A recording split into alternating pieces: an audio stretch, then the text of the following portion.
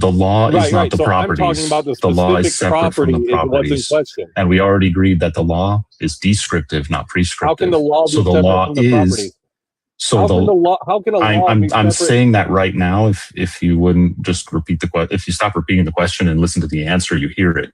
So we already agreed that the law is descriptive, not prescriptive. Therefore, the law itself, its ontology, being descriptive, is the reference, not the referent. The referent is what the law is describing, but our language the reality around us. But listen, our language isn't what make. That's why I said that your question earlier was a malformed question, and I do think it was a false dichotomy. But I think that our language isn't what determines. That's not a false dichotomy. Okay, hey, can I finish my sentences, please? Can you let me? You gotta be honest with them. So man. I think that I don't believe that our. Okay, but you also got to let me finish the sentence. So I think that our language doesn't determine whether or not a rock remains a rock and is not a rock. I agree. Our language doesn't determine and the law and the law of identity is just our language. So there's. Well, how is that possible if you just agreed that our language doesn't make the rock stay a rock? It's obviously more than our language. The law of identity doesn't make the rock stay a rock either. The law of identity is descriptive, not prescriptive. It is our language describing the rock staying a rock. The reason the rock stays a rock is because things remain consistent unless acted on by another force.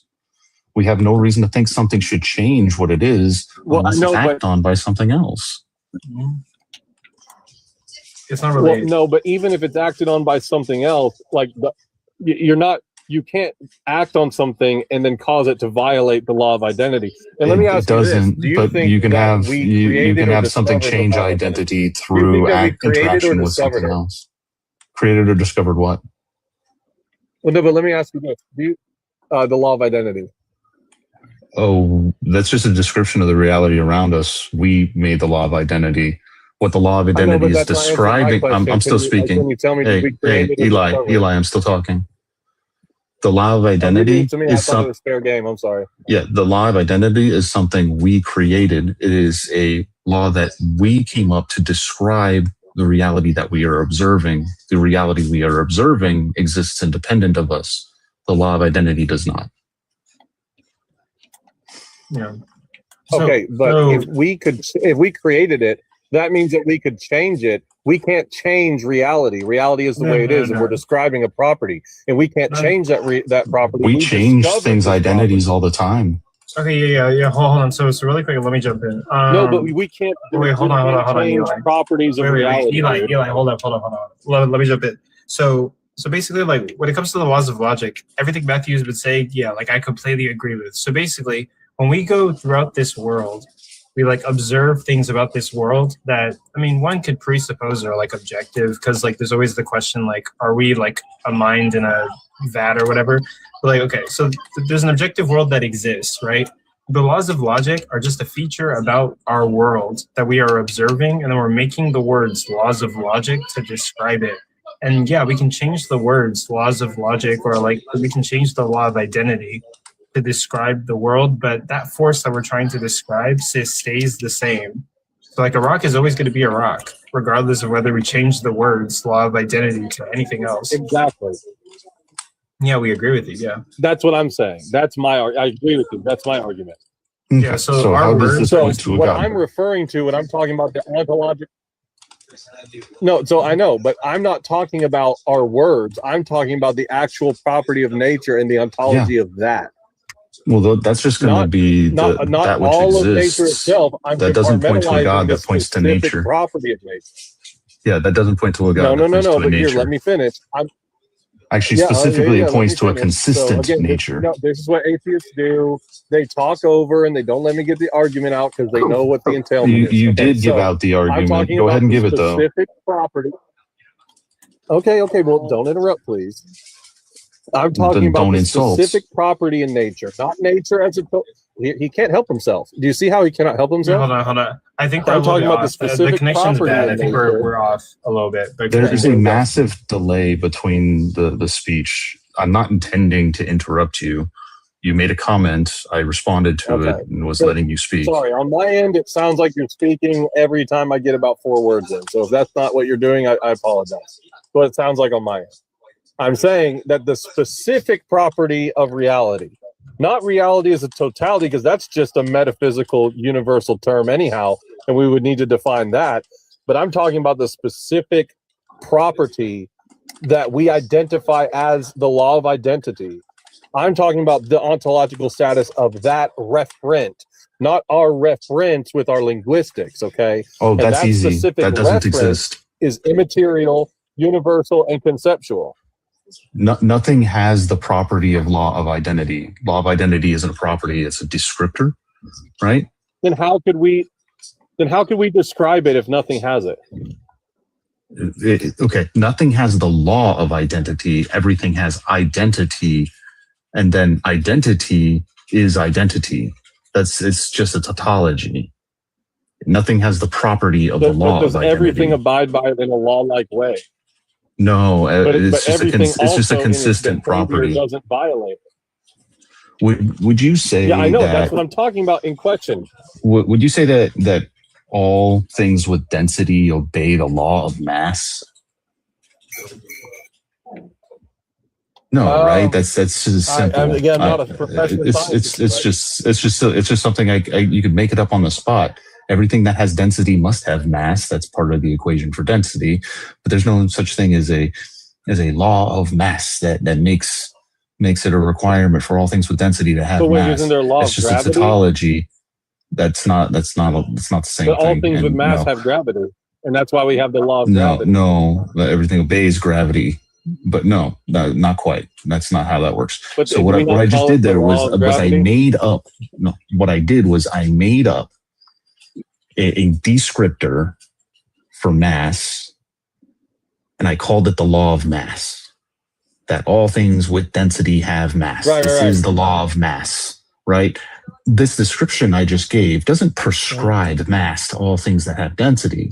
It doesn't make all things that have density all of a sudden have mass. No, it's just an obvious tautology that if density is like your mass and mass in relation to your volume, then of course things that have density have mass because it's just part of what it is.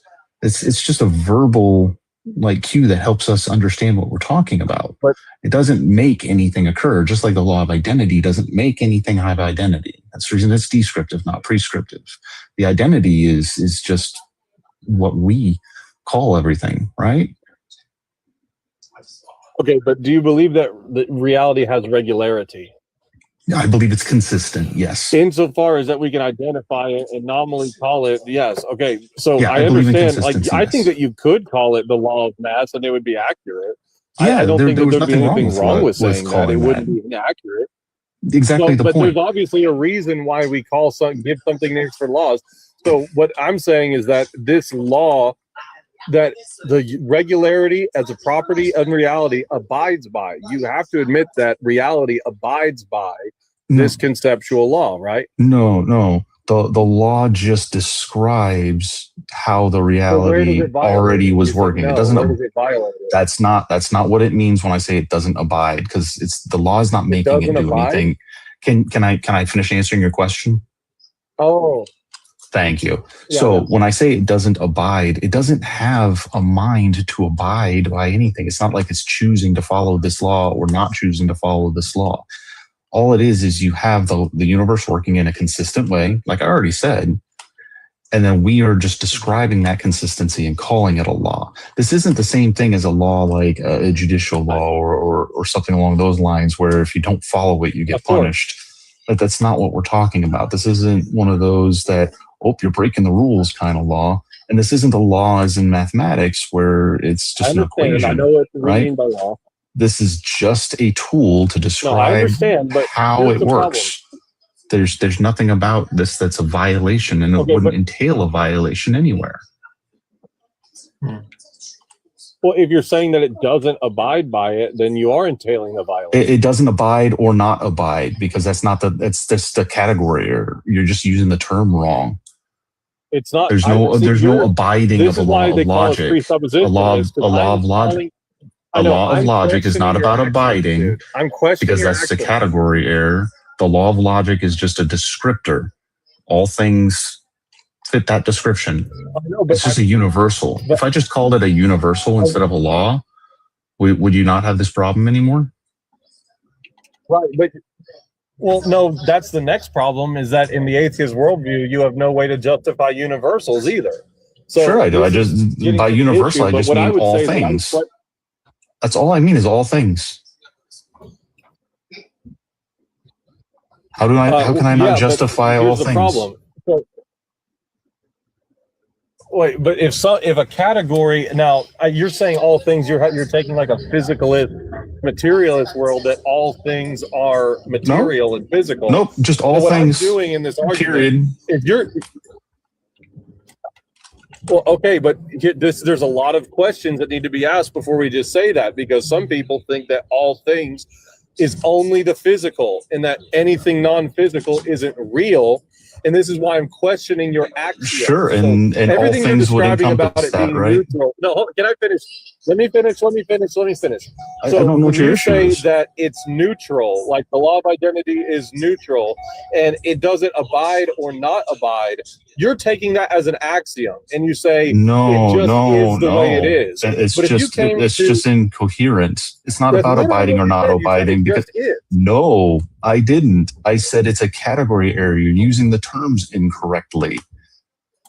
This law has nothing to do with abiding by or not abiding. Can you understand that it has nothing to do with the terms abide or not abide? Because this is not a law telling something how to act. It is only making that assertion. All right, I'm gonna try this. I'm gonna try this again, Eli. Stop interrupting. With the law of identity being descriptive, that means the law of identity doesn't make anything do anything, and it doesn't tell things how to act because it's descriptive, not prescriptive. So this isn't about anything abiding the law of identity because the law of identity is not prescriptive. The abiding by or not abiding by would only be relevant if it was prescriptive. It's irrelevant to a descriptive law. Do you understand? Law of identity is only describing the properties of something, not giving it properties.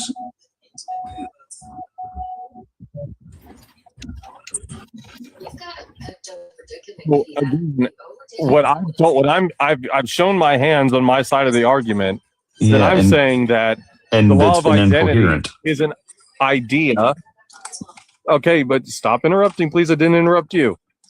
If it's an idea in the mind of God when he created the world, the same way if I have an idea of a building, the idea is real, and then when it's instantiated in the physical world via my creating it, it takes on the creation.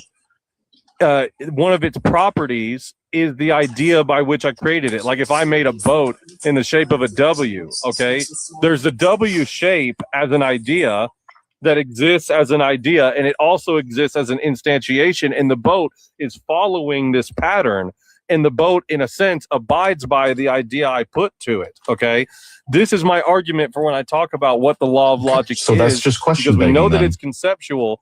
However, the world is patterned off of this idea.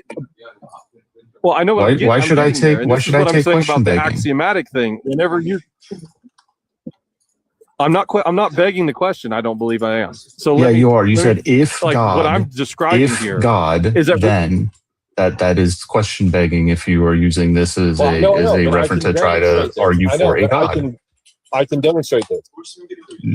You can't demonstrate if God at the beginning of an argument for God. That's circular and question begging. No, I can demonstrate. Okay, so how do you show that the God exists in order for God to set up the law of identity the way it is? Because if there was no God, these transcendental categories would not be possible because they are immaterial, universal, and conceptual. That's question begging. You're saying without a God, you wouldn't have the universals, and the universals show you that you have the God. That's circular reasoning, question begging. Again, no, listen to me. the actual ontology of these things, unless you disagree and you have a different description of their ontology. But I would posit that they are immaterial, universal, and conceptual. Do you disagree with any of those descriptors? Yeah, and those are completely compatible with a foundationalism position that runs off the observation of humans. Again, descriptive positions. But do you believe that? Okay, do you believe that there was truth before humans? The concept of truth is something that humans develop. Do I think that things comported with reality so you don't before? Think there was a sure. past? No, that's not what I said at all. Okay. Well, if you're saying the concept of truth, it depends on what you're talking about with truth. What theory of truth are you discussing? Are you discussing correspondence, deflationary? Truth. That is No, I'm just talking about the colloquial term of objective truth, the truth of something. But I believe truth has an actual ontology within the intelligibility of nature.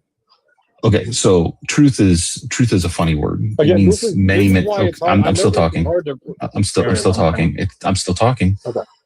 The word truth is a funny word because it has many ways to be used. And you say things like objective truth. To me, that just means true. It's a weird thing to say. But you can have truths that are based in opinion, but they're still true, right? Objective truth is a weird thing to say. Now, there are multiple different ways of breaking down truth. You can talk about correspondence theory. You can talk about deflationary positions. I like correspondence theory. I think correspondence theory is pretty easy. That which corresponds with reality, that which matches what is real. It's pretty simple, pretty easy, and it's pretty easy for the layman to understand, right? Did things correspond with reality prior to humans? Right. Yes. Does that matter? No. It means nothing. It just means, again, that a position where the universe is consistent is completely compatible. Now, if you have a position where a God explains all of this and a position where a natural universe that is consistent explains all of this, then the more parsimonious view is the naturalist position that's just remaining consistent.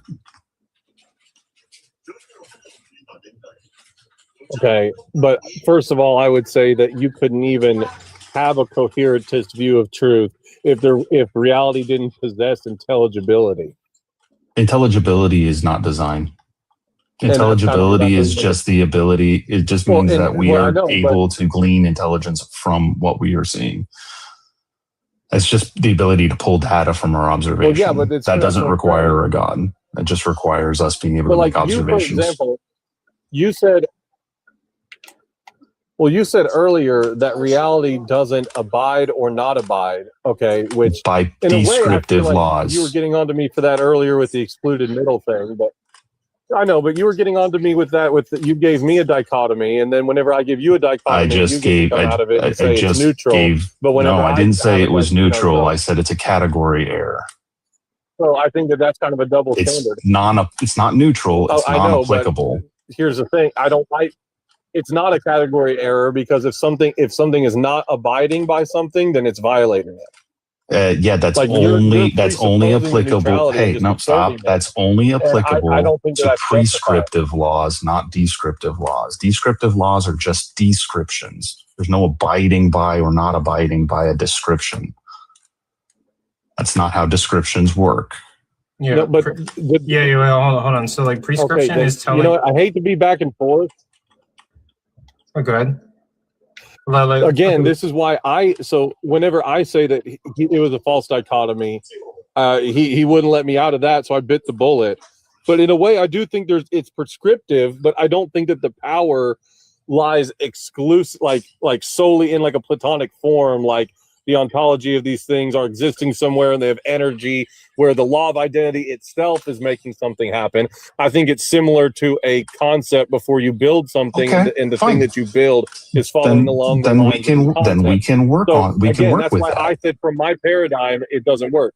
Then the question here is: do you hold that what causes this to be? Real quick, please. You can't just shotgun things out, man. I got to be able to respond to what you're saying. If you're going to hold to this law being prescriptive, we're lagging really bad. I can tell. Yes, I know. And if you're going to hold to this law being prescriptive, and you're saying that there is either some like ideal or some God that's causing it to be prescriptive, then that's going to again be question begging. This can no longer be your argument for the God because the God is required to make this law prescriptive. It just becomes circular and question begging, not to mention presuppositional. Well, first that's the reason tag fails every time. It's either a category error or it's presuppositional. No. There is no in between. If you're just going to say God is an axiom, I don't accept that. How the impossibility. I'm not the one saying axioms. You're the one saying that these things are axioms, and I'm calling. I haven't used an axiom once. Now, I haven't stated axiom once. Whenever you say, yes, you have, because whenever you say that it just is, it's neutral, and it doesn't. I never said it was neutral. Yes, you're the only one that's used. Stop putting words in my mouth. I never said that. I never once said it was neutral. I said it's a category error. It's not applicable, not neutral. No, that's not neutrality. It's neither violating. That's an error that you're making. Not no. Stop putting words in my mouth because you're getting them wrong. All right. I never once used the word axiom. You have. So don't tell me that I'm the one that's bringing up axioms because that's not true. But that's literally what you're doing whenever you're saying that it doesn't need to abide or violate. It just is. All right. I'm going to explain this one more time to you. And if you're incapable of understanding it this time, it's just going to be in the conversation because you're just incapable of understanding a very simple concept. If something is descriptive, which is what we were talking about when this was said, and it's just called a law, right? It is not causing anything to happen. Therefore, nothing can abide or not abide by it because there's no rule being enforced. If it is descriptive, that means the thing already holds the property. You are just describing that property. So it can't abide by or not abide by its own property. Its property is part of its identity. There's no abiding or not abiding by it. So using the word abide or not abide by is just irrelevant and has nothing to do with the conversation. Do you understand that? I think so. Okay, but I still don't see how that's not describing something being axiomatic. No, it's an observation, not an axiom. Me making an observation of something is not an axiom. You don't use what is an axiom? What do you think an axiom is? I'll tell you what it's like a foundational starting point, right? No, it's not. An axiom is a point of information that is accepted as true without evidence or without further evidence because it is self-evident or required to move forward, right? It is the most the simplest positions that can't be truly proven but are required to make any other inference, right? I only hold three. And what would be they're super simple, and I will never add to them. So I will never say anything else is axiomatic. I hold that I exist. I hold that a reality around me exists, and I hold that I have a sense experience of that reality. That's it. Those are the only axioms I hold. Okay, but how do you not? But so how is the law of identity or the laws of logic? How is your discovering of them not? And I'm genuinely asking here. Like when you identify, you say one of my axioms is the self. You had to come to the knowledge of yourself in some like self-evident way through Descartes. I think therefore I am. Something like that. Descartes. I think therefore I am. Right, but okay. But and then you said the reality around you was one. Yes, I have qualia of the reality around me. I'm not saying my experience of the reality around me is correct. I'm not saying it's correct, but I have an experience of the reality around me. Therefore, it is self-evident that there's a reality around me. Via observation? Any quality of experience. Do you wait? Hold on, Matthew. Do you hold to? Isn't that exactly how we were talking about? Wait, Matthew. Do you hold to phenomenal conservatism? Not direct, not like fully, but I'll agree with points of it. Oh, okay. Now, when it comes to axioms, the only thing required for axioms is that those within the conversation agree with those axioms. Do you agree with those axioms? The self, the reality around you, and the experience of that reality around you? No, I disagree with axioms wholesale. I don't think that anything's self-evident. Okay, so you don't. Oh, okay, how do you get to any information then? Again, because I believe that like whenever we have an intelligibility within the regularity in nature. Yeah, you're using your observation to get to that. You're using observation of the reality around you to get to that. Right. Okay, so you need to hold to an axiom. You need to hold to an axiom to use that. You need to have an axiom for a sense of self. Well, no, I hold if you believe you exist, I have a paradigmatic view of the world. If you believe you exist, you hold to that axiom. Well, I know, but again, no. The difference is you said it doesn't require evidence, and that's what I'm rejecting. Is the self anything more than the experience of self? Do you have anything further beyond the self than the experience of self? Yeah. Well, yeah, within my paradigm, I do. You're not going to accept it because that's all of your observation is coming from self. Self is the I disagree. The grounding. Again, there's nothing deeper than the self. I could have an observation. No, I don't think like there's obviously things deeper than the self. I don't want to say obviously. In my paradigm, things are deeper than the self. What I'm positing here is that when you say observation, again, we're going back to the law of identity. The law of identity is necessary for observation of anything to even happen, because if you're observing something, that something has an identity that it's staying true to. So again, I think that I don't think that these principles and properties of nature are like static and neutral the way you say they are. Again, I don't think that they are the enforcer. All right, so the law of identity would not be a requirement for observation, so that we could have an observation in the first place. No, that wouldn't be required for an observation. It just without the law of identity being accurate, for an observation to happen in the first place. You are asserting they are the precondition, and I am showing you they're not. So before you like assert more things. So how do you observe something if the law of identity was not true? I'm speaking. So before you try to assert that something is the precondition, right? You would need to hold to it being prescriptive. And that means you would need to prove that it's prescriptive by showing how it prescribes, right? That it comes from a prescriptive source, which turns your argument into question begging. Okay. And you can definitely observe something without the law of identity. It just means what you're observing would change. How? And that wouldn't stop your observations. That would just be very difficult to gather data from. You can't conceive of something changing and shifting as you observe it. We conceive of these things all the time in fiction, but we don't hold the law of identity to be fiction, so I wouldn't expect that to happen in reality. But yeah, it's not a requirement for observation. A requirement for observation would be the capability to observe and a mind in which to observe with, right? Those would be like preconditions for observation. I know, but yeah, the self, the surroundings, and the sense experience of the surroundings, those are needed for observation. So, Mr. Matthew, you're able to actually prove and provide evidence for your God. You can do that. I'm sorry. I want to stick around. The flag is just too bad. I have to go.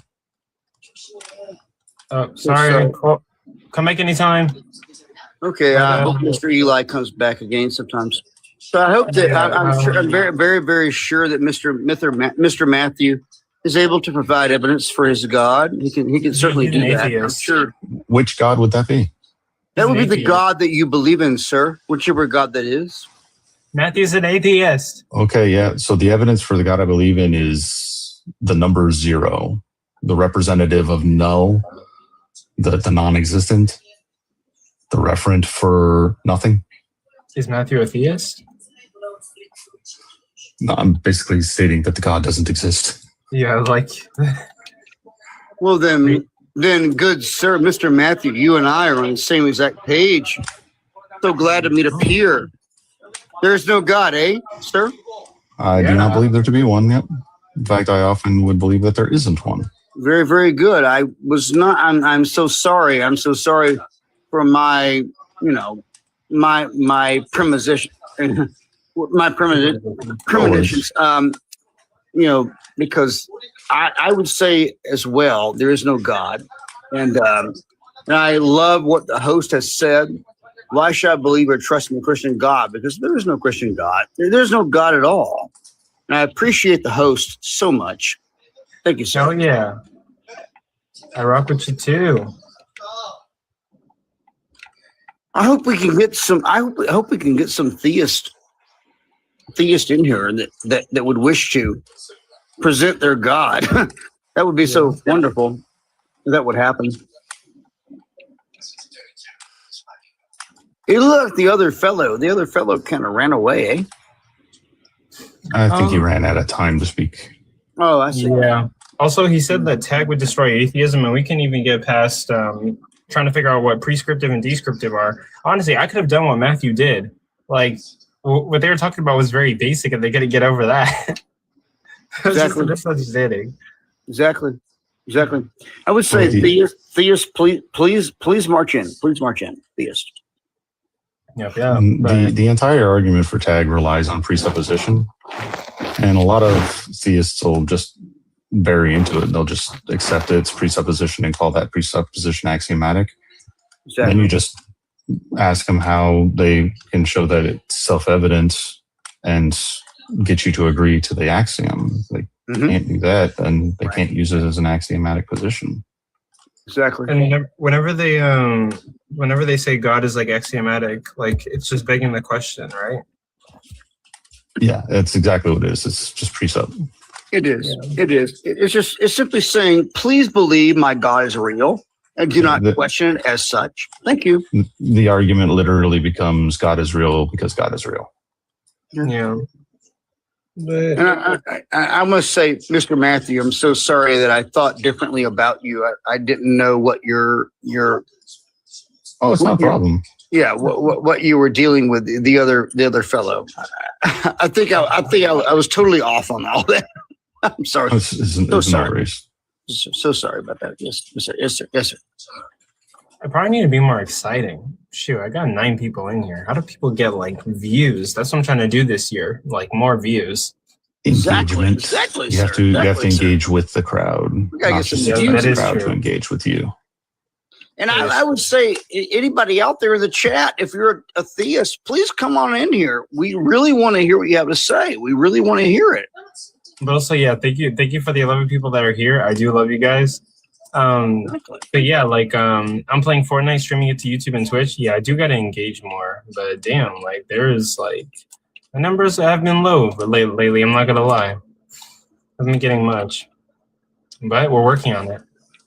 Shoot, I'm thinking about just like promoting products to like all of TikTok, to be honest. But I mean, I don't know. With like low live views, I'm not sure, but like I'm still gonna like promote products and see like whoever on TikTok wants to like get them. I guess I'm doing the TikTok. I'm doing a lot of TikTok shop stuff this year. Wish you luck with it. Hopefully it goes good. Oh yeah. This right now. I myself, I was a Christian for over 30 years. I used to be a Bible teacher, a preacher, a youth pastor, camp counselor, all that. So if there are any, I'm sure there'll probably be Christians out there that will say that I was never actually a Christian, but I would ask them what was an apostate? The Bible describes an apostate. That means it was somebody that used to be a Christian, then they no longer a believer. They'll have to deal that with me. But nevertheless, we have a lot we can offer here on this broadcast today. Why should I believe or trust in the Christian God? That's what we would all say to Christians today. Thank you. Actually, there is a question I could ask you that could help me. in a debate that I'm preparing for. If you guys are down. Yes, sir. Yes, sir.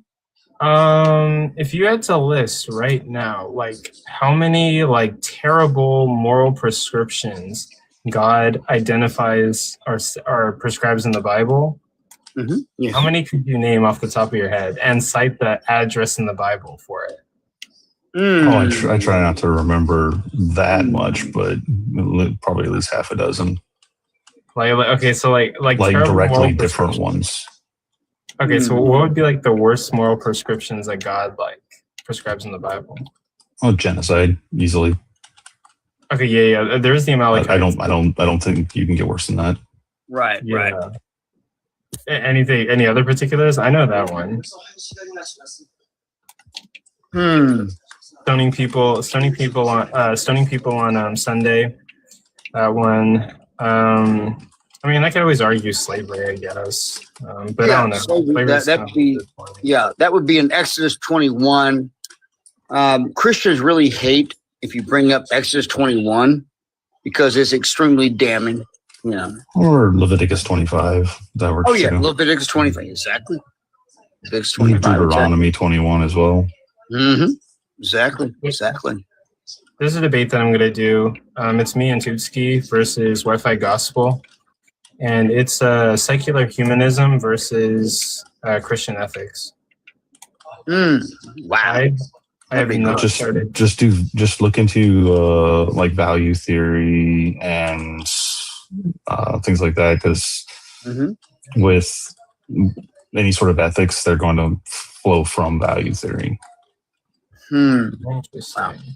The concept of right or wrong is the value you hold on the action. So if you're going to argue value theory, you already argue morality. Value theory leads somebody to be, if you get somebody to agree with value theory being subjective, then they've already agreed morality is subjective. Exactly. Interesting. Okay. Yeah, I'm definitely going to look into that, actually. I typed it in my laptop and messaged it to a friend, but like, I'm going to look into it later. I have to start preparing. To be honest, okay, fuck it. I'm gonna prepare tonight, actually, after this stream. That'd be great. But it's happening on February 6th. So, but like, I want to prepare early and be like on my shit. Yeah. But yeah, I'm gonna look at some statistics and study what secular humanism is, and yeah, I'm gonna be on my shit. I gotta be on my P's and Q's. It's gonna be I'm gonna make it one of my best debates. I wanna fucking do very fucking well. Exactly. We have a new join. What's up? What are you preparing for? I have a debate on February 6th. It's gonna be secular humanism versus Christian ethics. Oh boy. Easy. And yeah, I gotta prepare for that as soon as possible. Like I want to probably give it I want to give it like 30 days of preparation. Oh, yeah. But given that, I should probably start like great. in the next 3 days. One good tip would be to learn about the positive aspects of Christianity. Once you know them and you know how to rebut them, and the negative stuff is easy. Make sure you look up counters for your position as well. Yeah, they have stuff for like marriage. I think surveys say that they're somehow happier in marriage and things like that. Yeah, I feel like it's statistics and shit. Yeah, but beyond things like that, it's mostly just bad stuff.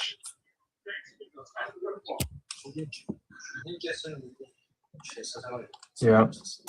Sorry, I'm like trying to get somebody in Fortnite. They're like running away like a potato. Also, since I'm gonna be promoting brands, I have to be like more like friendly and stuff, or like more PR friendly. So like I was gonna replace all my curse words with like vegetables and like vegetables and fruits. I swear, like I was gonna start calling people like potatoes and tomatoes. but and other like vegetables and stuff because I got to be PR friendly, and like my insults are typically not PR friendly. Like I see. I adopted some stuff from Clark. Like I've been telling people, or go ahead. My experience is that when you call people objects and foods, it's like they get even more upset. Yeah, the cuter the insult, the more upset they get. I try sometimes to use like food and object alternatives, and it makes them even worse. It makes it worse.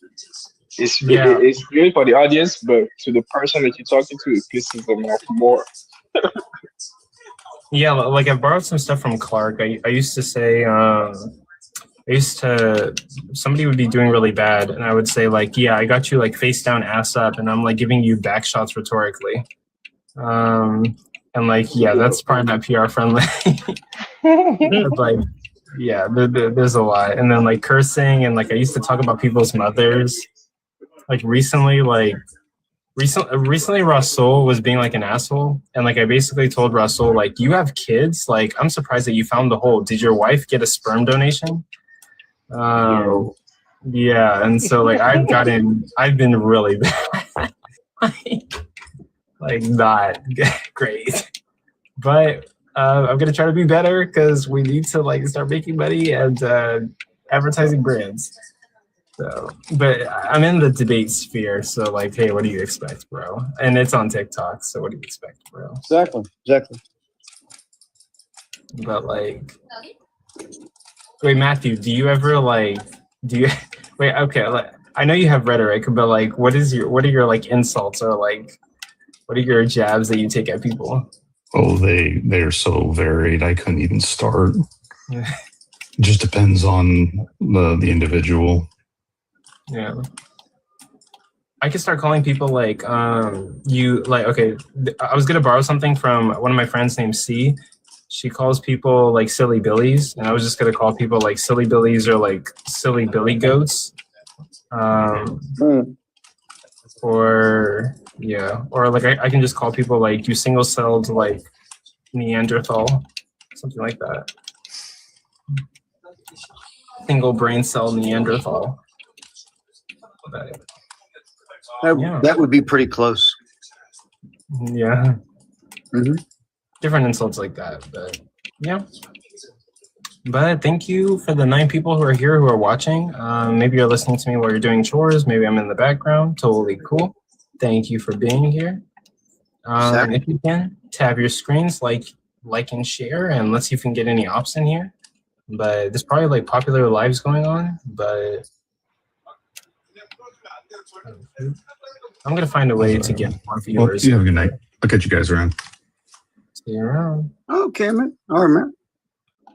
Good to see you, man. Shoot, I might even. What time is it? Oh, 11:42 Eastern Standard Time. Eastern. 11:43. That's the biggest L, Coco. Not to be an 8. Wait, what's the biggest L? Yeah, I'm out here up here north side of Ohio, eh? Work on how not to insult. Oh, yeah. I'm gonna insult less. Because yeah, I want to promote brands. I want to see if I can do social media like seriously. But yeah, so I gotta be more PR friendly. Public relations, exactly. Yeah, public relations. I mean, I would just say to all our Christians and theists out in the chat, please come on in. If you know your God's real, we would love to hear about how your God's real. We really would. Yeah, if there's any people out there. Or I think there's like 8 atheists that are watching me. People who are non-believers. Oh, my connection on my computer. But yeah. No, that's all I've been up to. Hosting debates, setting up debates, debating people. I had 8 atheists or 8 Christians ashamed of being a Christian. Yeah. I'll give it a couple more minutes, and if there's no one, then I'll probably, go check out the other live streams and see like what they're up to. But right. Exactly. Yeah, it's kind of late, kind of holiday time period and all that. Yeah. But I would. Yeah. I'm sorry. But I think. No, I was gonna answer to Mitch's comment. Yeah, definitely. No, I totally relate. Sometimes, like, I'll be listening to some atheists, and they make me want to be theist. Some atheists don't have the best arguments, but yeah, I don't know. I think there's good arguments on both sides, and like, I'm still trying to determine what I believe in, but the good thing about atheism, you don't have to have argument for atheism. Right. But people try, and I'm like, you don't need to. Just discuss the positive claim. That's it. Yeah. Make them show the proof, and that's all we need to do. I would say it's less about proof, more about like evidence. I don't think we're ever going to be able to prove that God exists. I think we have to evaluate the evidence and see like what's most probable. I mean, if he or she or it exists, we can prove that it exists, but we can't wait on the proof because it doesn't exist. So we want to hear the evidence, and the evidence is usually just terrible. Right. Yeah. Usually things that are not really that compelling. Right, because like let's say for example, if a theist comes to me and says, "Can you prove God doesn't exist?" I'm like, "Well, you're asking me to prove a negative. Can I prove that vampires don't exist? How about unicorns? The Bible mentions unicorns 9 times. It never mentions cats. Yet cats are real, and yet unicorns we have no evidence of. So I would ask theists, can you should be able to prove your God exists if your God is so real. How come you can't do that? Yeah, but Mitch, you were gonna challenge somebody? Yeah. Hey everyone, how's it going? Hello, how's your night been all the day? Glad to have you. Glad to have you. Yeah, thank you. No, yeah, great to be here. So yeah, I think atheists, I do get the, I understand that if somebody came up to me in the street randomly and said, hey, there's a unicorn who's chasing you, and if you don't do exactly as is written in this book, this unicorn will impel you. Mm-hmm. But if you do in the book, then the unicorn will give you some of its silver, and that will make you immortal, right? Mm-hmm. I'll be like, please go away, right, to this person. I'd be like, please go away. You wouldn't need to humor that argument, right? Right. I do think atheism is not toward, atheism towards like a specific religion or a specific idea, like of God, fair. But to the general concept, the philosophical concept of God, I think it's a bit trickier. And I think atheism needs and has plenty of support. And I don't think it's bad to borrow or to use that source of justification for atheism. I think it's actually a good thing to justify atheism, especially in a world where emotivism, right, the emotional appeal, and the safety and the order and the security in the community of religion is often used against the atheist. I think arguing for atheism is actually quite an important task in society at the moment. So yeah, I don't think we should just sit back and say, hey, you can't justify your claims, because they'll still walk away with those same claims. But if we can make a compelling case that, one, you don't have to lose too much, right? Maybe in eternity, right, an afterlife, an eternal soul, but really, have you thought about what an eternal soul would be, right? What it would entail, or, right? So there are reasons to question religion, and there are reasons to doubt supernatural claims. And I think it's okay to argue for that. So it's okay to argue for atheism. I agree. For me, yes, exactly. I think like if you're a philosophical atheist, I would say like you have a burden. Like if you're a psychological atheist, I don't think you have a burden.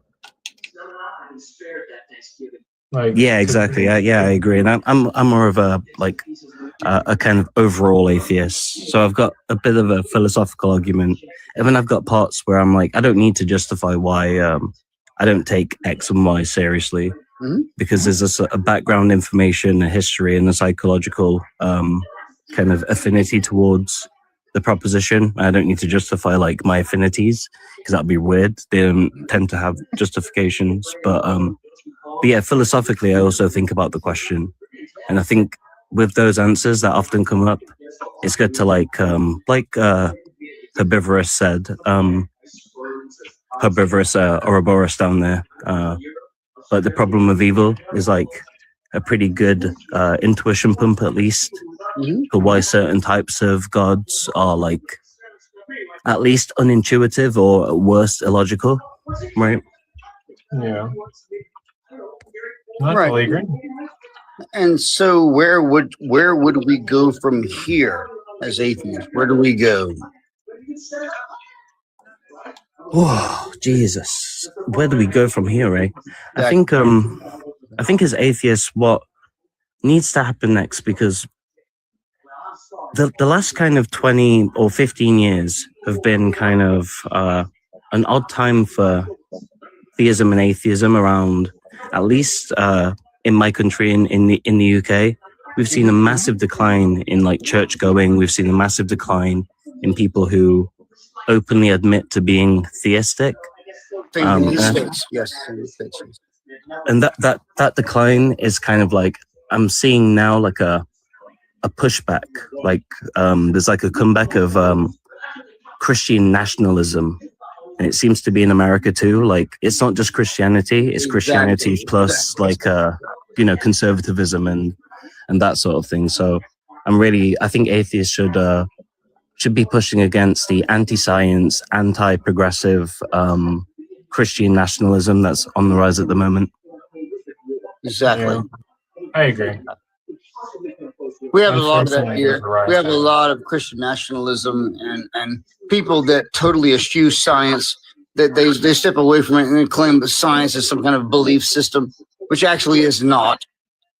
Science is actual, understood, items. And so, yeah, so I can totally concur what you're saying. Yeah, lots of nationalism. Rebecca doesn't believe in science. We have Mr. Void with us. Thank you very much. Thank you so much. I am a bit of a scientific realist, but Mitch, so like I've come across like this video talking about how while you can reason yourself into background noise that would be so great to be gone. But like, what is the background noise? Good grief! That's either beats or may not be Mr. Void, but somebody has background noise. Yeah, I was beats. Go for it. Anyways, Mitch, I was like, there was this video, Religion for Breakfast. He talked about like, yes, I love that guy. Yeah.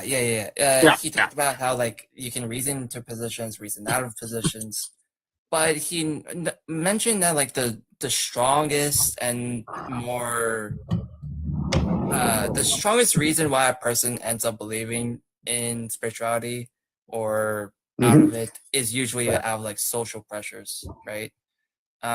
So like, Mitch, like how for like a massive impact, how can we push against Christian nationalism or stuff like that? Well, so I don't think it's about like rationally coming to positions, although I think it helps, right? Especially when because you'll find this really weird like people are often motivated by disgust and anger and kind of like righteous kind of like righteous anger, like justice is being done if they're like violent towards their opponents, which is why you might see like Trump drilling up like lots and lots of hatred, not just like there was it was almost like planned. It seemed there was at the I don't know if you're allowed to say like the political commentator who got unalived, Charlie. Well, his wife, his wife gave like a, part of a speech which was about forgiving our enemies. And that was very like, okay. Right. But then, he came out and gave the speech about, no, actually, I'm sorry. Charlie's probably looking down and he probably disagrees with me, but I'm not going to forgive my enemies. I think we should fight them. It's like, almost like this pantomime of drilling up hatred. And that like justifies a lot of righteous anger and a lot of violence. And so I don't think it's about necessarily the rationale, but you will see this, like they pretend that it's like facts, not feelings, right? Facts don't care about your feelings. And so it's good to have this like a backup of knowledge so that when they dress up normative claims in these kind of descriptive or evaluative kind of logical claims, that you can see, one, the error in their thinking, and then two, the normative claim behind it, and you can address that. And you don't address that logically, you address that with like communities, really, right? Right. You address that by like other means like friendship, communities, reaching out to people, reaching out to your friends, making sure your friends aren't participating in that cycle of harm, I guess.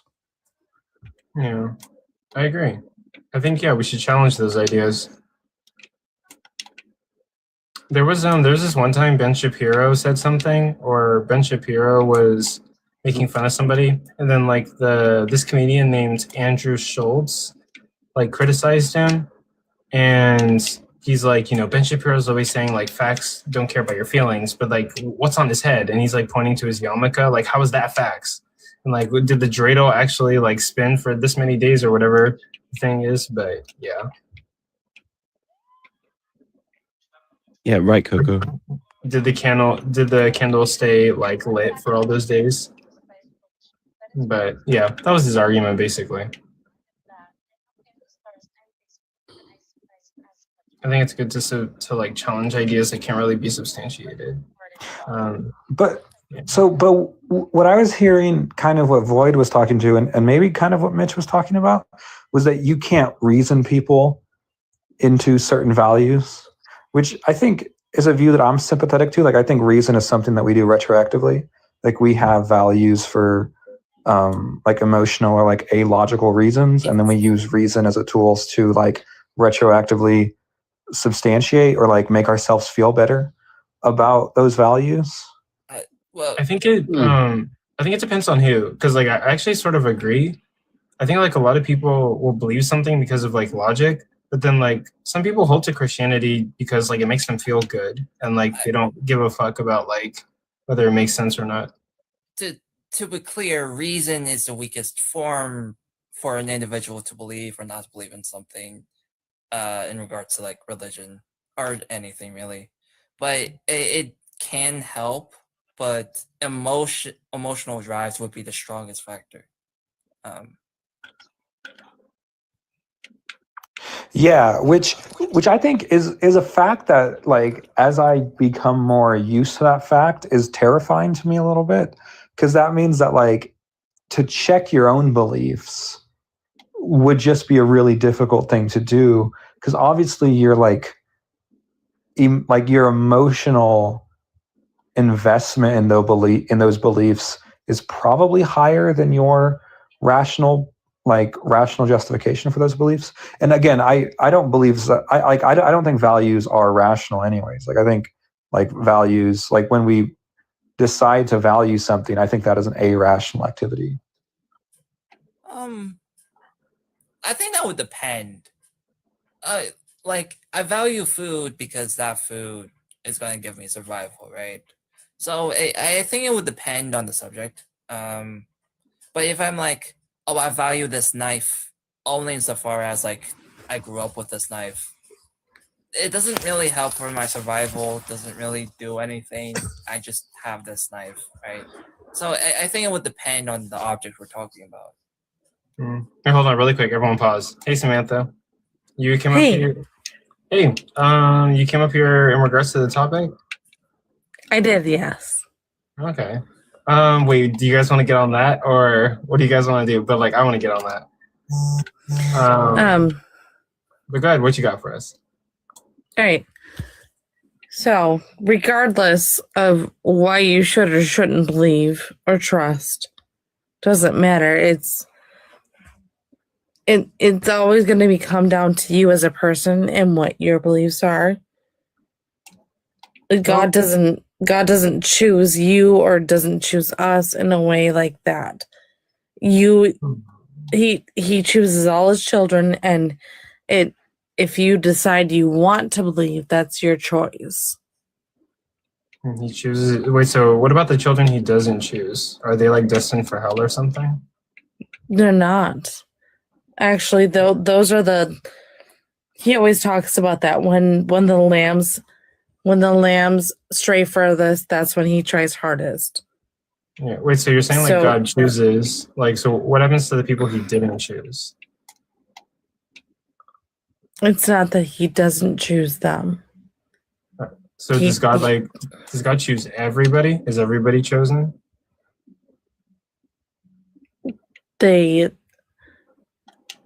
Everyone is a person of God, yes. What do you mean by person of God, per se? We are all chosen by God, yes. Okay, so like everyone's chosen. Everyone has the option to go to heaven and hell, or heaven or hell. Everyone has the option to make certain decisions, and yes. Okay, so like, what would you say to people who like? So what would you say to like non-resistant non-believers, right? People who are like seeking God, but they don't really get like a sign, or like they don't get any like communication with God, or they don't really have any evidence for like God existing. I would say that I don't know, because every person is different. Every person gets a different sign. Every person does at one point.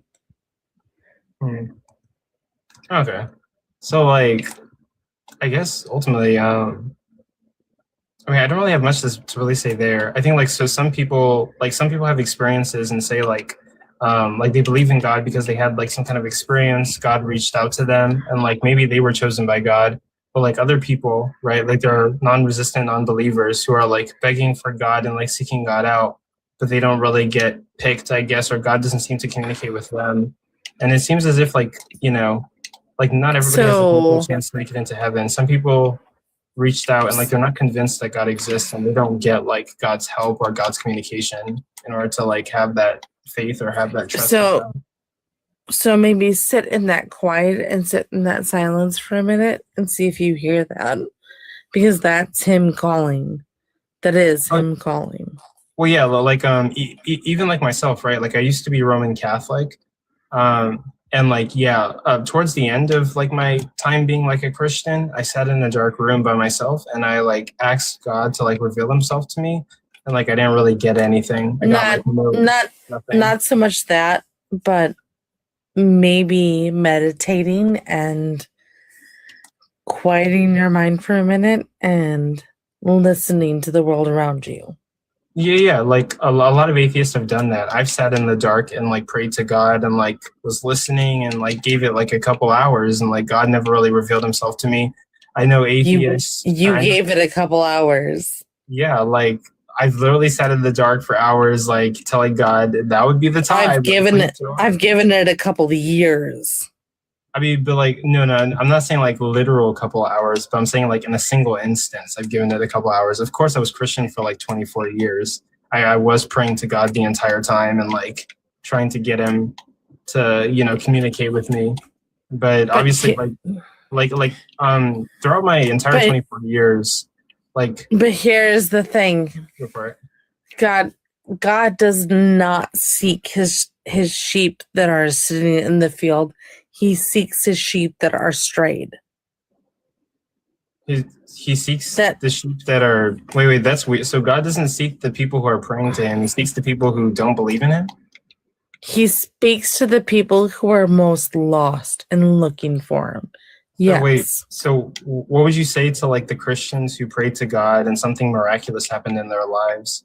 And they were Christians. They have like some kind of testimony that's super impactful. That is what we call a miracle.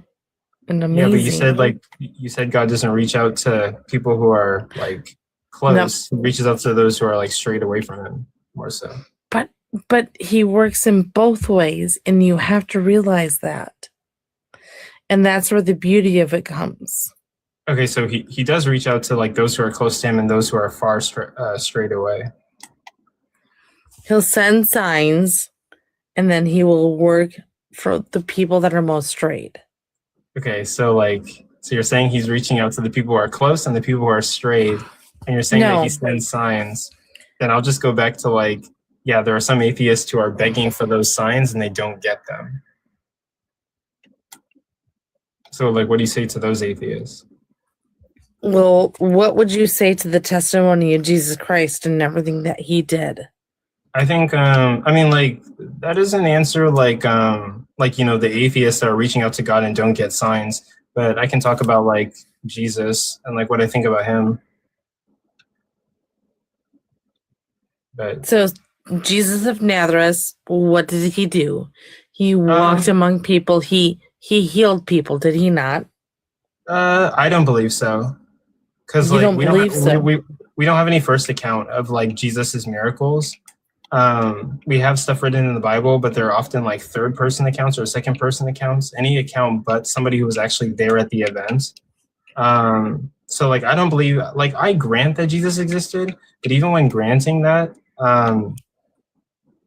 it's because stuff was written about him. But like it's me just being nice to the Christian. It's probable that like a person named Jesus lived in Jerusalem during that time. But like, I don't think that person had like magic superpowers. Magic superpowers. Okay. Yeah, like I don't have any reason to. We don't have any firsthand accounts of him doing any of that. And then like at best, like if Jesus rose from the dead, then maybe we'd be able to grant those other things. But I don't think there's a substantiative amount of evidence that convinces me that Jesus rose from the dead. I see a lot of problems there too.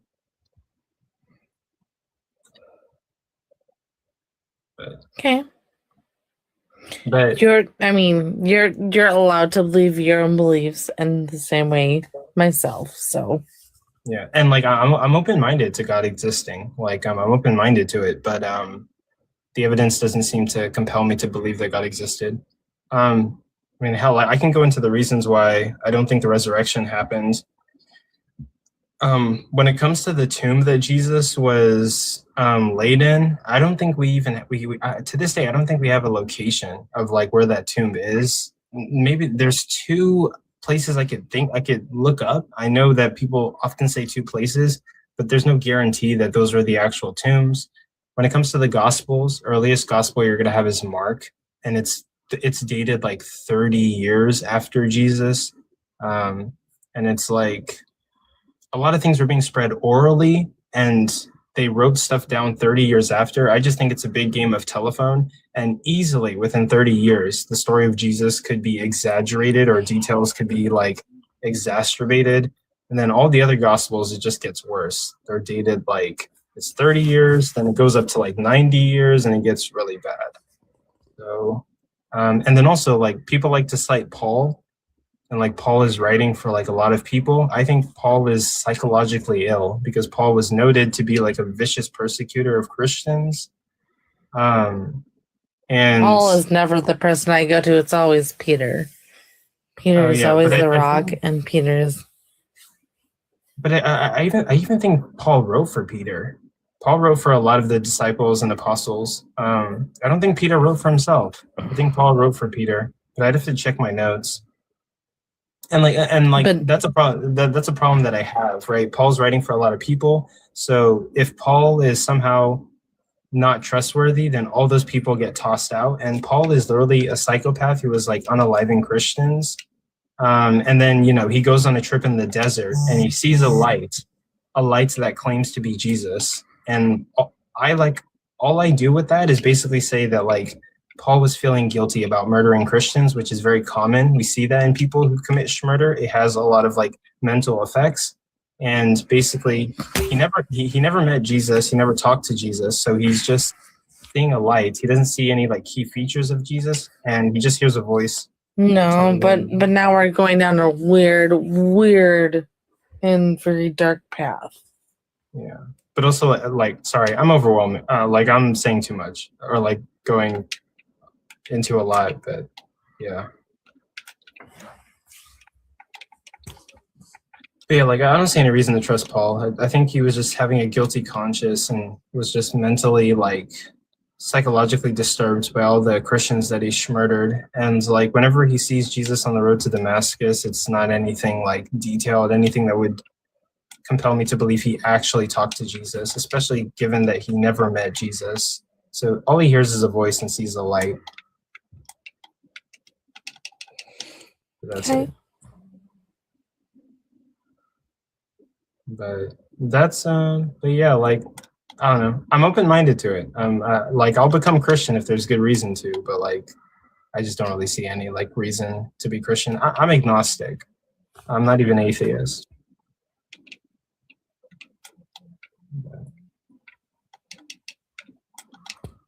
But like, okay, so like what would be like, so like why do you believe in Christianity? Like this one. Why do I believe in Christianity or the Bible itself, period? Yeah. I don't believe in Christianity, like, period. I believe in the Bible, period. Okay. I believe in... Why do you believe in the Bible? In, more so I believe in a higher power, in something bigger than me, and the fact that... But why? But why? Because look around you. Yeah. Who built this? Who created this? Who made this exist? Well, yeah. So you could basically just like say like I don't know, which is the agnostic position, the position that I take, right? Like I don't see any reason to say that it's God. But that's a pretty boring ass. Well, yeah, reason like for it, saying oh I don't know. Well, yeah, like I don't care for like boring. But, I'm trying to get to the truth. Sit and think about this. Yeah. The existence of not just this planet, but the existence of all things. And that includes all time and space and being beyond us. Yeah, like a lot of things exist, but like I don't know like what created those things. And like exactly. Well, yeah, but that's not a reason to believe that God did it, right? Like that would just be a God of the gaps fallacy. You're basically saying like we don't know what created God. So now here's my next point. Yeah. When you stop and think about those things, that mass existence, that mass, all of it, that undenying thing, it never stops, right? What never stops? What is it? Like existing? It never. All of existence never stops existing. How do you know that? Space. Does space stop at some point? Okay, like let's say that I grant you that space doesn't stop existing. How does this lead to a God? Here's what I'm getting at. Yeah. What tells you in your heart of hearts? What tells me in my heart of hearts? Yeah, look in your soul and ask yourself. I don't believe I have a soul. You don't believe you have a soul? Yeah, because where is it? What is it? It's a feeling. It's a belief. Well, okay, then I could just call it. Or like if your soul's a feeling, then I could just call it feelings, and I could just say that it's deriving from my brain. Like I don't need to believe in a soul. No, your soul is not derived from your brain. Your soul is derived from your instincts. What does your instincts tell you? My instincts, I think, come from my brain. So, like, I think, like, Christianity tries to say, like, it comes from the soul. You're choosing your instincts to come from your brain. How do you know that? Let them come from your... Because you just sat and said, I'm choosing my instincts to come from my brain.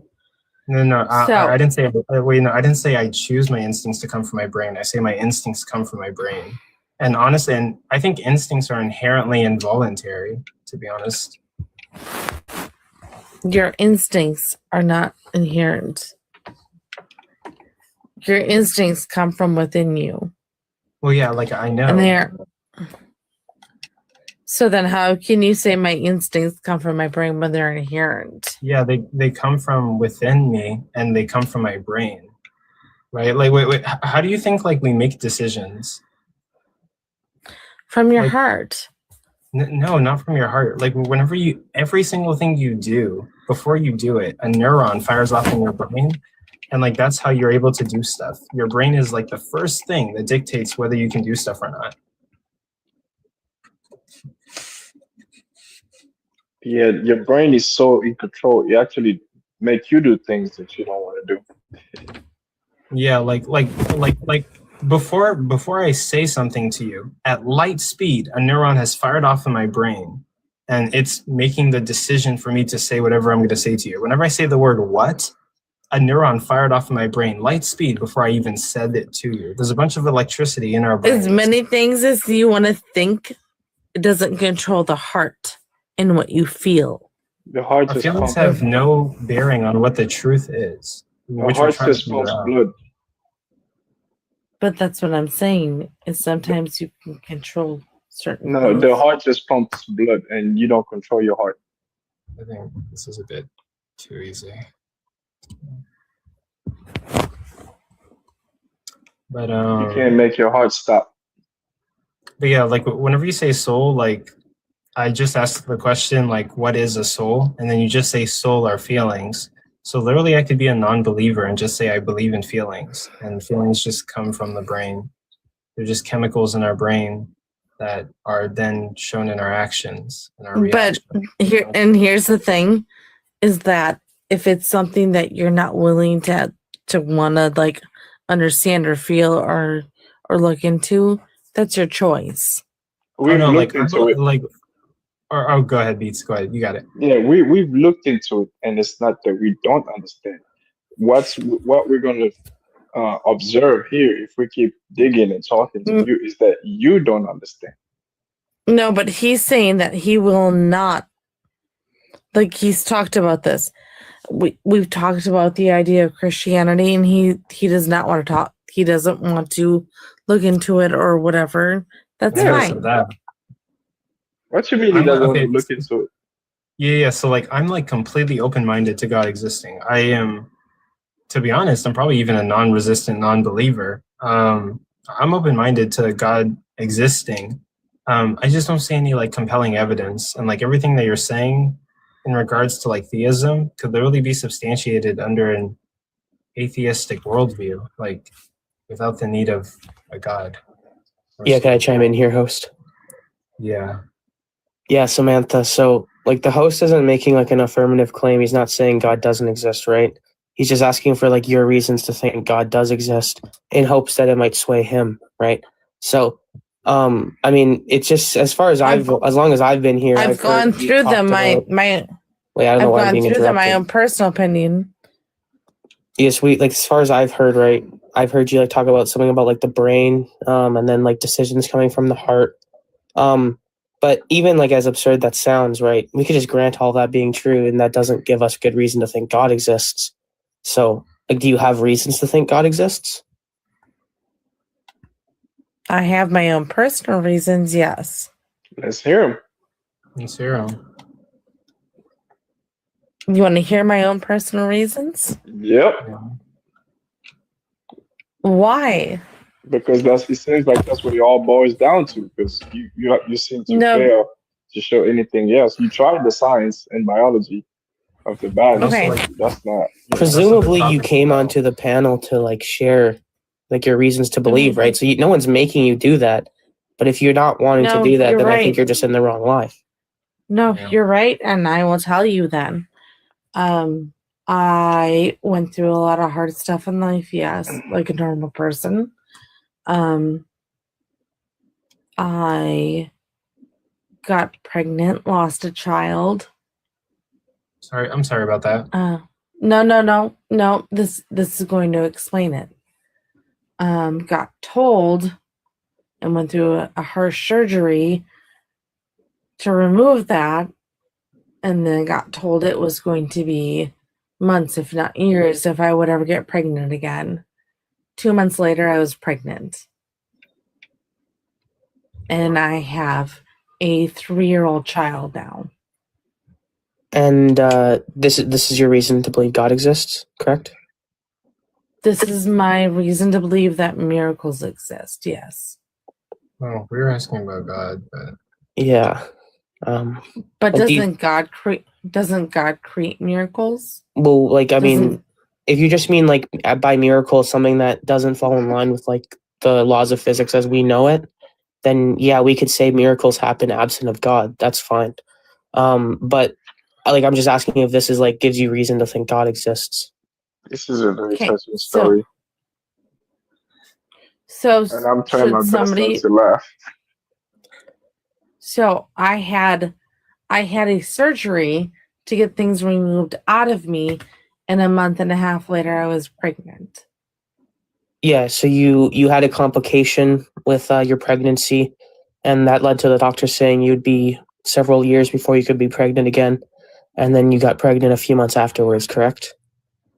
I got pregnant less than 2 months later. Yeah, a couple months. Okay. So the issue that I have with this, and I don't know if the host... How common is that? How common is that? I mean, you was out there getting, you was getting busy.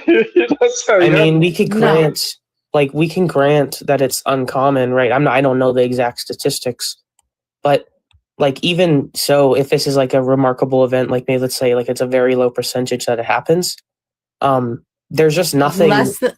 Wait, respectfully, this is like the third time you've interrupted me, right? So, even if we say it's like a very, very, very low percentage chance of happening, there's still the caveat that it's possible to happen in like the natural view, right? There's nothing in the natural world that precludes this from being a possibility. So given that being a possibility on the natural world, it doesn't seem like it gives us a strong reason to think some bodiless mind created the universe. And I don't want to, I don't know I don't know if the host shares the same sentiment, but that's just my point. I do. So then let's talk about Mary. What? Wait, now we're moving. I would like to. Can you at least appreciate the point that I made about why I don't think what you presented was evidence? Because yes, I don't want to just be jumping from point to point. Okay, yes, so what about Mary? That. So now you're saying that, okay, so let's talk about evidentiary or all of our information that we have. So let's talk about Mary, and let's talk about her having Jesus. So you're just talking about the Immaculate. Born of her.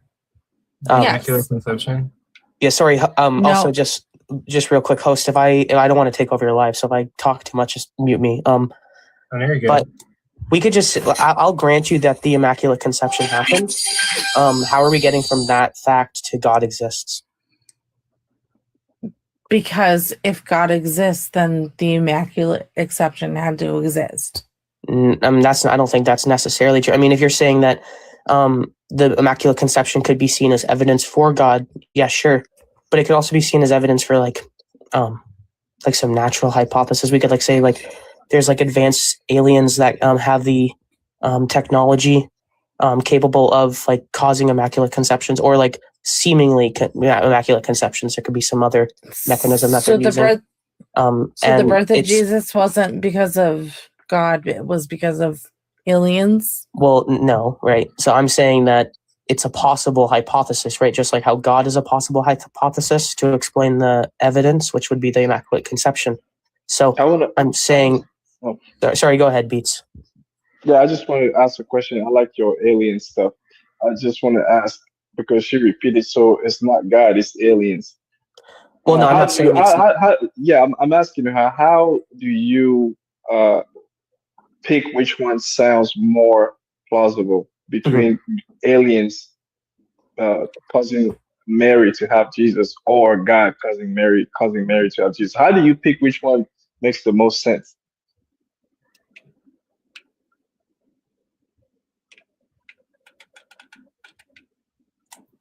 That was for you, Samantha.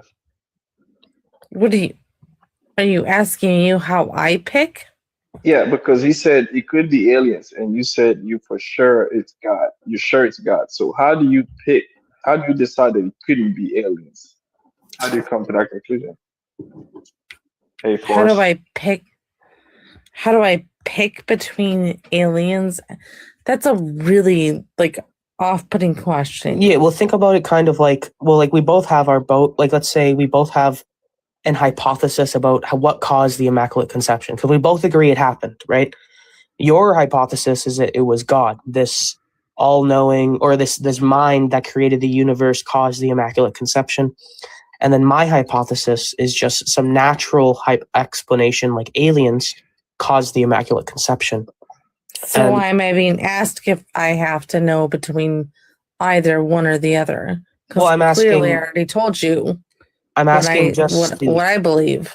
Well, I'm saying, given the fact of the Immaculate Conception, it seems we both have explanations that are coherent, right? Mine is aliens, yours is God. So what I want to know is, what extra information do you have that draws you to the conclusion that it is for sure God? What extra information do I have? What extra information might you have as well? I would ask. If you want to know the explanation for why I think aliens is more likely than God, well, that would just come down to like ontological parsimony. So my view doesn't commit us to new types of beings. It just goes through like the types of beings that are existed in the natural world, which would be like natural agents, which would be like aliens too, same as like humans. But on your view, it's committing you to a new type of being, which is God, which is like distinct from the universe. So it's not original from the universe. So it's presenting a new type of entity onto your view, which bloats your view, which basically you're adding an extra thing to explain the information that I'm explaining with only one entity.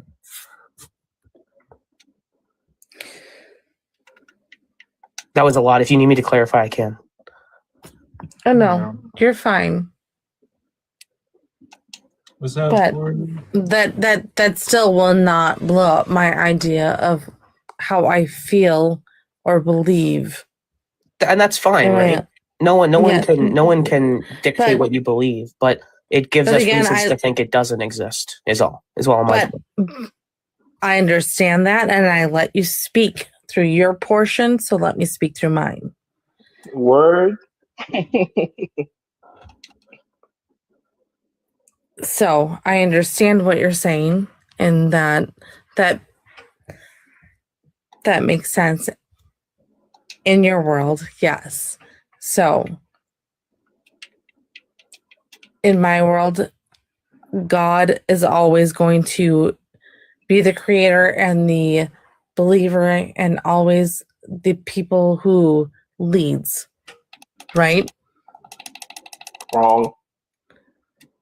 I mean, I guess on your view, but I wouldn't say that you have good reasons to think it's true. I would say you're unjustified in your belief. You know, people can believe things that are not true, right? Mm-hmm. Yeah, it doesn't matter how hard or how deeply you believe it. It could still be not true. That's what we're talking about here. Yeah. Like the way I think a really good analogy that I like is, like, Samantha, think of it as me and you are going to bake the exact same cake, right? So we go to the grocery store and we get the ingredients to bake the cake, but when we go to checkout, you have one extra ingredient than I do. And then we go home and we bake the cakes, and what do you know? They're exactly the same. There's no distinction between these cakes. The only difference is so much. Oh, sorry. That was not even a lot. Sorry, he just talks so much. She's trying to tune you out now. She's trying to tune you out. I mean, to be fair, I have been talking a lot, so. Yeah, but like that cake thing was not even a lot yet. I think she's ready to tune you out. No, he just talks so much. So I would say, like, how long have you been a Christian for, Samantha? My entire life. I don't know how to explain that. How long has that been? Well, actually, you don't have to tell me. Okay, so basically, I would say, like, so is your goal to find the truth? Is my goal to Is my goal to find the truth? Yeah. No, my goal is to find my truth, to find God, to find and serve him. That's it. But like what would you do if you found out tomorrow that God doesn't exist? That's that's baiting. I mean, like what would you do if like tomorrow there was like proof that God doesn't exist and it was on your TV, on the news? On the news, on the TV, I wouldn't believe it. That's baiting again. Yeah. So like ultimately what I'm asking is just like, when it comes to these conversations that we're having, I think it's a good thing to like question like what you believe in. And like I think you're fine to question it, but yeah, but like why don't you question it? Like don't you want to find the truth, or are you just finding something to like believe in? Do you think I haven't read the Bible several times? Do you think I haven't looked into it? Do you think I haven't questioned a lot of things? I mean, of course I have. Like, I'm a human being. It's what I've done. But what you're saying is, why don't I look at the news and listen to what they say? That's not what on the. No, that's not what I'm saying.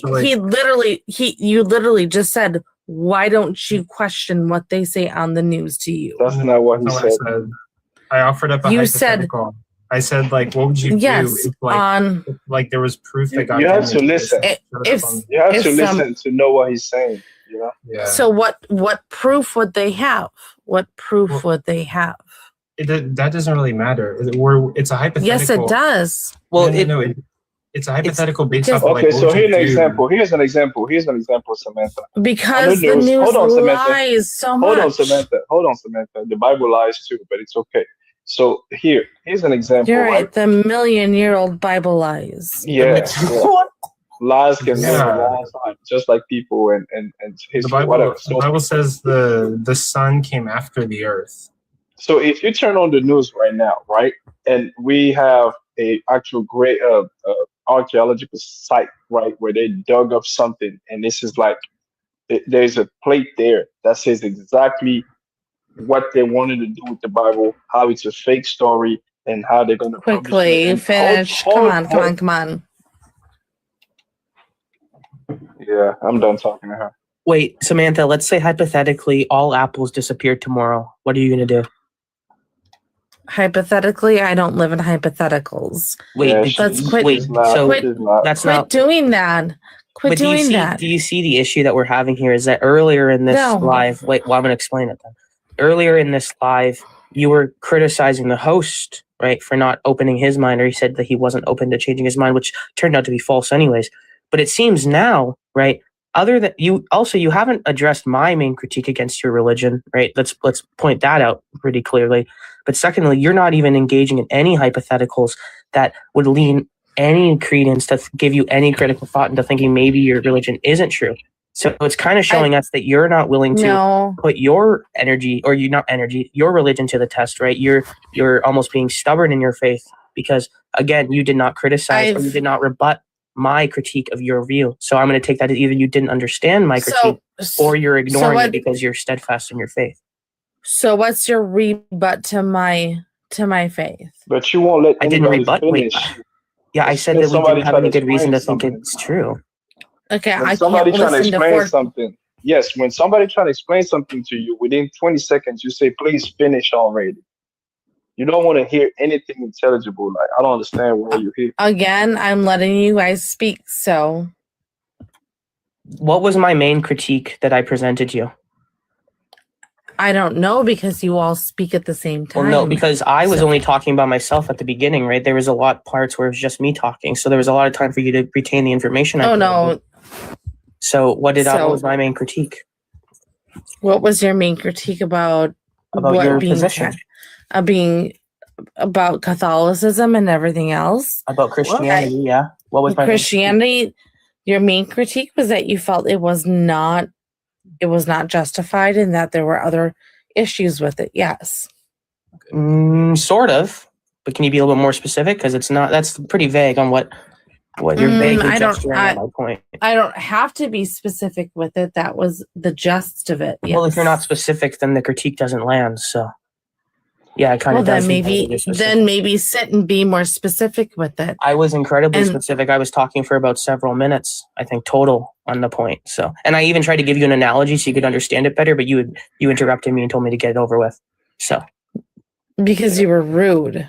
When was I rude? I've been a monotone this whole time. And I did not cut you off specifically. I cut other people off. Yeah, so you've already granted that you haven't cut me off, so you should be able to regurgitate my point. So go ahead, do it. I should be able to regurgitate your point? Yep. Then how about you go ahead and re-explain your point? Yeah, so my main point, I'm just going to give it in formal form now. It's just going to be for all x, if x is some theory t and t's prior probability is so low to the degree where all the relevant data doesn't raise it to a rational degree, then you ought not bruh, premise two. She's not going to eat that. She's not going to get that. Well, I know, but I tried to explain it like nicely, right? So I'm just going to give it formally now. No, because you're doing it in a way that is so disgusting, and then you're doing it the same way before. So why not just lay it out the way you should? Well, because I presented it very, very charitably and very in a way that you could understand. I was willing to emphasize my points again. No, you didn't. You were rude about it before, and you're being rude now. And you were doing something similar to this, right? Where you weren't actually listening to what I was saying. Okay, Samantha, what are you on? I would be willing to listen if he won't be so rude. Okay. What? I think at this point I have to be blunt. Samantha, like the reason I was asking you the questions earlier is because like, look, I think like all of us want to believe as many true things as possible and as least many false things as possible. And like, yeah, like you believe in God, that's awesome. But also like just make sure that you're questioning it and making sure that you actually believe in the truth. It doesn't seem as if you have like a lot of like serious substantiation for why you believe in God. Like we're not really getting anything that's convincing. Like, have you questioned like what you believe in? Like, could it be false? A pack of zombies chasing after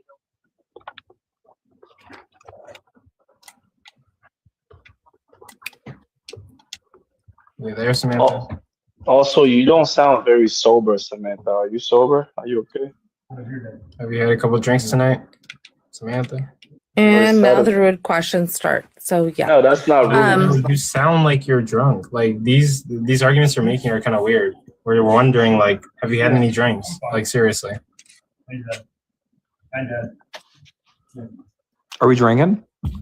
Is it that time of night? I think she started without us. Should I get my peanut butter whiskey? Why? Oh hey. Guess what? Everybody gets to attack the woman. That's great. No, that's not what we're doing, Samantha. All right, hold on. I'm just wondering if we're both drinking. Okay. Samantha, your voice is slurred. We're asking you whether you've drinking tonight. It's a serious question. She said everybody attacks the woman. What? We're not being misogynistic. We're literally just asking because like none of the arguments were good. It's not the. Okay, she wasn't even here for an argument. Yeah, I know, but we've been asking her like, what are her motivations, and it was literally okay. Hold on. I wasn't here for that, and that can probably steal men. Her motivations is this: just feel it, sit with it, and end of story. That's literally the summary. Yeah, like that's like what kills me. What got me is every time we try to tell her something, and it goes like more than 20 or 15 seconds, she's like, hey man, wrap it up. I don't want to hear all that. I said, oh man, come on. Like you can literally just Coco, you can literally just drop people like that. Like if they're just here to yap about their beliefs, you can like question it, and then if it's not going anywhere, you can literally drop them. I mean, yeah, but like there's literally like no other opposition that's fair. True that. I was like, let me entertain this. So I have a question. Because I hold the position that like values are rational. Like you use rationality after you already have your values. But like even like moral objectivists that don't punt to the supernatural would say that there's like you can like rationally build value systems. And the argument that has me most convinced is that pain is objective. And then if you can, and pain is an aversion, and then you can start building value systems off of pain. But what I want to say to that is like, pain might be an aversion, but the decision to like respect other people's pain is an ought that you can't just get from the fact that you feel pain yourself. The problem with pain also is that it gets really tricky. Spicy food, kink, and even like fucking the movie Substance literally caused people to throw up in the movie theater, and people still liked it. So it's like it gets really tricky with stuff like that, you know. Like just because something's an aversion doesn't mean we ought not to do that thing. Yeah, but couldn't you just say like there, like the like there is a, like if you are free to pursue an aversion, hold on, I'm trying to think through this. So you are free to pursue an aversion, but you should also be free to not pursue an aversion. Yeah. Like to back away from an aversion. Yeah. And so, do you think that's both? Yeah, but do you think that's an ought that comes from the fact that pain itself is an aversion, and so that is an ought. Like I ought to get away from this stimulus, right? Like that seems to be an objective ought to me, and I don't know. Well, oughts are like prescriptions, right? Like you should close the door because everyone in the room is cold, right? Sure. But do you think stimuli that I'm being reacting to is my biology? It's not a prescription, right? It's just the fact that like I have this visceral reaction to the thing, right? The Dr. Mick, video gamer / marriage counselor, he talks about this, right? Like there's a reaction and then there's a response, and I think the ought is like this is how we ought to respond to a scenario versus a reaction that's like innate.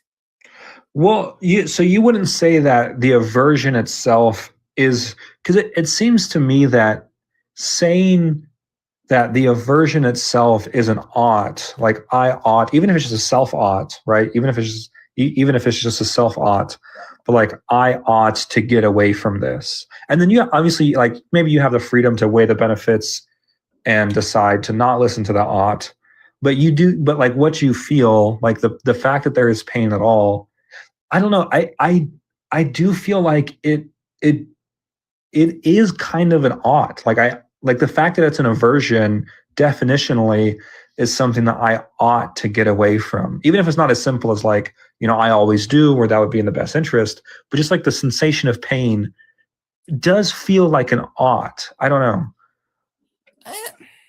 The problem is like, well, like I said, like it's a biological reaction.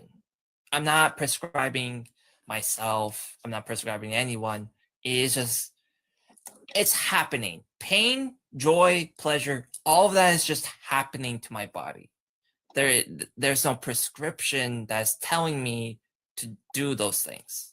There's a difference between having a stop sign, having stop, and I'm telling you ought to stop at the stop sign through the language of the word stop versus giving you a stimuli of pain and you just happen to run away from said pain.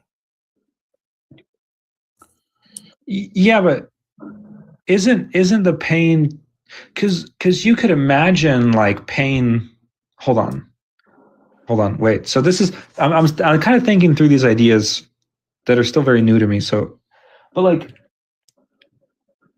like I don't see a difference as like I don't see a difference, like just like myself, like the prescriptive nature of the pain itself. So I touch something that's too hot and I pull my hand away, and that's my body. I feel like that's a prescriptive action from my body. And then like that doesn't seem like it's different from that I ought to move my hand away, because like my body is coming up with like I'm okay with saying like that's my biology, like my body is coming up with that ought, not my mind. I'm okay with like it being a non-cognitive thing, but it still does seem like even if it is strictly sensorial, it does produce like like something that I should do, or at least that my body's telling me I should do. Yeah, I got a question for the host. Go for it. Yeah, how do I know you? I saw that we were friends, but I don't think I've ever talked to you before. I think you've been on a panel before, and yeah, like I recognize your profile picture, but I think you've been on a panel or we've debated before. Are you friends with? Wait, have you talked to the guy who goes live on my account? It's like a skinny white boy. I think so. Oh, wait. Are you you sit in your car and do lives? I think, right? Yeah, that's Max. That's not me. He just uses my account. No, I saw we were friends, but I didn't recognize you at all. So. Yeah, he sits in the car and does lives, and like it's like 3 a.m. Yeah, I don't know why he chooses that time frame, but. Yeah, and like I pop in and I'm like, oh yeah, this is pretty cool. Yeah, he likes to let the guests talk though, like quite a bit. Yeah, no, I think he's a pretty cool guy. He's pretty chill, and like I pop in and. Yeah, he's pretty nice. Is this the topic that you usually do here? Yeah, I do. I do this. I do Problem of Evil, Divine Hiddenness, Mass Confusion. Sometimes I talk about the resurrection, and yeah, like I actually have I have a pretty stacked set of reasons, I guess, for why I don't believe in Christianity. I think they're pretty good, or yeah, I have at least 10 reasons why I don't believe in Christianity. Fire. Do you do most of your hosts, are they laymen, or is there actual Phil guys on here? Oh no, there's there's a whole community of tons of people. I think some of the best are J Mike, Amdeer, Ruxter.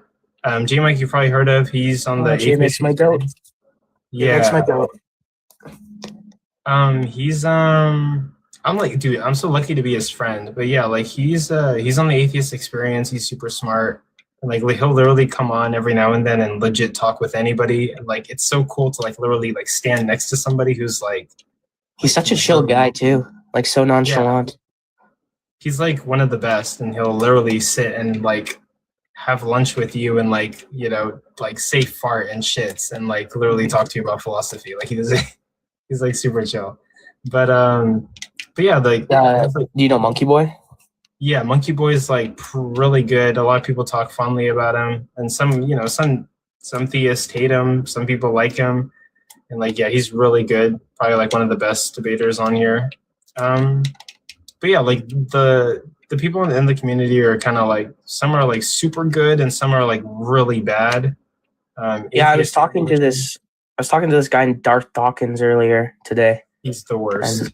And, yeah, he kicked me off pretty quick. Darth Dawkins literally sucks. No Christian. If there's any Christians in here, nobody should listen to anything that guy says. He is the worst interlocutor. He won't answer any of your questions, but he'll make you answer all of his. He just runs tag all the time. Yeah, that's gonna be my other question. Is tag pretty prevalent on here, or? Oh yeah, people run tag all the time, and it's common amongst atheists to basically say that tag is a pretty shitty argument.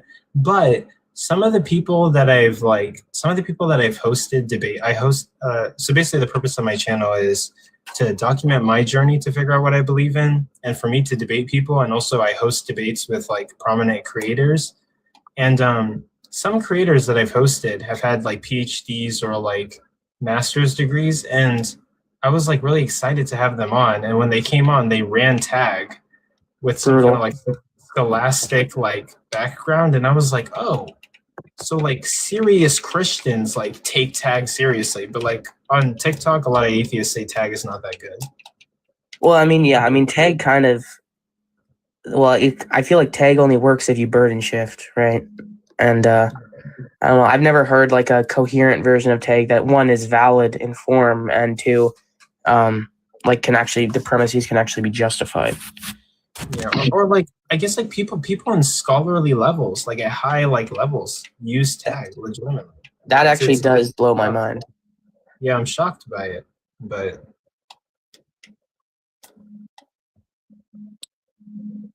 yeah, there's people of varying levels, degrees, and all sorts of stuff. I mean, hell, like I'm even friends with like Ryan Bullitt, sort of. I hosted a debate with them. That's cool. Yeah, it's pretty cool that all these guys are pretty chill. They're willing to like hang out with all of us. Pretty humble guys. Yeah, I hope to be that one day. Maybe one day I end up being like an amazing debater. Like I don't want it to get to my head. I'm still gonna hang out on Discord with my friends. And yeah, you gotta let it get to your head just a tiny bit.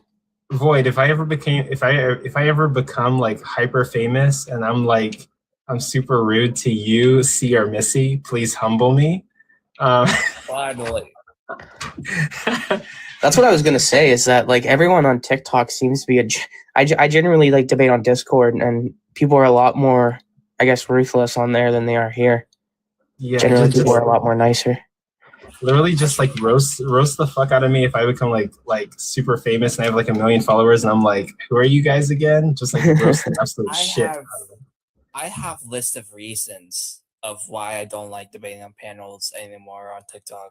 One of which is like part of the reason why debating on Discord is easier is because you actually know everyone. Therefore, you actually know what type of terms they're going to use, their priors, their narrative, their identity, blah blah blah blah blah. The thing is, me and Nihilus and Beats, like we don't know each other about shit. Like we could come from a completely different idea, and then if we start debating about each other, we're gonna come with different fucking words and terms that we're not used to. Unless we're all Phil Bros, then that's a little bit different. But if we're not all Phil Bros, then we're gonna have fucking language games. True that. So that's number one. And number two, people are ruthless is because everyone treats their own little fucking field of terms as a given and expects everyone to use it the same way. I just meant like the rhetoric is a lot more brutal on Discord, but yeah, I would agree with you there. Yeah, that people tend to assume their own terms. Yes, and it's gotten brutal on TikTok. People are very much ruthless and entitled because of that. See, it's not necessarily Dunning-Kruger because these people actually know what they're talking about, but it's the fact that they know what they're talking about and they know they can decimate you, so they're going to act like they can, and it's scary to say the least. That level of confidence, like it's terrifying. It's borderline elitist. Borderline. Yeah. Well, it's terrifying because you know they're going to blow you out the water too. Like there's nothing you can do. It's kind of like Dragon Ball Z when like they were like all like really low power levels, and like these Saiyans like arrived on Earth and were beating them up, and they were like, "Oh my god, their power levels are way too much. I can feel their essence. We can't beat them. We're gonna die." Baldo, sorry. This might be a good time to know I've never seen Dragon Ball. Oh no. But that was a prior. I bet you. I know that was a prior reference. How dare you? Weird anime reference. It's overrated. You didn't miss anything. What? Dragon Ball Z is peak anime. What are you talking about? Hey, I think the only anime is. Can we drop him? Like the creator died. Me? I need my power, please. Anime. Wait, Void watches a shit ton of anime, so like maybe because I don't watch that much anime, there's like way better ones. So actually, don't take my word for it. But you don't go back. Wait. You don't go back and retro compare. You don't retro compare. It's from the 80s, and it's what it is. It's the best. Let's leave it at that. You know. I get shit on my anime tastes from other people, Coco. Yeah. I think I've only seen. I've seen. Oh wait. I've seen Ghost in the Shell. I've seen Evangelion, and Attack on Titan. Oof, Attack on Titan. People tell me is good, but other people say it's good. I think you meant to say peak fiction there. Is what you meant to say, not just good. Oh, peak fiction. Yeah. Yeah, that's what you meant to say. Yeah. Attack on Titan. I think a lot of stuff I didn't watch. I read. So like I read all of Bleach. One Piece is just too fucking long, for the love of God. I've seen the Berserk anime too, but that was a letdown. Yeah, My Hero Academia, but like I'm literally just gonna name a bunch of like pop anime. Like, so I'm not like a super anime enthusiast. I need to get into like other like stuff. I mean, Death Note, I'm kind of interested in. Maybe, I don't know. Maybe Death Note is good. A lot of people say I was thinking of starting that because it does look really good. And also, someone actually recommended me My Hero Academia today, so I'm sure it's probably. They said it's like phenomenal. It gets better every season. So, okay. Man, Lord of Mysteries. Wait. Lord of Mysteries. I don't know what that is. It's an anime. You should. Everyone should check it out. I don't watch a lot of anime. I usually watch like live action shows. Lord of Mysteries is based out of China. Oh, I'm looking at it. What's the anime about? Lord of Mysteries. Person gets isekai'd into a different world. No harem, by the way. And essentially, he's basically pretending to be a god. Oh. Dang. Also, the power system is very fucking complex, and borderline madness happens if they're not careful. So, wait, Void, do you do anime debates? No, not at all. I avoid that like the plague. Because those get vicious as fuck. Yep. No, but I think Naruto. Yeah, I'm pretty sure they use slurs. Like, it's like their own. It's like their own like. What is it? Own like civilization of debaters, just monsters. They're like hardcore. And I'm not sure if like I don't know. Like I've seen a lot of power scaling anime debates on TikTok, but like there's probably debates about other things other than power scaling. You've been arguing about the hottest women. Like, bro, we're talking about long. I hear they get like pretty fill heavy in those debates, dude, which actually surprised me a lot. But her feet is better. Like, bro, come on, dude. I mean, yeah. I also don't watch a lot of anime, so. I haven't watched anime in a minute, but the last one I watched was Bleach.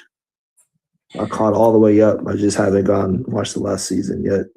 To be honest, I might even say like Bleach is better than Dragon Ball Z. Bleach is actually like really fucking fire. It is. It affects your heart, man. I gotta watch Bleach tomorrow or tonight. I'll probably catch an episode tonight. Dang it, that's it. I gotta see what's going on. But like, I didn't understand the ending. But like, I'm not gonna spoil anything. You better not. I'll bonkai your butt right now. Don't do it. Yeah, I'm not gonna say. I'll go eat you all over you. No diddy. But yeah, can I just the prompt? Go ahead. All right. So it says, why should I believe or trust in the Christian God? Well, number one, you got to think about it. Why a lot of people always talking about God, whether they believe in him or not. Why is he the main topic, especially like on TikTok, debates? It's a reason. It's not a coincidence, man. The Bible says, guys. I would disagree with that. I disagree with that. Well, I disagree too. God says, if the world hates you, know that it hated me first, right? Here's the thing. So the devil's job is to deceive you so that you won't know that Christ exists, right? This is why religion is a thing. God never created religion. When you read the Bible, the book of Matthew, right? You can even type it in. God is this guy serious? Hey, are you serious? Yeah, bro. I'm serious. No doubt. I'm serious. I'm about to put you all a game. No doubt. I have sources and everything, bro. No doubt. So God never created a religion. He established a kingdom. And once you know about God's kingdom, you become a threat to the devil's kingdom. Religion is part of the devil's kingdom. So when you look at the word religion, it comes from the Latin word religio. And it pretty much means that it's a system of people, they're just worshiping false gods or demons and things that matter. Which false gods are demons, right? So when you read the Bible, right, you see the word religion now, but it wasn't the word religion in like in the Greek and the Hebrew. No. So like in Greek, right? Like when James was talking about, oh, your religion should be like this, yada, yada, yada. He was using the word "dereske" in a scripture, and that means worship. And so what he was gotta be trolling. No, I'm not. No, for real. I'm about to put you on game. So he was saying, I mean, you can laugh, but this is real, bro. I mean, this is true. This is a blessing. So all right. So but he was saying, I'm sorry, from the jump, the first point I already disagreed with. I'm sorry. That's fine. You can disagree, but God's truth will always stand. It's not going to hurt me at all. Hey, wait. Okay, so y'all can see it for yourselves. TRE. Okay, so let me question you on that, right? So first off, when it comes to like what religion's being talked about, it really depends on what region you're in, right? Like if you're in America, yeah, like a majority of Americans are like Christian, or at least there's a huge population of like Christian like Americans, and so like American TikTok's going to be like all about Christianity and like atheists challenging Christianity because Christianity is also in the government. But like if all of us right now packed up our bags and moved to like the Middle East, right? Like the talk of the town would be like Islam or like some kind of Asian like. Well, okay, not in the Middle East, but like, yeah, let's say if we move to the Middle East, then the talk of the town would be Islam. But if we move to like Asian regions, then we'd be talking about like Taoism, Buddhism, or like one of the Asian like religions. So it depends where you are. And then also like, I disagree, honestly, though. I disagree. But also like there's two worldviews I could like present you, right? It could be the case that like a lot of people are talking about Christianity because maybe Christianity is true. But it's also equally as likely could be the case that Christianity is not true, and we're just talking about a religion and trying to get it out of our government, and like it just happens to be the topic, and like it has no correlation to whether it's real or not. No, that's not what I'm saying. I'm talking about God. I'm not talking about Christianity. You can say Christianity. That's fine. Whatever the case would be, that's fine. But we're talking about God. You're talking about the God of the Bible, right? With Jesus. Yes, we're talking about God in the Bible. Yes, we talk about God in the Bible. Christ, Jesus is God as well, right? So what I'm talking about, and I've been to Asia before, there's a lot of people that believes in God. Yes, Buddhism is a thing out there, especially like in China. Then you have that out there in the. We know why. We know why it's like that. I mean, yes, history, but the same thing with not history, violence. Hold on. Yes, I understand. That's fine. That's cool. But you still have people that believes in God still in those countries, and as well too, in the Middle East as well too. Because of violence. It's not because of violence. It's because they actually believe in God. Wait, TRE, can I ask you a question? Violence. So the violence is because the violence is what we use to make them believe in God, in that God. No, okay. No. I'm talking about but here's the thing. God never created Christianity. Is what I'm telling you. Yeah, but these people would not believe in a God or that God if Christianity didn't go over there and make them believe that. So who forced them? Wait, what do you think Christianity is? Who forced them? I can break it down to you guys. No problem. TRE, can I ask you a question? So allow me to do it. Just allow me to say this, and I just hope that you guys will cut me off. Well, all right. Okay. Cool. So the word Christianity, it came from the Latin word Christianity. I said that already. No, I didn't say that already. I didn't say Christianity. So allow me to finish. I just asked for you not to cut me off. So the word Christianity came from the word Christiantas, right? Christiantas. The Romans took that name because they were murdering the disciples from 3580 to 318 80. They was murdering the disciples for so long. They were doing that. And the reason why they were doing that because the disciples were spreading about the kingdom of God. They was talking about the gospel of the kingdom. They was talking about the kingdom. This is why you would see this in the text. I have sources. I can bring this up. You would see this in quote unquote Christian texts and things that matter that yes, these people that were following Christ for all these centuries were being murdered because they didn't want to bow down to these Romans false gods. And so what they did was they were like, dang it, man, we see these guys as a threat. So let's take their gospel, let's add our own paganism to it, and let's call it Christianity. And let's say, hey, Jesus was born on Christmas Day, which he was not, because the Bible does not even tell you when Jesus was born. Right? So they decided Man, this guy. building. They had the whole system, and they call it Christianity. Trey. Okay. So I don't know about anyone else. We can live and go look up the history yourself. Why are you interrupting me now? You said what? You just asked everyone to not interrupt you, and we didn't. But now did you're you interrupt interrupting me? me. Though? Did you interrupt me? Nope. No, I laughed when you were done. Did you interrupt me? Yeah, I only interrupted the parts you Okay, yeah. So if about. you're gonna say something, make sure you're not being an example of that. You feel me? Did I already say what I spoke? Is that you true? You just cut me off though.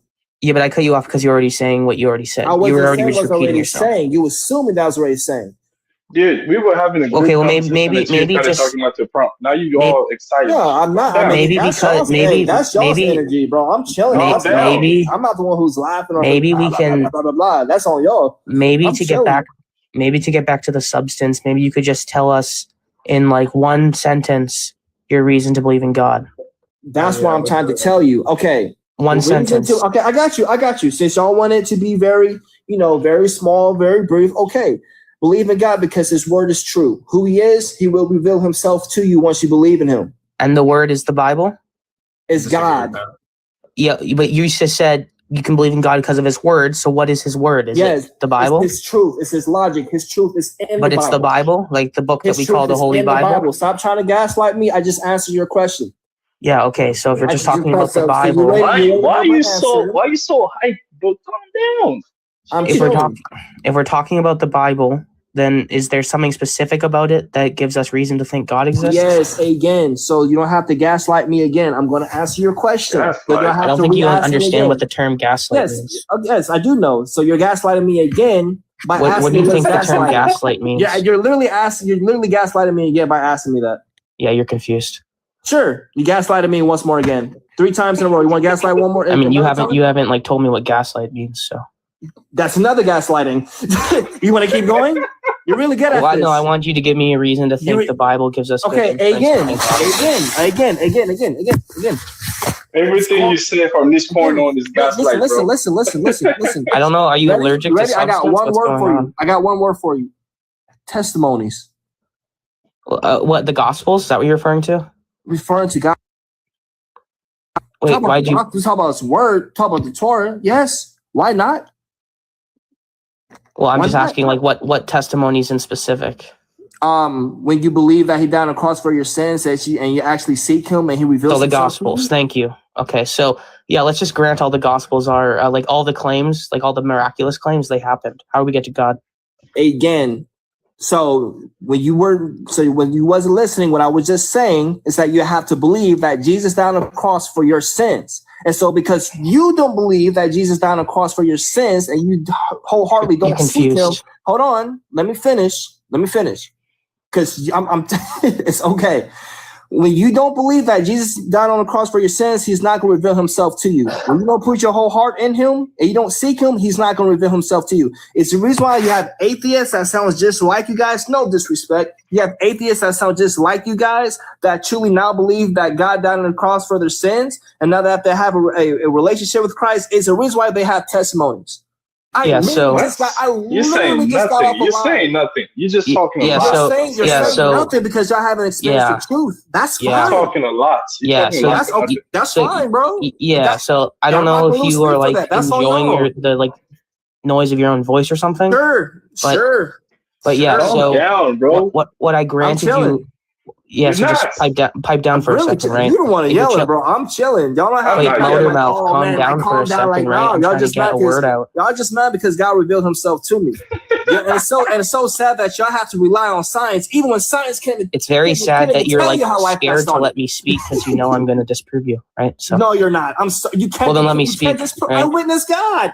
I mean, you're giving me a good abductive case to assume that you actually are allergic to my substance because you keep talking. You won't let me get it out. So anyways, I don't know if you had wax in your ears and you couldn't hear what I said, right? But I granted you the resurrection, granted you the crucifixion, right? All of those things happened. Now that we know those things happened, how do we get from those facts to God exists? Again. So God says, when you believe that he died on the cross for your sins, again, so now I have to keep gaslighting. Wait, are you just giving me faith? Answers. I keep giving you the same exact answers. If That's you don't insanity. believe that Jesus so faith isn't going to be a good reason to believe. Well, yeah, because you're just telling me to have faith, right? So that's not going to be good justification for the same reason that, like, when the Muslim tells me to have faith, it's not good reason to think the Muslim God exists, right? Bro, you're lucky to slow night, and we don't have enough people to talk to. Because boy, that's fine. You guys can't do nothing. I'm sorry to tell y'all. There's nothing that y'all can do. I can provide. Well, you haven't asked me. Do you want me to provide an argument against God? I can do that, bro. I'm sorry, but it's just how it goes. I know that it sucks that y'all try to think that God does not exist and things that matter. Like maybe we can change it. Do you want me to provide an argument against God's existence? Nothing, bro. I'm sorry. When somebody has God and God reveals himself to them and things that matter, you can't do nothing to us, bro. It's the reason why we still talk about testimonies to this day, bro. I'm sorry to tell y'all. And I'm letting y'all know now. You can laugh now, but blood won't be shed on my hands. This is true. Okay. Wait, do you want to hear the reasons why your God doesn't exist or not? Bro, you have the floor, but it's not going to do anything. Go ahead. Whatever makes you feel better. It's not going to do anything. It's going to be. If it makes you feel like it's doing something for you, go for it. Yeah, I'm going to provide a proof for why your God doesn't exist. Ready? Go for it. One. However you feel, bro. Go ahead. Okay, I gotta cut the cheese, bro. Like, well, okay, not like that, but like none of the arguments for God that is presented have been good. I'm not even gonna lie, bro. That's fine. That's not my job to convince you. God doesn't want us to convince you guys. One by one. You're just loud and wrong for so long. Hey, if that's how y'all feel, there's nothing that y'all can do, bro. That's okay. Blood won't be shed on my hands when Jesus returns. Okay, so first off, the first thing that you said with like a bunch of people are talking about it, so it must be true. Ad populum fallacy. I don't see like how a bunch of people talking about it would like somehow mean that it's true. Now, when it comes to testimonies, a lot of people have told me about their testimonies. I've heard a lot of testimonies. I've been doing this project for like 2 years. We're about to hit 3 years next August. I don't see any symmetry breaker between your testimony and something that can be explained by naturalism. And I even have priors of like us in the past, people in the past saying that something was supernatural only for us to further study science and dispel a lot of supernatural things, right? We used to think that people who had schizophrenia were possessed by demons. Turns out it was a neurology issue. And when we examine the brain, we can prescribe medication to deal with that. And it does work. We used to think that like a god in a chariot pulled the sun across the sky. That was a famous Greek belief, right? We debunked that with science and satellites, right? We figured out the earth rotates around the sun. So you're probably going to have to give me something super, super significant in regards to a testimony that's going to like dispel my priors or the possibility of like naturalism explaining it. But oftentimes there's not really a symmetry breaker. Sure, okay, yeah, no problem. So, first of all, I'm not here to prove any of you guys anything else. But secondly, we can talk about this because regardless. Well, actually, before you continue, I honestly, when it comes to these conversations, like I don't even think proof is like what we're aiming for, right? I think it's like everyone presents their worldview, and we examine the evidence. And we try to figure out like which one's the most probable of actually existing. So proof is not the thing. It's good evidence. The evidence is not that good. But here's the thing. That's because you truly don't believe. If you don't know how to get to God, if you don't actually read the Bible and understand how God will reveal himself to you, there's nothing that you can do. Wait, hold on. Hold on. Wait, to be clear, you do realize that faith and belief are not good methods of finding the truth. Because yes, it is. Oh, yes, wait, no, hold on. Because faith is no. God. What are you talking about? Wait, hold on. It's really bad, and I can tell you why. Like, I'm going to be blunt with this. When an atheist is seeking the truth, he's sitting at the table trying to figure out what the truth is, and every single religion on the face of the earth is looking at him and saying, have faith. So that doesn't really mean anything. We have to literally examine each and every single one of the claims and decide which one's most faith doesn't mean anything. Bro. You got you keep saying it again like you're saying something. Wait, hold on. What do I do when you as a Christian walks up to me and says, have faith, and then somebody from Timbuktu, Islam walks up to me and says, have faith? Who do I pick from those two? Okay, so you would have to definitely choose. I would definitely choose the Christian. Right. Why would you? Wait. Hold on. But like, why? Why you try to cut me off while I try to answer? Wait. You're saying Christianity because you have personal experience, but it's going to emphasize my point. You don't just believe in something because someone says have faith. You believe in something after you further evaluate it and look at the doctrine. Exactly. So why do you think you're making my point? I was saying, bro, you just proved my point. Look, bro, look. Let me just ask you a question. No, potato. Like, my point is, you can't just believe something because someone says have faith and then you jump in, right? Like the point is you have to evaluate it. Bro, clearly faith is not the method for finding truth. Okay, how do you think? Stop proving his point, man. How do you think? Stop proving his point, bro. Okay, Trey. Faith is not how you wait. Faith is not how you find truth. Just believing something is not how you find truth. According to who? You find truth by investigating the claim. That's what. Trey, think about it like this, right? So Trey, you potato. What in the fucking tomato are you doing telling me that, like, to find the truth, you just have to believe? That means bull tomato. Bro, what did I say? Oh, Lord, what did I say? We can demonstrate why this fails pretty quick. What did I say? Hold on, no. I don't need you to be a bias for him. I'm not being a bias. Hold on, relax. Didn't I say earlier that you have to seek him? Did I not say that? That's what everybody on the face of the earth is saying. But here's the thing, though. Let's really talk about it.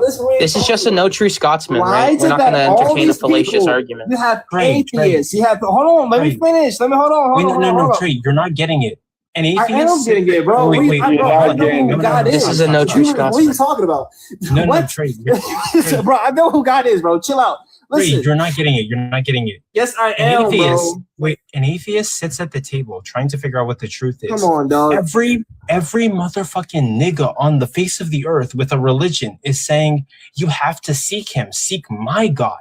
Dude, so we're looking at thousands of different gods, and they're all thousands of different people with thousands of different gods. Oh my God! They're saying seek my God. Fucking idiot. Which one should we seek? Again, okay, listen. Again, I want y'all to listen to me clearly. Okay, I would say the Christian. Why? Because God never created religion. Why? Just listen. Wait, nobody is claiming God created religion. You gotta do y'all research, bro. Come on. Well, now you're just confused because none of us claim that God created religion. When truth is spoken, this is how the enemy works. Can we talk to somebody else? Why? This is just proving my point. It's proving my point, bro. There's other people. Let's talk to somebody. Sure. I know. Because this guy is fried. You guys are getting scared. It's okay. It's okay, bro. Hey, what's up? Wait, Trey, do you not understand like the point that the host is making? I know what he's trying to say, but he's not understanding what's going on. It seems that you're not understanding, right? I am. How do you think I'm responding? Well, how can I respond? Yeah, you're responding incredulously. How easily it is for you to cut me off. You see that? Did you know that Jesus lives? All right, hold on. It's interesting. Hold on. I want to get to the I want to address the Can you mute him, please? Wait, hold on. It's wild, bro. Well, hold on. I want to get to the bottom of this with Trey. But, okay, so you're saying... He is the bottom. Okay, so an atheist sits at the table. There's a bunch of people from different religions. They're all saying, seek my God. You're saying to choose Christianity. So faith and belief are out the window. That's not a reason to choose Christianity. Not out the window. Okay, can I answer before y'all cut me off? Oh my gosh, this is a no true Scotsman. Can I answer religion? Wait, Trey. Can I answer? No. Listen, Trey. It's out the window because it's not out the window. You don't have faith in God, so no wonder He has to reveal Himself to you. Potato. This has nothing to do with religion. Potato. We need to address this, right? Listen, what the word religion actually means and where it came from, bro. You talk but have no knowledge. Hey, calm down. Wait, shut the fuck up, you fucking avocado. Okay, I'm gonna explain it to you why it's a problem. Dude, because when an atheist sits at the table, everyone is saying the same thing about seeking God and having faith and belief.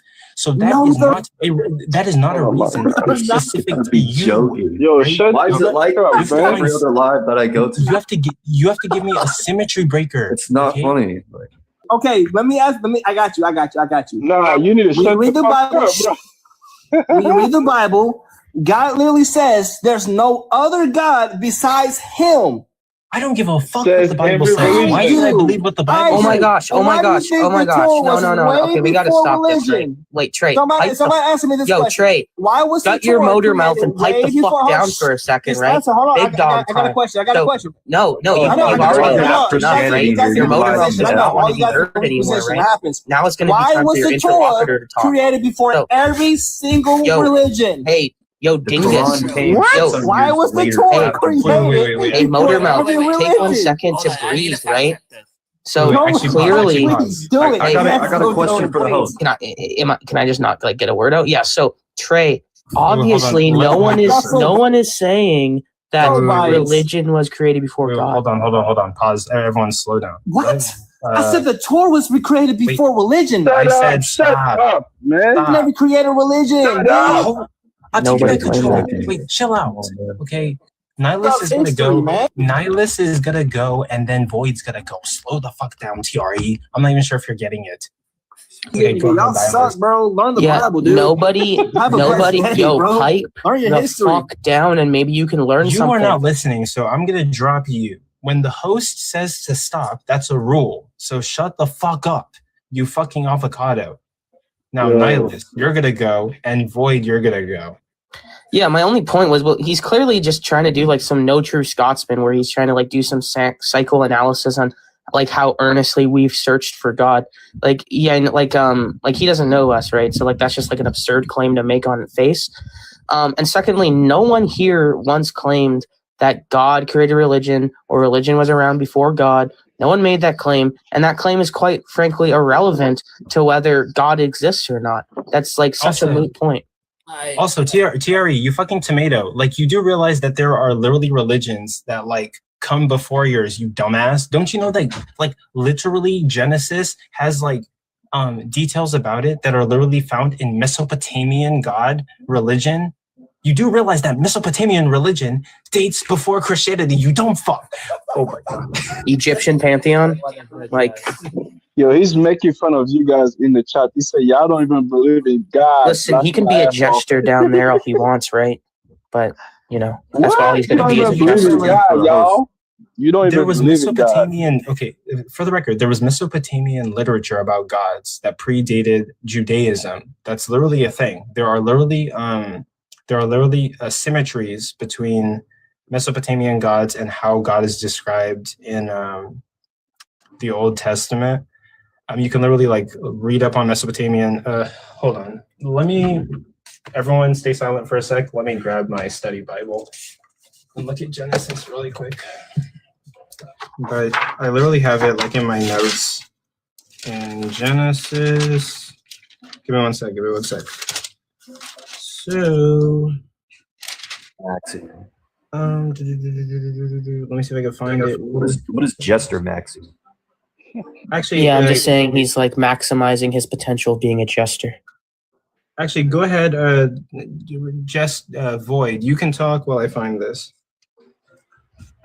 Or actually, anyone can talk. I do have a question you hit the too. nail on the head on that, Coco. That's what I was wanted to address about that, like Hinduism and whatever. I got a question. Okay, wait, I found it. Are we just answering the like caption? Why should I believe or trust in God? Yes. And basically, the God that I'm referencing is Jesus Tiamat. Christ, right?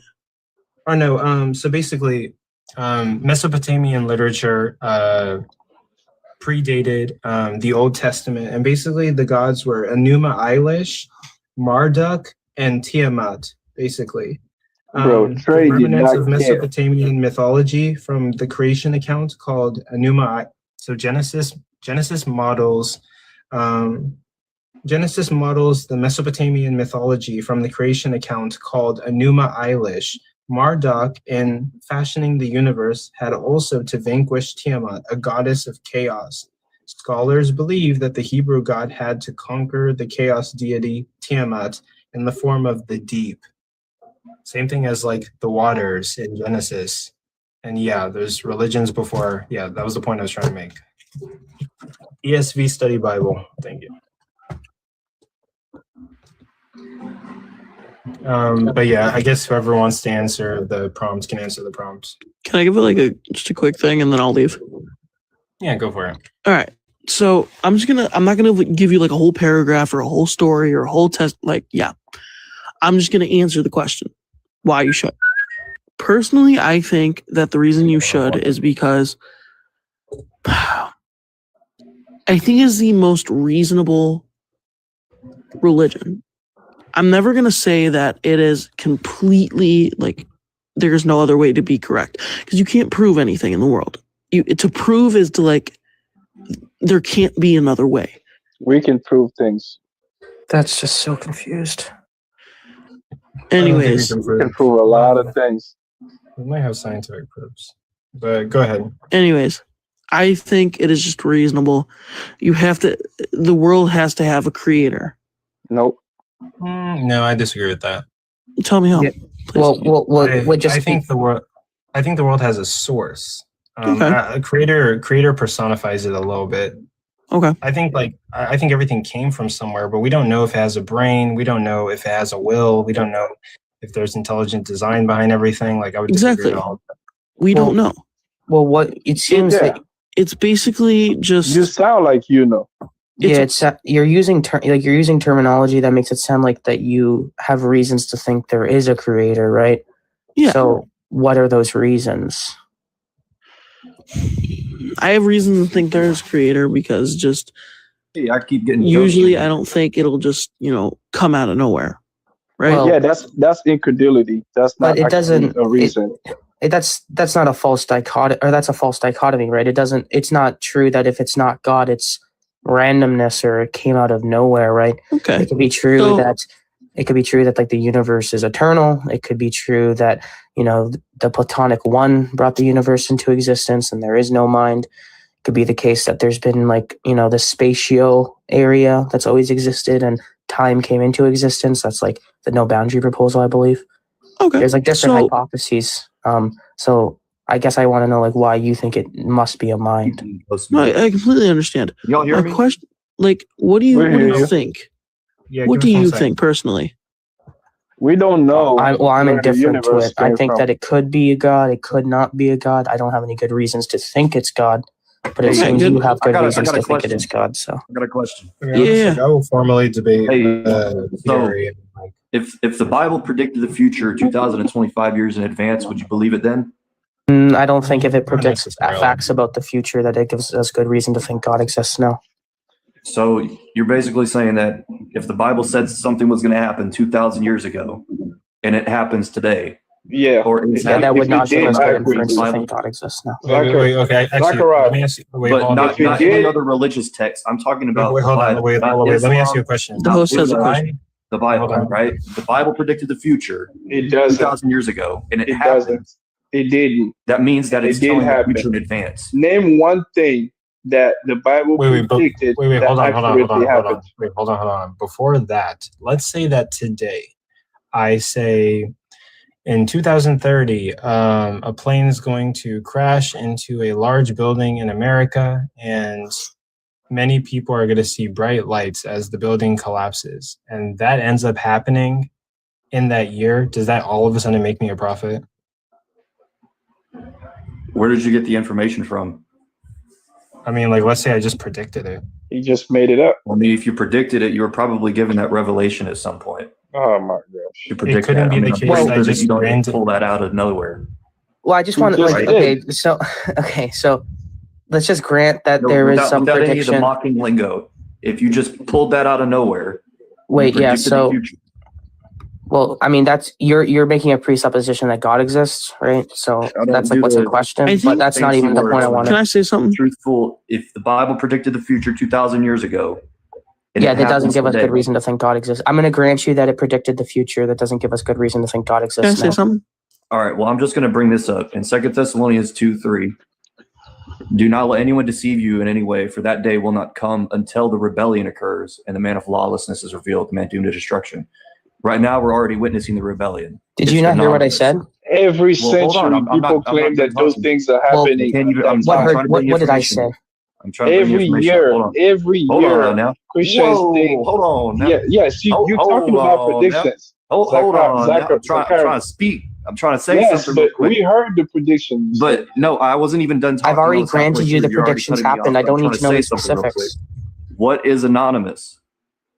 Wait, did you not know? Listen, I've already granted you the question. What is anonymous? Yeah, because you're not appreciating the point I made, right? That's why I'm not. You're not listening. You're trying to cut me off so you can disprove what it is. Wait, what was the point that I made? Sorry, if you're going to make claims about me not listening. Like, I'm gonna have to leave at some point. Can I just finish what I had to say really quick? Yeah. All right, you guys are hard to talk let to. Jossie, and we're just gonna veer off topic and completely forget what it is that I just mentioned. Yeah, right? you guys. Right? That's what we're gonna do. I have a better memory than you. Veer off topic. Okay. Control yourself, Right, man. Jossie. Goddamn. Jossie's going. And there's the GD word, right? You're not respecting people for what Control they believe. yourself. Control yourself. Hey, just Control chill. yourself. Jossie, you're gonna go. Go ahead. All right. No, like I want Just to end. Why am I getting muted? Okay. Wait, I have just wait honestly full respect for for the you. host.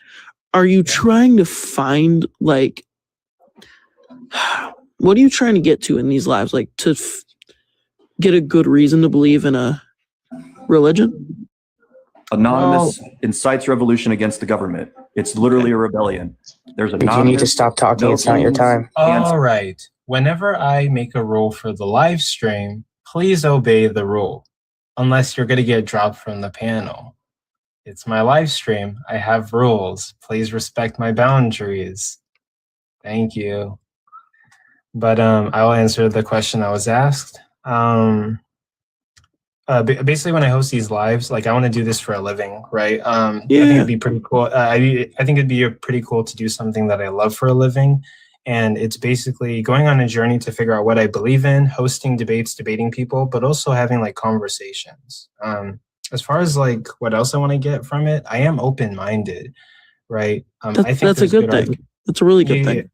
Yeah, so like I think there's good arguments for atheism, and I think that there's some, I guess, all right ideas coming from the Christian side, and I just kind of walk on this tightrope, trying to figure out like, and it's not even between just atheism and Christianity. There's other interesting religions out there. Yeah, a lot.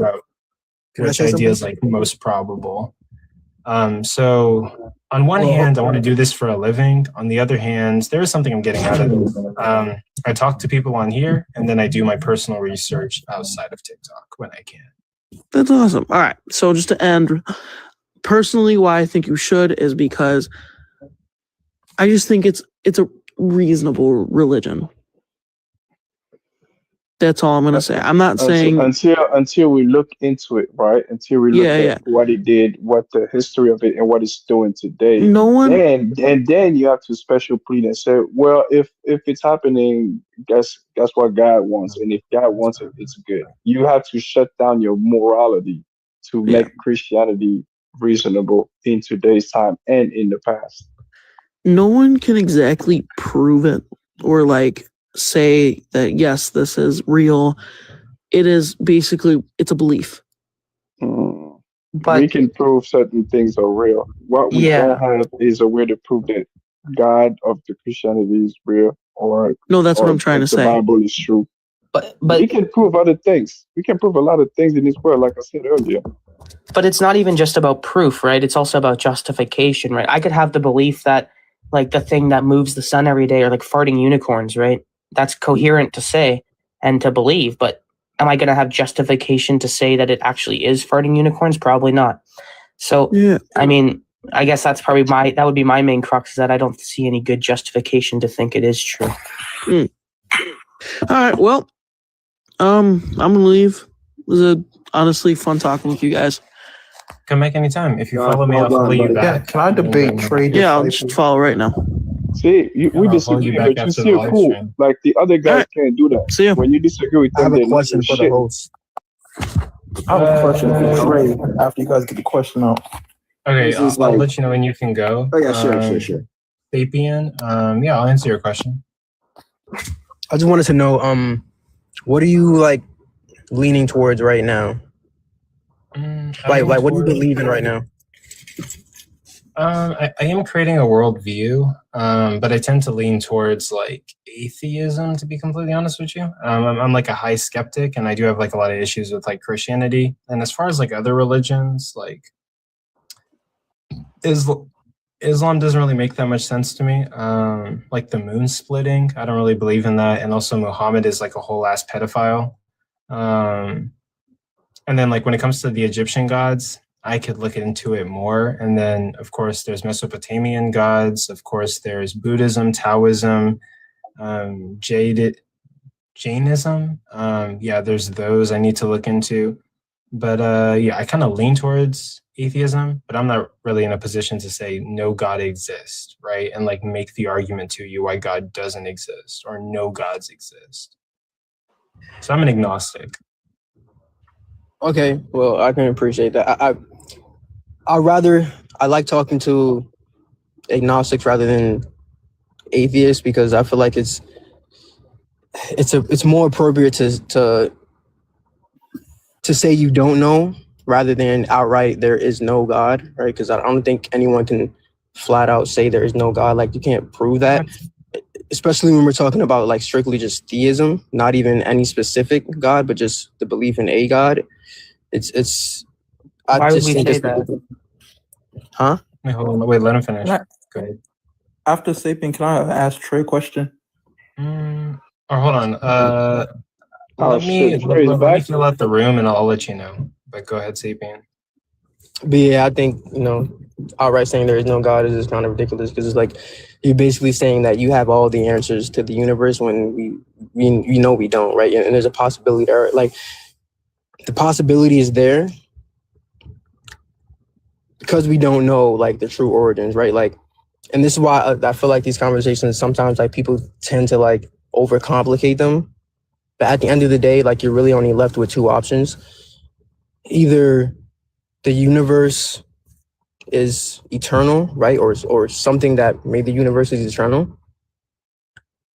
Or, and that thing being like physical, right?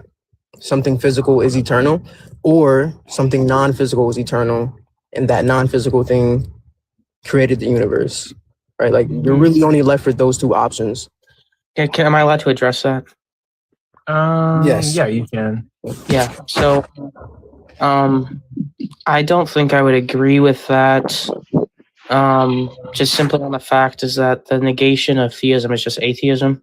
So we could have like some platonic object that has like causal relations to the universe, like brought it into existence. And it could be like spatiotemporal, or sorry, aspatial and atemporal, like God, but it doesn't have a mind. And that would be like the symmetry breaker here. And that's perfectly coherent to like hold as an atheist. And I wouldn't see any issue with that. I don't think it necessitates that you have to be a naturalist if you don't believe in God. Actually, yeah, really the quickly, source doesn't have to be a deity. The source doesn't have to be a god. The origin doesn't have to be a god. That's it. Yeah. Yeah, and also really quickly, I guess right now we have 24 people in the room. Thank you each and every single one of you guys for being here. I genuinely appreciate it. This is high numbers. We've kind of been having some low numbers recently. If you can, please tap your screen and like the live. That helps me get on the For You page and it shares the live out. Also, you can share the live to anybody who you think might be interested in like a debate or a conversation about this topic. And actually, I'm gonna stay on for like a long time. Actually, I'm gonna be here for a couple more hours. But yeah, let me see if I can get my views up and get my audience up. I guess like I'm gonna try to be productive and try to get my lives more popping. So I'll be here for like probably 8 more hours. And yeah, like we'll debate and have conversations. But yeah, tap the screen, like the live. I might share a gift goal, and if you have any spare change, send me some gifts. Send everybody on the panel gifts. Send them gifts before you send me gifts. But yeah, I guess I had to say that. Tap your screens, like the live. Okay, we'll continue. Sorry. I want to. Can you ask Trey how does time work? Ask him how he thinks time works. We'll get to that. Nihilist, what were you gonna say? Well, I was curious if I could like discuss with Sapiens a little bit. Sure, go for it. Yeah, so Sapiens, are you a Christian? Yeah, I'm a Christian. Okay, so I think the other contention of what you said is that we can't like prove anything to be like certain. I don't think that's necessarily. I thought you said that we couldn't prove something with like 100% certainty. No, I didn't say that. Because there are certain things that you can prove with 100% certainty. But so what was your point about God then? Sorry. I think what I said was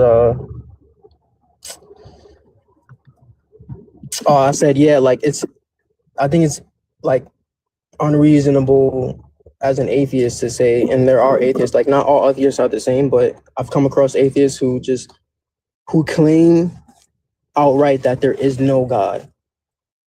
And I just think with the limited information we have, like I said, concerning the beginning of what we know to be our reality, it's just not smart. And by God there, do you just mean like a bare designer?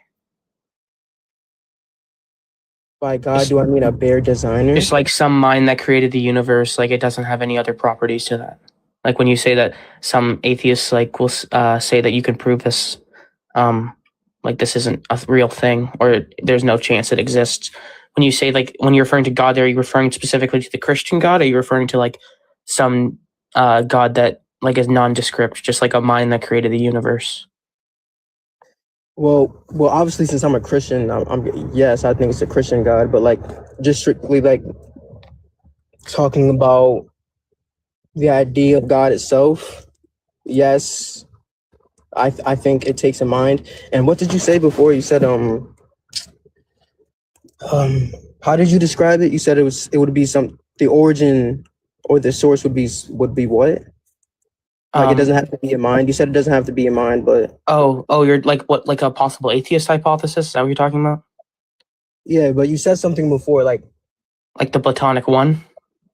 Yeah, something like that. I think that's what you said. Yeah, so I don't necessarily like believe that. I'm just positing that as some possible atheist hypothesis to explain the data. I don't see any issue with positing that as an atheist, yeah. But I did actually want to talk to you about your reasons to think God exists. So do you have sufficient reasons to think God exists? Well, yeah, basically what I was saying before is that in my head, you're left with those two options. I don't believe in like the bounce theory, like the fluctuating universes and stuff like that, multiple universes, which are some of the theories that scientists have come up with to explain like the state or whatever you want to call it before the Big Bang. Mm-hmm. I just don't. I personally actually, okay, finish up. But that might go down a weird, not weird, but like that might go down a path. We might come back to it later. But go ahead. Yeah, it could get weird. This is why I say like I don't like conversations that like I like when I have conversations. I like for everyone to be able to understand. I like to talk plainly. So because no, like a lot of us are like philosophically literate, or if I'm using terms that you don't understand, I'm more than happy to clarify. Yeah, but no, I just think it's easier, right? And I just feel like for the sake of not just the people on the panel, but people on the audience and stuff like that, I think it's just easier to just like things don't need to be overcomplicated. Well, I understand that, right? But like to me, this is like a daily part of my rhetoric, right? So I use these terms very often. So to me, they're not like, it's hard for me to gauge what is dumbed down or not because I use these terms often. So most of the people I talk to are familiar with them. So I just need you to be specific on what terms you're confused about is all. Okay, right now I'm not confused about anything. Yeah, so I just want to know your reason to think God exists over atheism. So yeah, like I said, I think you're left with those two options, and I think given the fact that you're left with those two options, sorry, what two options? Either the universe being eternal, right, or the source, what you call it, which would need to be physical. Nope. That being eternal, whatever that is eternal, or something outside of it, something non-physical. Yeah, but is eternal, and that would be God, and there would have to be a mind I do. I'm not gonna. Well, I don't think that's true, right? Like I told you already. Like the Platonic object, that's not a physical thing. It's aspatial, atemporal, which means it doesn't exist in space and it doesn't exist in time, right? Just like God. But it could be like the thing that caused the universe into existence. I believe that's what Platonists believe, or at least some of them. And the point that I'm trying to make about this is that this thing doesn't have a mind, right? It's immutable, it's unchanging, but it doesn't have a mind.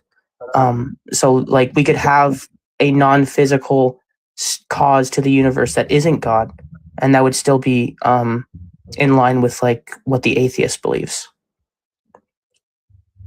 Actually, I've never heard this like your way of thinking before, honestly.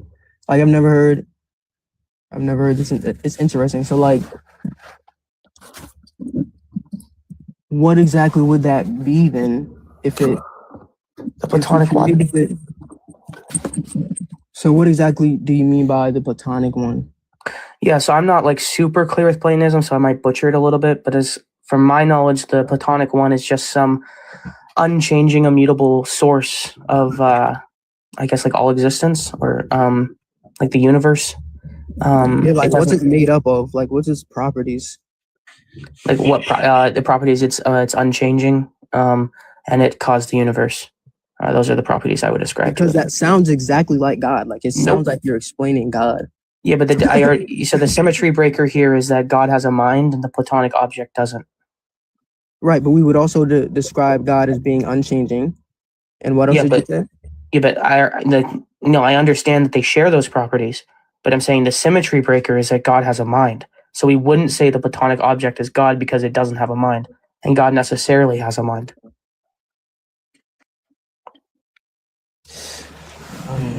Well, okay, so let's pause there. Man, you wanted to take TRE? Yeah, you can pause it. Yeah.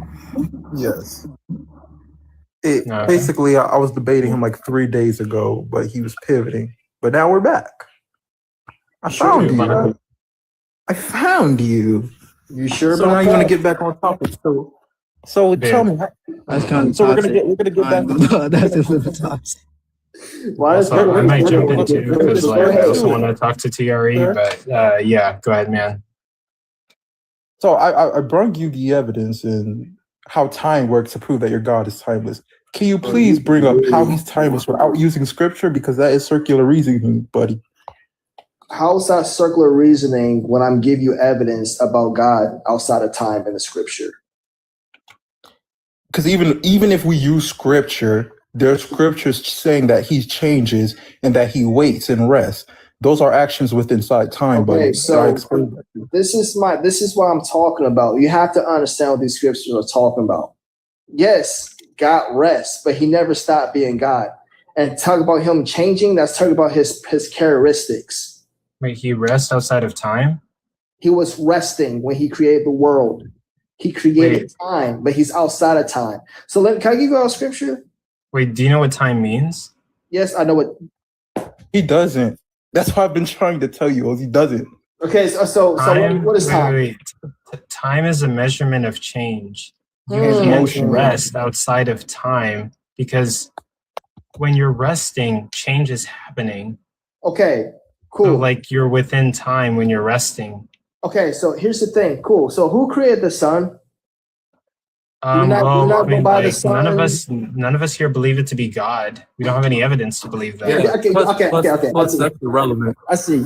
Y'all, you guys want to hide around. Okay, let's go ahead and read the scripture for you guys. Here we go. Wait, hold on. Just to be clear, right? The Bible is a claim. We need evidence to believe the Bible. A claim. Y'all called it a claim because y'all simply don't believe. Listen, you potato. It is a claim. The Bible is just telling us that God did it. We need motivations for why God did it. It's a claim. Prove to me that it's just a claim. Prove it to me. Yeah, because whenever the Bible says that God created the sun, okay, why should I believe that? That's the claim. God created the sun. Why should I believe that? You need more substantiating evidence. Okay, yeah, so it will make sense. Thank you. That's called testimonies. So it will make sense from the same God. Hold on. Come on. Wait, hold on. No. Before we move on, wait, you understand that, right? The Bible is a claim whenever it says that God made the sun. So now you're giving me further evidence. Claim. Okay, I give it evidence. I would say the Bible I give it makes evidence. claims. I give you the The evidence. Bible If it's a itself is science. a claim. The Bible is just Wait. documentation. Hold on. I'll give you evidence. Giving me If it's a evidence. science. Wait, We hold can on. talk about science. Hold on. Whenever you say you're giving me evidence, you're giving me evidence to support a claim, right? No, it's not supporting a claim. It's the truth. So what's the point of the evidence? Again, what's the point of the evidence? Yeah, I'm giving you evidence science. to substantiate a claim. Yeah. So I'm giving you science. So here's the thing. Allow me to speak. Wait, no. We need to establish what's the claim that you're trying to. Okay, so here's the thing. I'm not giving you a claim. I'm speaking truth. Here's the thing. No, potato. That's what's in question. You can call me potato all you want. Yeah, bro. I'm calling you potato, so I don't use It's curse words. It ain't gonna hurt you. Hold on. I'm calling you. Call me potato all you want. Hold on. I'm calling you potato and I'm calling you fruits because I'm trying not to use a curse word because this account in the future. You can call me this potato. account in the future is going to be used for brand deals. You can can't do be that all saying you nonsense. want. I'm sorry to tell you, but I could be God's calling you like I could be, dog. okay. You need to pause and listen to what I'm saying. I'm calling you vegetables and fruits to avoid using other more insultative insults, right? Because I want to promote brands. Yeah, right, bro, and make money. Bro, that's fine. But God's truth is always going to stand. So it doesn't really matter if you curse me out or not. Regardless, I will still pray for you afterwards for you to experience. I don't give a fuck about prayer. I'm trying to stay clean for brand. I do, brother. I'll pray for you afterwards. What you got, man? Brother. Okay, but anyway, you need to. Wait, who am I talking to? The Team Rocket or one person? You actually, to be honest, man. To be honest, TRE, you can invite a friend and we could do a 2v2 no, right I don't now. need to. For what? I have God. Okay, then yeah, me and Man are gonna be talking to you, I guess. But go ahead, man. Take it away. So, brother, can you please, without using the Bible, without using circular reasoning, can you please explain to me how God is timeless? I love it. Okay, here we go. Host, did you understand what I said though? I don't know if you heard me. This is hilarious. You might have to. It was a while ago. I probably did when you said it, but like it was a while. All I said was that like you're saying the Bible is the claim, and I disagree. I think the Bible is just the documentation, but there are claims in the Bible. Like the Bible makes claims, but the Bible isn't the claim itself. The Bible is just the documentation of people and places and things.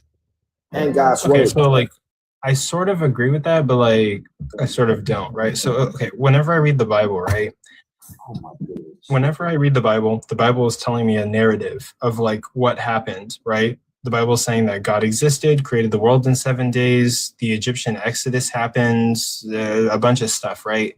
It's making claims about like history, but we need some kind of like substantiation. So that's where like the theist has to bring like archaeology evidence or things outside of the Bible. The Bible is just telling us a narrative.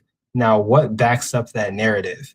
And so I would say like the Bible is a claim because it says like, for one, like the Bible will say that God created the sun. Okay, that's the claim.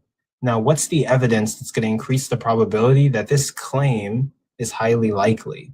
Right? I'm not just going to read like God created the sun and then take your word for it, because every book on the face of the earth is making a claim about something. Right? So we need evidence to substantiate. Yeah, but do you understand that to start, there's the claim, Genesis. God said, "Let there be light." Now I need something outside of the Bible. Right. But that's why I said, like, I respect you, bro. I get you what you're saying. I know where you're coming from, but it's a claim to you because you simply haven't witnessed God. We don't call it a claim because we witnessed God. We have. What's your evidence for that? Well, what's your evidence to back that up? Faith, because you don't have faith in Christ. He's not going to reveal himself to you.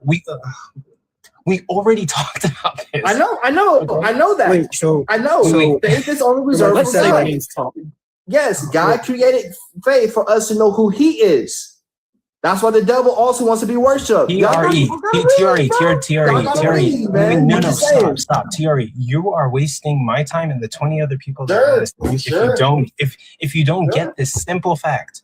When an atheist, like again, I'm gonna have to repeat it for the 8th time. When an atheist sits at the table and is trying to decide what to believe in, every religion is saying, have faith in my God or my doctrine, right? So faith is something that everybody is telling us to have, right? So okay, I have a question. Faith is part of the equation, but it's like you're gonna have to give me a symmetry breaker. You're gonna have to give me something Christianity has What is the suffix? that's different from every other religion aside from faith. Faith is out of the question because every religion is asking for faith. I feel like we're going so what's the symmetry breaker? What's the thing that makes Christianity different from other religions asking for faith? Okay, so here's the thing. Okay, all right. Yeah, get that in your head and answer that question. So this is the thing, bro. You ask me questions, and you don't even allow me to even speak for like 10 seconds. Yeah, because I've literally told you this 10 times in this live, and you still, at this moment, at 12:54 a.m. I have a question for you. For instance, since I know that God exists and He has revealed Himself to me, don't you want me to tell you why and what the Bible says? Isn't that or do you want me to lie? Which one you want me to do? Tell the truth or lie? Wait, you didn't realize that? I'm just asking a simple question. Do you want me to lie or do you just want me to just? What do you want me to do? You want to give a personal testimony? Do you want me to lie? Or do you want me to speak the truth? Do you have anything outside of the Bible, or are you just going to tell us the Bible says so? Let's talk about it. Let's talk about it. Because I know you guys can't get anything out of the Bible. Wait, Thierry, is your argument the Bible says so we should trust it? Is that your argument tonight? That's not just that the Bible says so. It's that it's God's word. Hold on, bro. Just wait, bro. This is what I'm talking about. You see what I mean? You're so quick to hear, but they like, okay, no, this is what you're like, bro. You gotta allow me. Can a brother? Terry, we're frustrated with you because let a brother elaborate, bro. If your argument is not because the Bible said so, then please give us anything but the Bible. And it's not gonna work. Allow me to speak, bro. You why are you so afraid for me to? I can't have a full sentence with you, bro. I can't have a full sentence with you. We let him just let me speak. Trey, please explain how your God exists. Okay, again, the Bible. How do you expect me to not use God's word? How do you expect me to not use God's word? That's like saying, okay, go ahead and believe in God if the Bible does not exist. Like, what do you mean? Trey, you are not understanding. Okay, I got you. Okay, so let's not use the Bible. Let's not use. No, shut up. You need to understand. Is your argument believe in God because the Bible says so? It's not an argument. Okay, so let me just listen, bro. Listen. Hey, host. You're not I'm not confusing. You're not understanding what I'm saying. Just listen, to the words coming out of my mouth. Hey, dog. I promise you, I'm listening to the words that come out of your mouth, bro. But the problem is you're so quick to listen, but you're so quick to talk, but not quick to listen, bro. So I'm trying to tell you something. The reason why I talked about faith is because you witness transformation from God. All these religions and things that matter, when you have no idea what the word religion actually means, you don't know where that word religion actually came from. So I'm trying to put you on something. But because you simply don't believe what I'm trying to tell you, when literally the internet is right in front of your face, bro, you still don't want the evidence. So let's talk about something outside of the Bible, and maybe this will get you guys' mind to open up. So let's talk about evolution. I got a question for you guys. Evolution only works after there is something that can make copies of itself, like very simple early molecules or cells. So here's the question I have for you guys. All right. Before any life exists, how did the first self-copying, aka self-replication thing appear when evolution was not working yet? Coco, you really gonna allow this pivot? Wait, hold on. Okay, wait. I mean, like, I can answer, but just answer the question. Just since you don't want me to use the word of God, since you don't, so you just want me to make up a lie, call it a claim. When we really have more than a lot of people having testimonies about God too. Y'all never experienced His presence. Y'all don't know this experience with God, bro. This is real, dog. This is real. Let him answer you. Okay, so just answer my question. Wait. Actually, To Fluxy's point, this is a pivot to my worldview because we. How is it? Oh my God, bro! You know what? If you listen, if you can answer my question, bro, Sam, you already lost the debate, bro. This is ridiculous, dude. The question was, how do you substantiate the claims of the Bible? And you're asking me about fucking. You're telling me not to use the Bible. Now you want me to use it? No. What are you talking about, bro? Make up your mind. You're embarrassing. I want you to clip all of this right now. Please. Okay, no. I will happily put. This is live. Please clip it, please. Oh. This is live on YouTube and Twitch right now. Okay, I will happily post this because you're not tracking. Somebody get him Google Maps. He is not. He doesn't know where he is. He's concussed. Please. Okay. Oh my gosh, you little zucchini. Please. Pay attention and listen to the words coming out of my mouth. The Bible says something. And we need you to substantiate it. That's what I asked you. And bro, then you told me to prove. Okay, Lord, stop. This thing was not understand what he just said. I'm talking right now. Listen to me. Listen to the words coming out of my mouth, you devil fruit zucchini. The Bible says a thing. We're asking you for substantiation. Something outside of the Bible. Don't use the Bible. That's where we're at. Then you process that in your egg-sized brain with a single cell, and you turned around and asked me about evolution in my worldview. How the fuck does that make sense, you potato? You orange. If you ask me not to use the Bible, but you want me to use the Bible, what does that even mean? Listen to your question again, dumbass. What did you ask me? Listen, you lettuce. I didn't ask you to use the Bible. Ask the question again. I didn't ask you to use the Bible. So what do you want me to use? You're just not listening. You're confused. How am I? Okay, so what do you ask then? What did you ask? We're asking you to get us evidence that's outside of the Bible. You processed that in your single-cell Neanderthal brain, and you turned around and asked me about. I'm done. Hey, please tag me. Please tag me. Please tag me. Don't leave. He just said, give me evidence outside of the Bible. Yes. And so how do you want me to give you evidence outside of the Bible, but you want me to use the Bible?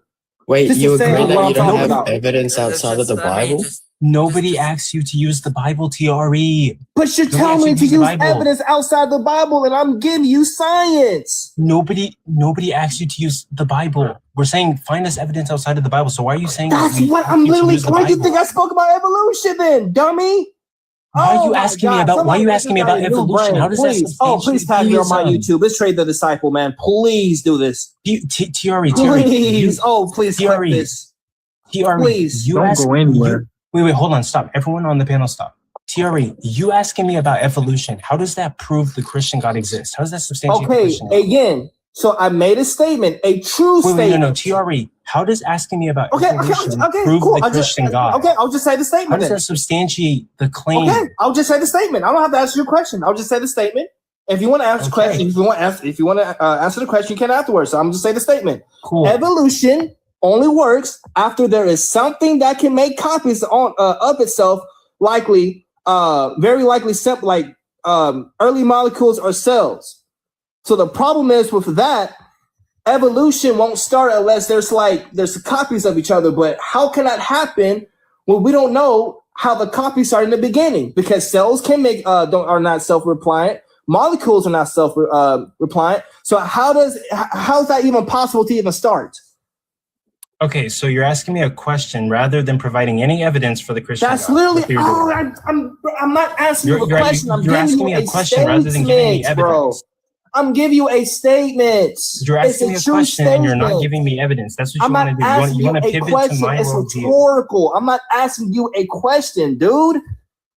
Oh, so am I supposed to answer or not answer? Is it a rhetorical question? Okay, so this is the statement right here. Science can't tell us how we got here. Science talks about with the universe that is always expanding. So if the universe is expanding, then that means that the universe had to have a start.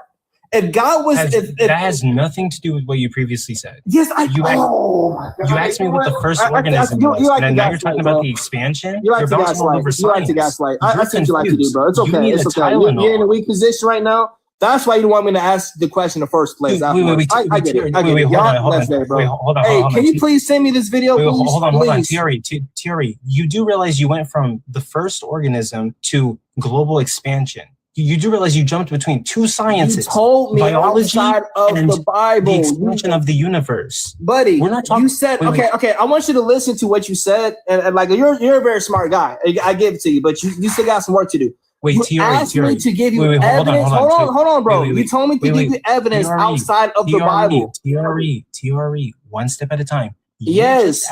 You just said that, like, hey, we can't get organisms because single. There has to be a copy of the organism, right? You were talking about organisms. Then you shifted to the expansion of the universe. That is biology and astrophysics. You jumped between multiple so sciences. if you're asking me to give you evidence outside the Bible, you do and we're trying realize to, you're but jumping. listen though, you're talking about to give you evidence outside of the Bible.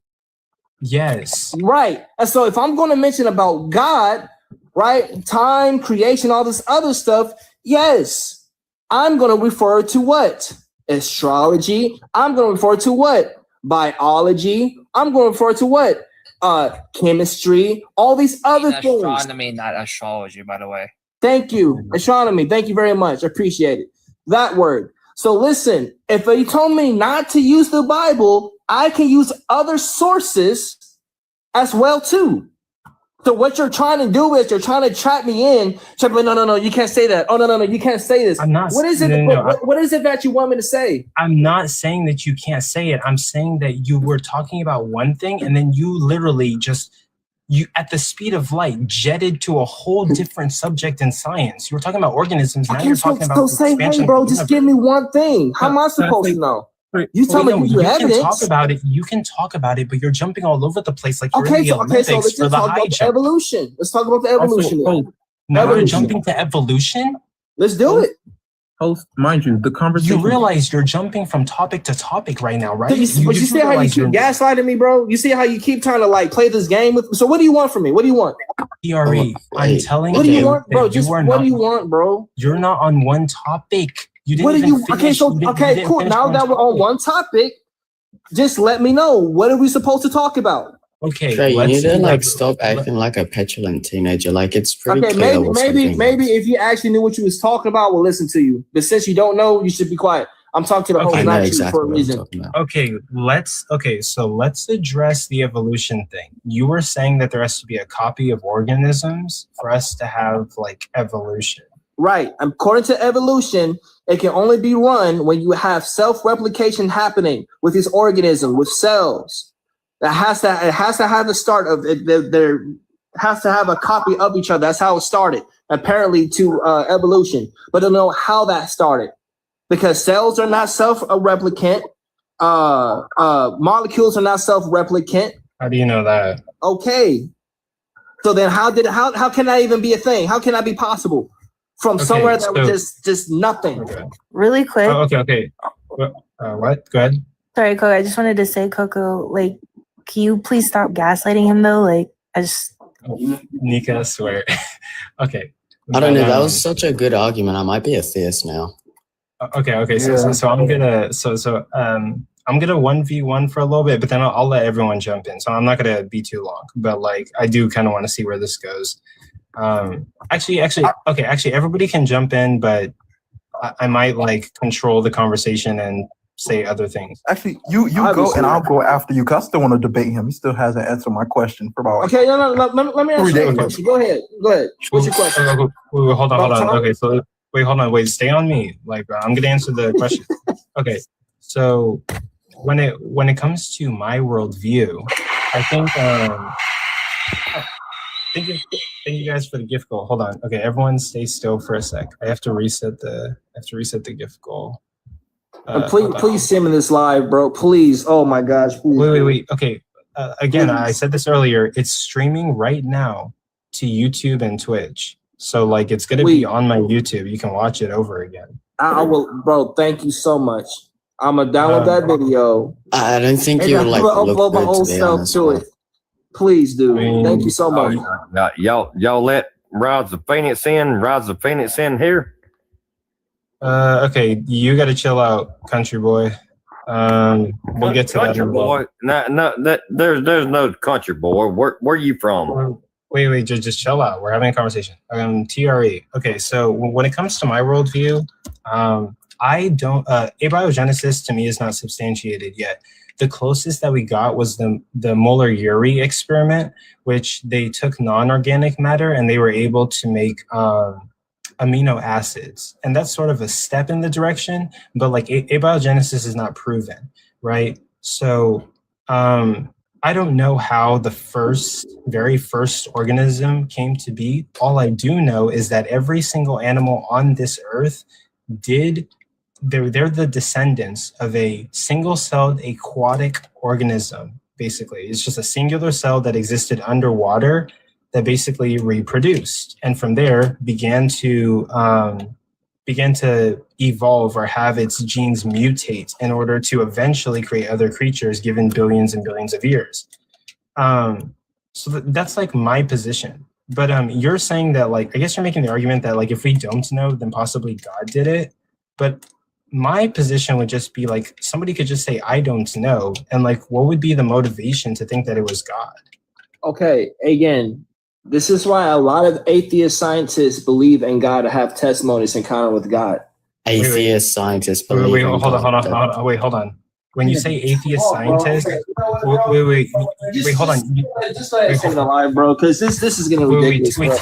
Terry, wait. Nah, because I'm trying to listen, bro. I have patience. I'm trying to have this conversation with y'all, bro. I can't even get 3 seconds. Y'all like a virus. I'm trying to help you. Y'all like a pop up. No, you're not trying to help me. You're gaslighting. You said, wait, Terry, stop. You bro, said no, just let me speak, bro. Terry, hold on. You said atheist. Just let me speak. Just let me. This is what I'm talking about. How many times have I said let me speak, bro? TRE, shut up. You shut up and let me speak. You know what? Honestly, no, it's my panel. I don't need you here. You said atheist scientists that believe in God, and that's a contradiction because atheists don't believe in God. You fucking lettuce stick. I mean, people that were used to be atheists.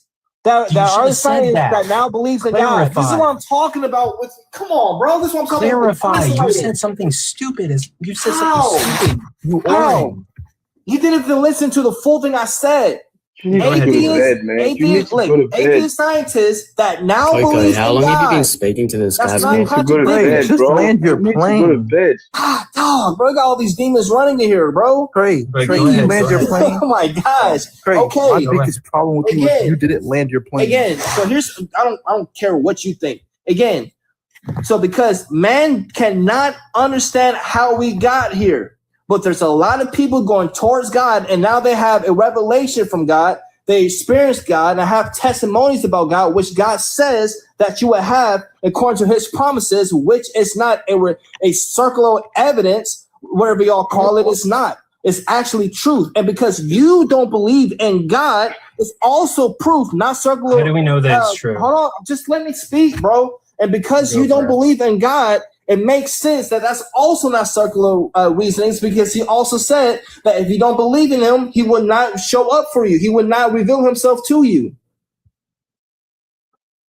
Okay. This guy said, y'all, and I get it. Y'all, I understand, bro. Shut up for a minute, bro. Shut up. If y'all knew God, y'all would understand. That's why y'all question a lot. We don't have to question anymore. We're getting somewhere. Okay, so basically you say that we have to... They're like, I don't know. I'm trying to have the conversation. I don't know how much longer we could do this, but me neither. I don't know. You tell me. I don't know. I'm giving y'all grace. Maybe if you shut up, I'm talking to the host. I'm not talking to y'all. Oh, we don't give a shit. Y'all have no evidence for anything. So yo, Trey, stop yapping for like a second. Bro, okay, I'm the one who's getting spoken over to. I'm over here like Spider-Man from Sinister 6. You got 1, 2, 3, 4, 5. I don't know about some of you guys, but you got all these boyfriends all together trying to stop. He's on crazy. Yo, I don't know who this guy is. Easy, you just mad because I exposed. You don't even easy. Please don't embarrass yourself again. Please don't. Because you're going to sit here and tell me that there was no other nations in the Old Testament in the Bible where we're talking. And you got mad at me because I said Africans enslaved other Africans, which was totally true. Well, anyway, hold on. Just so stop.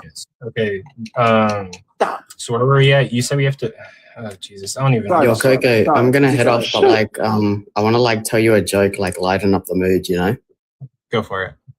Okay, I love when religious people say have faith, then immediately ask for money. Okay, that's a bit funny. Okay, thanks for letting me up. Take care. Yeah, come back anytime. What does that have to do anything? Anyways.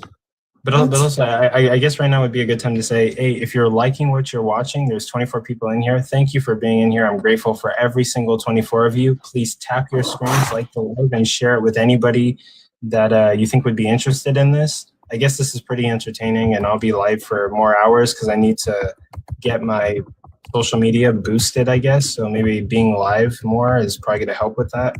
And yeah, just tap your screen, share it with everybody you can, and that helps the live. And then also, if you can, send me a heart me. They only cost like 1 cent, but also like I understand we live in a bad economy right now, especially in America. So you don't have to. Your presence, simply your presence is appreciated. But if you can, send me a heart me. That helps also boost the live and get it on the For You page. But yeah, we'll get back to the discussion. So we were talking about evolution. Now you want to talk about like we have to believe in order to get like a miracle, right? So I'm gonna just lay it on the line for you. If you simply don't believe that God exists, He's not going to reveal Himself to you, and that's up to you. Okay. So what I want your homework to be is to prove. It's just not going to happen. I'm sorry to tell you, it's to prove that God does not exist and give me actual proof. Okay, so like first off, I don't even ask people to prove that God exists, right? Because like I don't think we can. Me personally, I hold the belief that we can't. Just go ahead, send me the clip, please. Wait, hold on, wait. Unless man wants to talk to me because bro, you're hold on. No, stop. You are. I still want to talk. I still want to talk to you and get to the end of this. But if you want to like run or drop, then that's sure. I mean, I can run. That's fine with me. Hey, that's not gonna cause harm to me. I'm totally okay with having this conversation. Sure, but I'm not losing sleep at all. I hope that you guys get to experience God like I have before, man. No doubt. But you want to say something before I go? Because it's just the host. He's not gonna. I really pray that you have. Hold on. You're about to wait. Hold on. Are you about to leave? I'm literally saying let's continue having the conversation. Are you like gonna run or something? I mean, I can run. Yeah, the truth always wins marathons. No problem. No, don't run. I'm not afraid. I mean, yeah. So what? Okay, then stay and defend. Okay, then stay and defend your position. I am defending my position, but the problem is you keep trying to like ask me the same questions. I'm giving you the same answers, bro. Okay, and it keeps going to this weird circle thingy every time I try to get. And I'm just saying this out of love, bro, because I like cool conversations. I'm a really chill dude. I think y'all really super chill as well too. But the problem is that when you ask me a question, I can barely even get sentences out. There's only been like maybe 2 or 3 times where you allow me to fully explain myself. But then those times, okay, what do you mean? What do you mean? And then I have to fully explain it again. And I have to keep going in a circular position. That's why I'm telling you to send me this video, to send me it. I don't want to embarrass you like that, bro. But if you want to, bro, you can do it if you want to do. You can do what you want to do, okay, bro. Yeah, it's whatever. I'm taking out time to talk to you. Right. So am I. As the Bible says. Okay, let's continue. Let's continue. Yeah, no doubt. Again, you're saying that like if you don't believe in him, oh God. Okay, you're saying like if you don't believe in him, you're not going to get an experience. So like what would you say to like non-resistant non-believers or people who believed and then left religion? Okay, yes. Okay, exactly. Beautiful question. So a lot of people that left Christianity, quote unquote Christianity, they had a relationship with religion, but they wasn't following Christ. The Bible even talks about that. A lot of people are a fan of Christ, but not actually following Christ. The reason being is because people pray to God when they say, oh, I'm a Christian now, doesn't mean that you really are. When people are praying to God, most of the time, it's because they're trying to get something that they want in their own hearts. But they're supposed to pray to the Father so that the Father can do his will through you with the Holy Spirit. That's what the real prayer is about. But see, a lot of them don't understand that because they think like, oh yeah, if I could just become a Christian, I can just get this money and maybe if I start, they don't even know what tithing is all about. I mean, yes, you have some people out there that calls themselves a Christian and will take other people's money and use it for their own selves when God already exposes that this would happen, right? So what I'm saying is this: for those who call themselves a Christian, but then they left that and stuff like that, they were never a true believer because they never see God, first of all. And second of all, they never truly had a real relationship with them because they were trying to do it. They was doing it for themselves. For themselves. Can I say something really quick? Crazy. Okay. Who is it? Who wants to say something? I hope I'm not screaming. Go for it. Trey, he's just asking, I think. I could be wrong, but I think he's just asking why should he? Wait, no. That's no. We're on something completely different. Oh, sorry, my bad. No, you're totally. I wanted to ask Trey. Hey man, host, what does it mean to believe in Christ? I'm gonna talk to you. Whoever's talking right now, you're really, really low. Wait, hold on. Out of respect, man, he did have a question though. Out of respect. Can you hear me now? Yeah, we can hear you. Shoot. Okay, Actually, so I wanted to ask Trey. Okay. What does it? Because I'm an ex-Catholic, right? What does it mean for me to not be a true Christian? Like, what does it mean to be a true Christian? Again, bro. So what I mean by that is that you're not seeking to do the Father's will. You're not having a real relationship with God. And so what happens is when you actually try to follow God, the devil wants to try to take that away from you because he is salty that Jesus died on the cross for our sins because we're not in bondage of sin anymore. He doesn't want you to know about the gospel. That's why the devil has so many people deceived right now. That's why ideology is a thing. Ideology is rooted from the devil because the devil is the father of lies. So that's why philosophy is a thing. So all these things, bro. But then when it comes down to God, all of a sudden is a problem. Oh, let's try to attack this guy because he talking about God. Listen, is this? Come on, bro. This is not a coincidence, bro. I've seen things before, bro, and I'm on this panel. Hold on. Just hold on. He asked me a question. Just allow me to land my plane, bro. Yes, I talk a lot about this. Yes, it's not brief because I've experienced God so much in the experiences that I have, bro. But can you I know keep it his brief, presence. I know what I've seen. I know how it feels for him when he's around. This is not a game, bro. You have discernment, bro. Bro. Listen, bro. You're making yourself angry. Look, I'm not angry whatsoever, bro. I'm saying because I'm saying because it's true, bro. I'm not angry. I'm saying this out of love, bro. Like this is real, dog. This is real, bro. I'm saying this because I pray to God. Listen, I want y'all to hear my voice, bro. For real. I'm saying this because we're really in the last days, and I really want y'all to know who God is, bro. I really do, bro. But I can't force that. If I'm forcing on y'all, that's not love. But I just pray to God that y'all actually.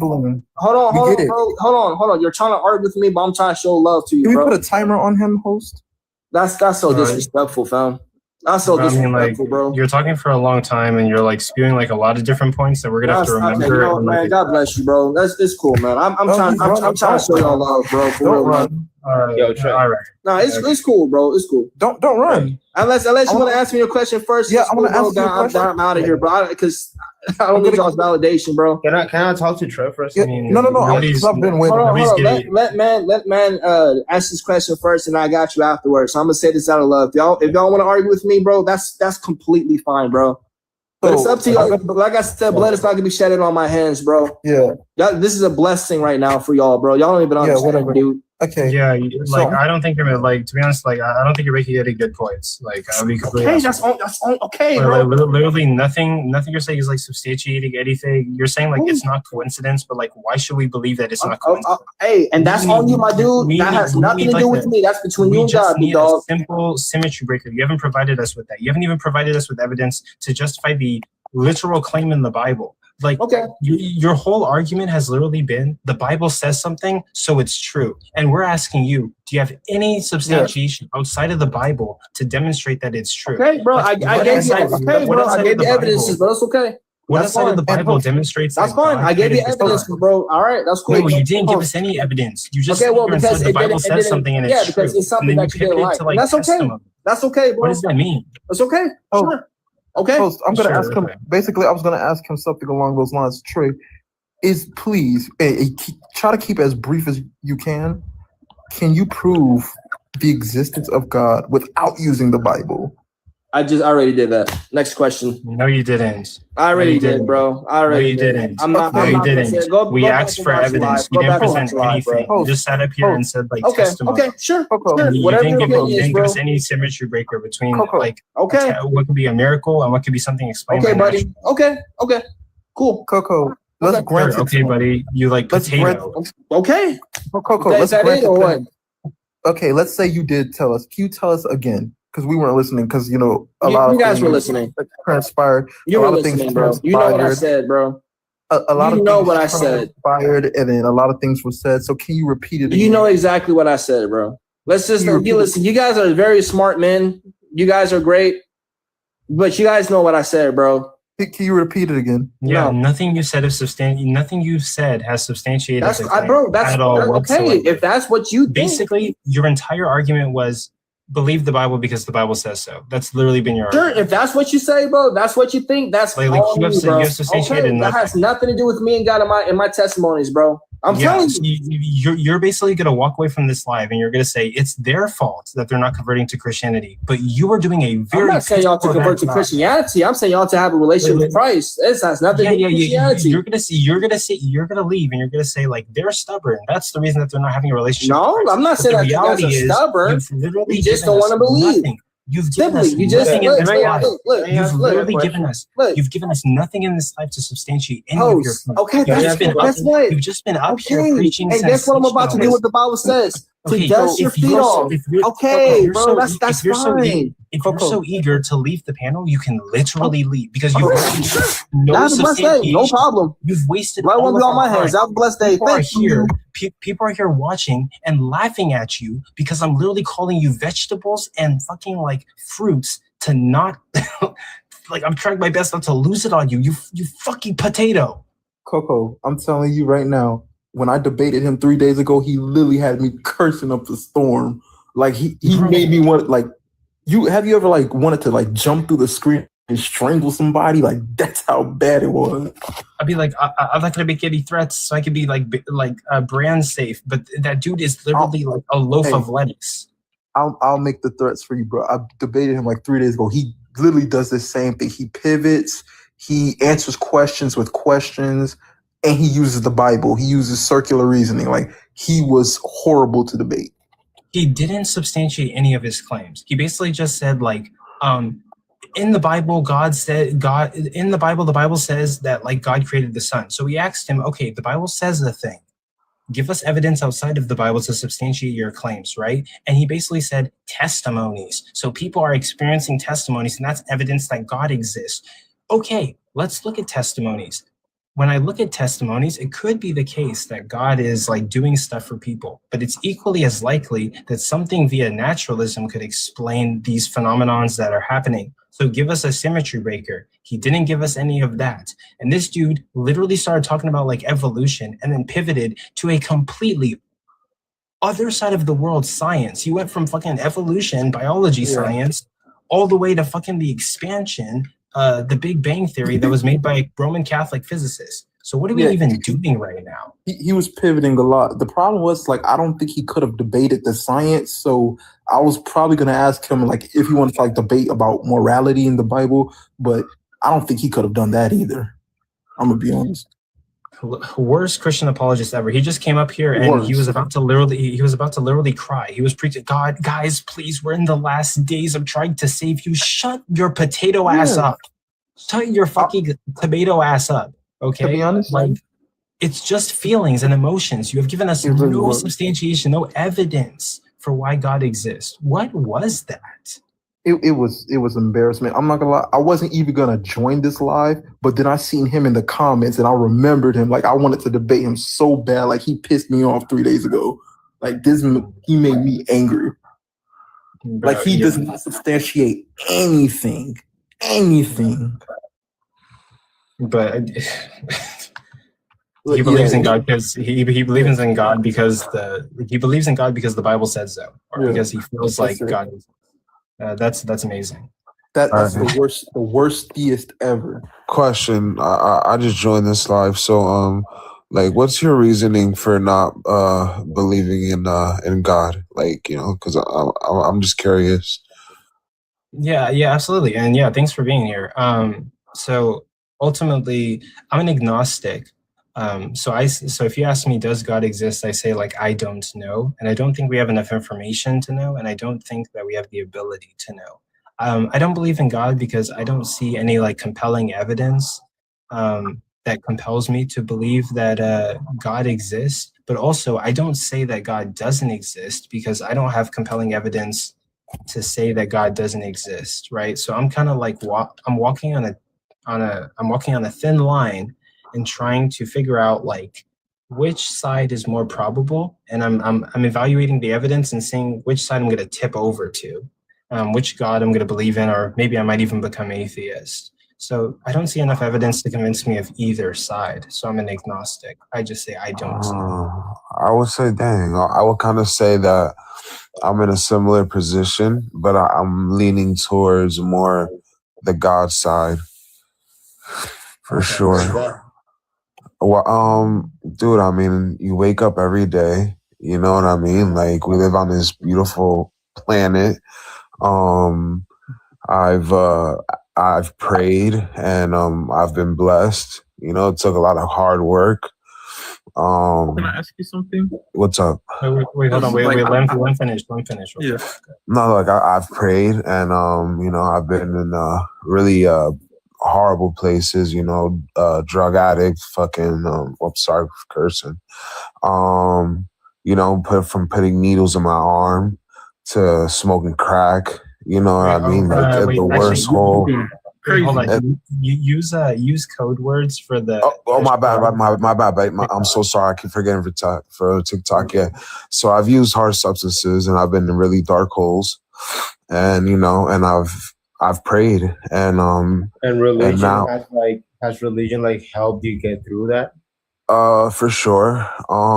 Religion definitely has. My mom is a hardcore Christian. I've read parts of the Bible. I'm not gonna say I've like read the entire Bible and you know, every you know thing in the Bible. But from going to a really dark place at this point in my life, now I'm a business owner and I'm doing pretty good in life. And every day I wake up and I get to breathe. I'm alive. I still have my mother. She's healthy, you know, and you know, so I'm grateful. I don't know if that's a coincidence. What's up? Would you say Go that ahead. you struggle to find meaning without believing in a divine, you know, deity that governs the world? But wait, like can wait, you actually, find hold on. God? Before that question, right? Like, okay, so let's say that like I live in the world and I have like a mom and a dad and like everything's going great. I'm blessed. I have like a healthy life. Yeah. Now, I can grant that like maybe God exists and maybe he's allowing for like me to have these things. But I also see it that it's equally as likely that God doesn't exist and I have these things without God existing. And it's just coincidence or like it's just, hey, naturalism, right? It's Yeah, just exactly. it happened to be in nature that like I was born with like the right genetics and like, you know, with the right parents. And after all, there are other people who are born with like really bad genetics or they were born with deformities. Does that mean God like hates them and like created them with that? You have a point there. I mean, you do have a good point there, dude. And actually, I think of that. I think about those kind of things too. But one thing I do know for a fact is that if and correct me if I'm wrong. From what I understand, somewhere in the Bible it says that you know no one can really understand God because He is like above us. You know what I mean? Like we could never understand why He moves the way He does. You know, Okay, so like so like given that kind of like makes the situation a bit worse, right? Because if no one can understand God, then like whenever we read the Bible, how could we possibly say that we have knowledge or we are interpreting the Bible correctly if we can't truly understand the mind of God and this Bible's like divine words written by God? Well, I wouldn't say they're written exactly by God. If I'm not mistaken, aren't they written by like Divinely prophets inspired. and people that are inspired by Him? So I wouldn't say it's completely written by God. Maybe it's written, I would say, for people that God used, you know? So I wouldn't say that the Bible is written directly from God. You know what I mean? The Bible. Yeah. So like so it was divinely inspired, but if we can't understand the mind of God, how are we supposed to like How are we supposed to interpret this literature that was inspired by him if we can't understand God? We might have the wrong message. Yeah. Yeah, a point there. You see how that kind of makes it kind of makes it Yeah. difficult. Yeah, makes it difficult. Yeah, I get where you're coming from for sure. Do you not think that God is in everything, like every particle, like in that exists? Do you not think God is that?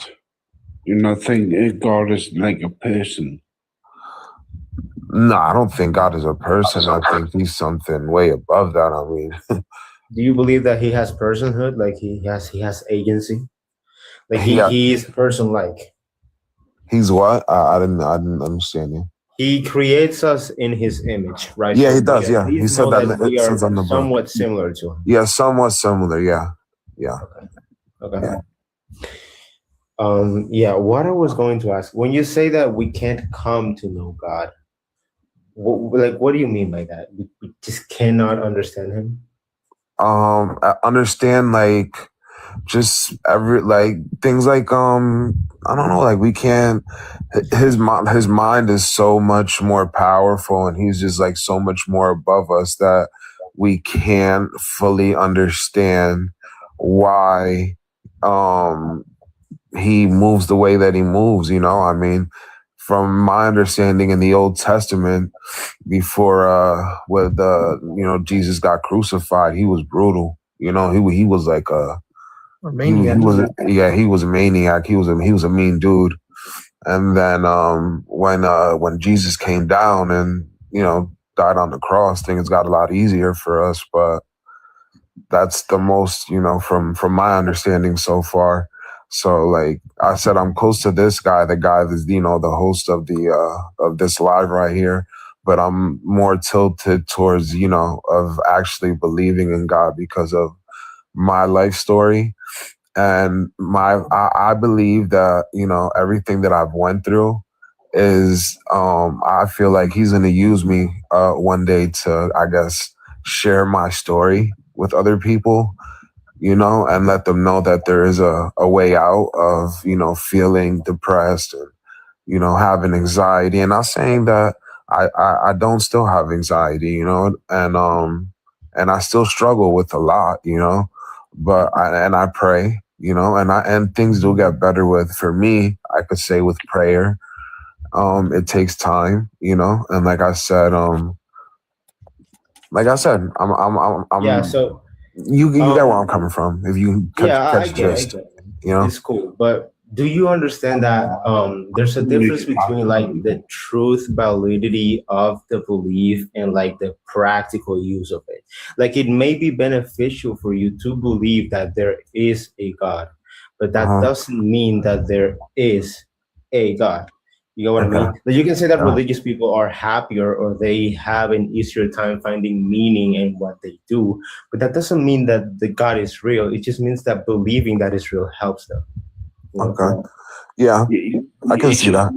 You see, I'm not religious at all. I don't go to church. I don't pray. But I believe that I believe that God is everything. It's you. It's me. Yeah, for sure. Yeah, I can agree with that. I can agree with that. It's in every particle of your body. Yeah. How do you define God in your class? I honestly, I don't define God. I can't, because nobody can.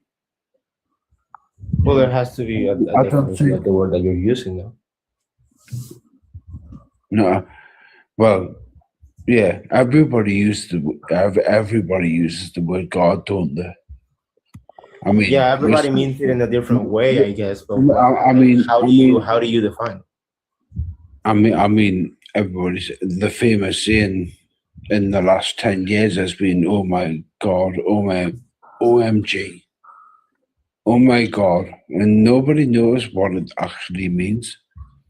I mean, I don't, you don't. Yeah, but that's just an expression, though. Like an atheist can say, "Oh my God." It's just a thing of how our language evolved. It's not an actual declaration of of any serious religious belief. But it's kind of if you believe in all that, it's kind of using the Lord's name in vain, isn't it? If you believe that. Wait, hold on, but put a pin in that. But to get back to the other guy, so you're saying like we couldn't possibly understand the mind of God, and so given that, then it's going to be hard to interpret this Bible that was inspired by God. And then you're saying other things about like maybe God might want to use you for something, but how could you even interpret that if you can't understand the mind of God? Okay, can you just repeat that one more time? Because like low key, I kind of wanted like my mom to come in here and like kind of maybe shine some light because she's like a super Christian and she can answer a lot of questions, but she's sleeping. But what were you saying? Can you repeat that? I'm sorry. Okay, so basically, like you said, like we can't understand the mind of God, right? Yeah. Okay, so like that's gonna make like interpreting the Bible that was inspired by God difficult because we could read something and think that's what God is saying, but we can't understand the mind of God, right? Yeah. Okay, and then you're also saying other things like God might want to use you for something, but if we can't understand the mind of God, like how do you know that? Well, a mind. It is God a mind. It is God a mind. Wait, hold on. God is an. Wait. Like I said, I'm trying to answer your question. Or no, like he asked you a question after like I asked a question, so I'm trying to get you to answer my question. Yeah, for sure. Okay. So what I believe is that God is wanting to do something with you if we can't understand the mind of God, essentially. Well, like I said, I'm still like on my journey, and I'm still struggling. And I believe that as you grow, you learn, correct, and hopefully in the future he can help me understand him more and I'll be able to answer questions like that. But I'm still on my journey. You know what I mean? So it's like I can't fully answer that question right now. But like I said, dude, I mean, I've been in really bad situations, like the worst of the worst, and now I'm doing way much better.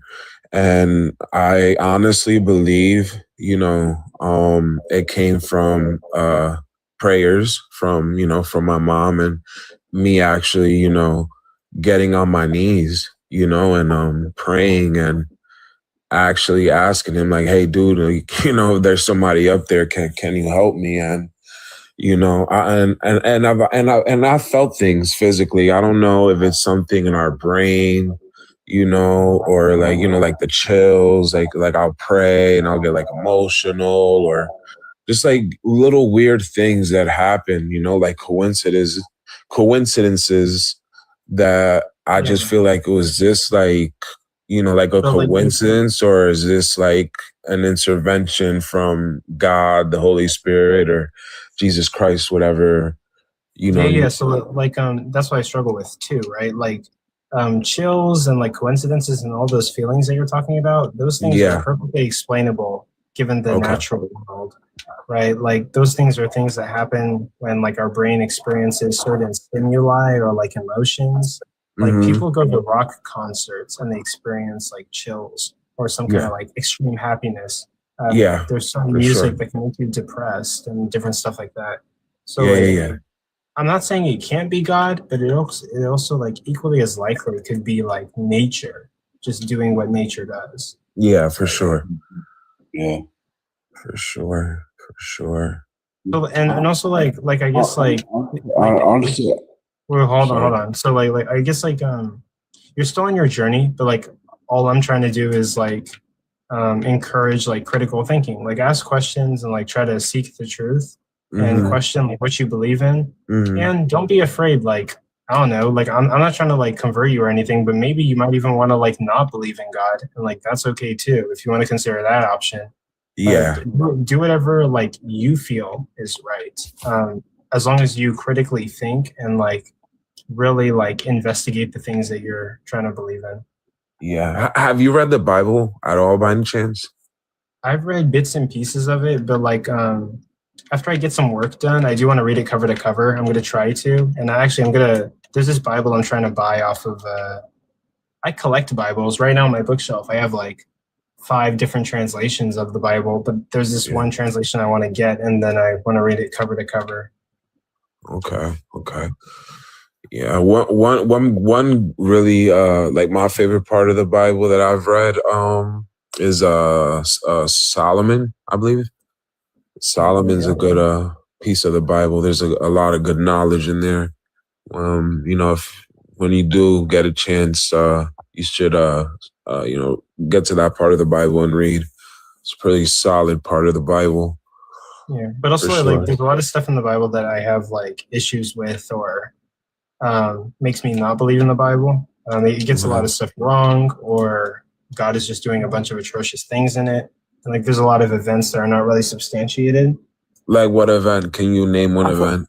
I feel like the best way to read the Bible is just as an allegory or like a great story. Yeah, most of it is allegories. You're absolutely correct. Whoever said that. Yeah. Absolutely. I wouldn't read it as fact. Yeah, as a fact. The Bible's filled with like a lot of like literary practices, but there are times where like it's trying to tell some kind of part of history. So like for sure. Yeah, for example, like I think it's Samson. I don't think that's a real story where like, the woman cut his hair and he lost all of his strength. I don't think that's a real story. But then like, whenever the Bible talks about like the Jews and them escaping Egypt, right? And God freeing them from Egypt, that's supposed to be a real story. And with that, right, we don't have any historical evidence on any Egyptian exodus. Like we don't even have, I'm not even sure if we have people writing about it outside of the Bible. If there was some kind of mass exodus from Egypt at some point. I mean, but we do have, if I'm not mistaken, and if I'm wrong, let me know. There is evidence that there was a flood that happened a while ago, like with Noah's Ark and everything. Can I ask a question? Yeah, sure. On. 1 sec. Wait. Give me the evidence for the flood. If I don't know if you have a PC in front of you. If I'm not mistaken, I believe they found Noah's Ark. They didn't. Okay, so I've heard people tell me about that, but Noah's Ark was made out of wood, right? And like, and this flood happens like what's probably over 1,000 years ago. Like the wood would have basically disintegrated. So like anything that they're bringing now, like I'm not even sure if it would be in good shape at all whatsoever, given 1,000 years of being under the water. So like a lot of times when people bring me like Noah's Ark or like Jesus's cloth, it tends to be people who are making up relics, right? They're just like making imitations of what these things are supposed to be. Yeah. And also like another reason I don't believe in Noah's Ark is like if there was like a global flood, first off, that amount of water being on top of the earth would have generated so much heat that like the earth would be uninhabitable, right? It's really impossible for a flood like that to happen. And then also Noah collected 2 of each animal and put it on that boat for like 40 days and 40 nights. You had lions and gazelles in there. How is Noah going to stop lions from eating up the gazelles? You have mosquitoes. You have bees. To be honest, it is illogical, but they can infer that God made them nice for like 40 days and nights, but it's still illogical because like getting that many animals in one place, like what about the kangaroos in Australia? Like you think the kangaroos swam all the way to Turkey to get on the ark? And also like and then also like the timeline doesn't match, right? Like so let's say that like a global flood happened and like the entire world was wiped out and we had 2 of each animal. Like those animals have to produce and they have to evolve in order to match up with all the animals that we have today when it comes to taxidermy. And like it just doesn't work. Like given that time between the end of the flood to right now, it just could not happen. It would be impossible. The animals would literally have to have sex every day to like possibly keep up with like the timeline and get to where we are. And like it just You see, I have a big problem with Noah's Ark because of that. I mean, how did you get every insect and every fly? Or I mean, you would have to literally have the whole DNA of the Earth to restart it again, wouldn't you? Really? Yeah. It would be like the animals reproducing wouldn't line up with like the timeline to today. I'm not sure. Okay, to be accurate, I'm not sure if they have to have sex every single day, but they would have to reproduce pretty significantly, and we'd have to have genetic mutation and all that stuff to get to where we are today. But there's a lot of science that just doesn't work with the flood. It just doesn't make sense. And then also Coco, sorry, go ahead. And then also and then Prue came up. I even know what actually never mind. I don't know what you're gonna say, but also No, you probably would guess it. I mean, I actually, no, I don't know. Does this keep you away from being a Christian? Like the fact that the Bible has these I guess stories in it. No, you don't have to. You don't. Just because you read the Bible doesn't mean you're a Christian, dude. You could. No, that's not what I'm saying. I'm just asking does it keep Coco away from being a Christian? The fact that there are mythical stories and false things in the Bible. I would say so. There's a lot of things that are unsubstantiated, and there's just a bunch of claims, which increases the probability that the Bible could just be another story told by ancient people to explain what they didn't know. But yeah, there's a lot of unsubstantiated events. I mean, hell, there's even a lot of unsubstantiated events surrounding Jesus too. But why having unsubstantiated events? Why does that take you away from belief in the Christian claim? Because they're just making a bunch of claims, and none of it's substantiated. And why should I believe it? But some of it is true, right?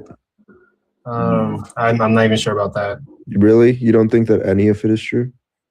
In the Bible? Yeah. I don't think we can trust I think the Bible's a book of claims. I'm not sure we can trust anything in the Bible. Not even the New Testament stuff? Like Exodus and stuff. I feel like not those really. But Coco, are you becoming a mythicist slowly, Coco? Oh no. I'll grant that Jesus existed, but the mythicist position is a bit reasonable because why should we believe that God existed? People that wrote Jesus about existed. We have good reason to believe Jesus existed. Yeah. Yeah. Why should we even believe that Jesus existed? Yeah, sure, people wrote about him, but I'm not a mythicist. I'll grant that Jesus existed, but I don't grant that Jesus did the miracles that he did. They're extremely unsubstantiated, and people have to debate the resurrection to get anywhere towards Jesus being divine. But you would agree that Jesus existed, he was crucified, he had disciples, right? You would agree with that all? I mean, I grant it, but I'm granting it not with with belief. You don't actually believe those things, you're just granting it. I mean, yeah, I don't think it's impossible for a guy named Jesus to be born during that time and exist. So I'm granting it, and it's likely, but I'm granting it not with evidence to substantiate it. All I can say is that people wrote about Jesus, and that's probably why I would grant. Well, it's not just any person. I grant you, if all we had was anonymous authorship and stuff, then yeah, that would be a problem. But when you have Paul, who, I say a lot, met with James, right, Jesus's brother, and he has letters, and in those letters he mentions how he meets with James, it documents disputes they have, and all of this stuff. I think it's quite obvious that Jesus existed, unless this guy Paul is making stuff up out of whole cloth. Or unless these letters weren't written by Paul. If I could interject. So, but both of those there's good evidence against. If I could interject, I don't believe that the fact that a man named Jesus existed it has any bearing on whether he was God or whether God is. I was gonna say that too. I was I can grant all the natural claims, like Jesus existing, he was crucified. We're talking about things like him resurrecting and him performing miracles. I mean, who crucified Jesus? Can you tell us? Hi, bro. From Syria, can we just kick this guy? Please, my brother. Can we just kick him? Please, King. Thank you. All right, yeah, go ahead, endorse.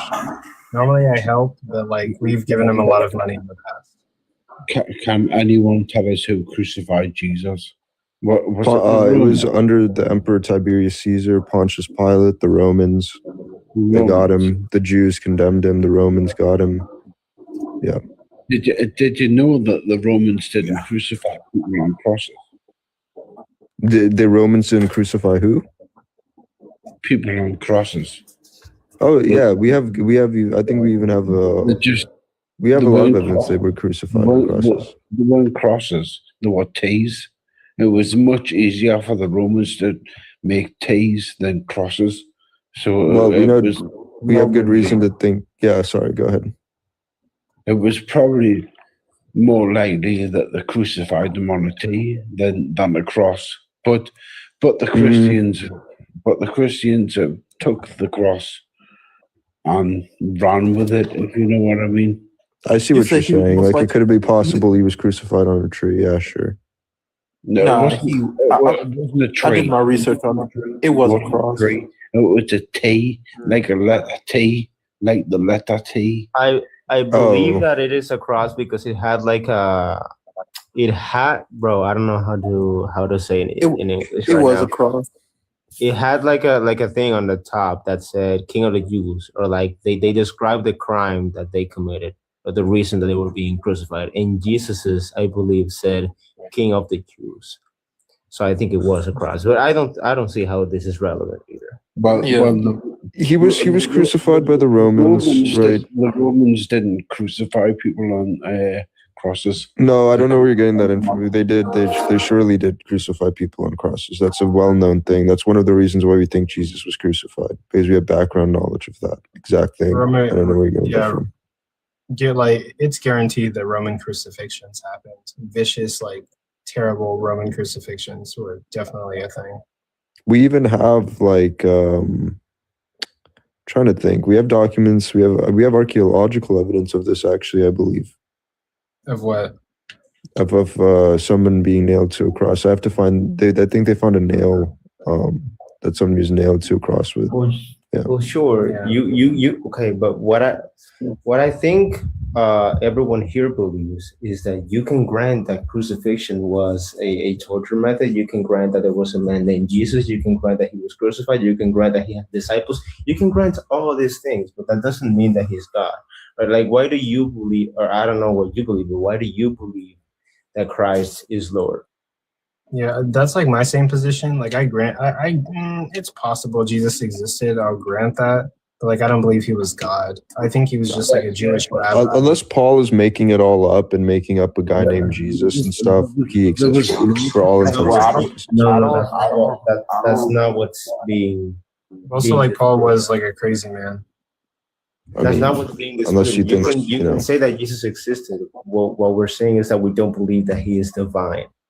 Yeah, I mean, after he was crucified, what happened? All these people said that they saw him alive again, right? Can I just say that my name is actually Paul? Oh, okay, awesome. Yeah.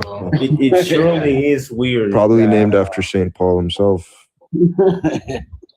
But PRK, it surely is weird that people believed to see him resurrected, but I don't think that simply people believing that they saw something, especially in ancient times, is a a fact that should make us all automatically believe that it is true.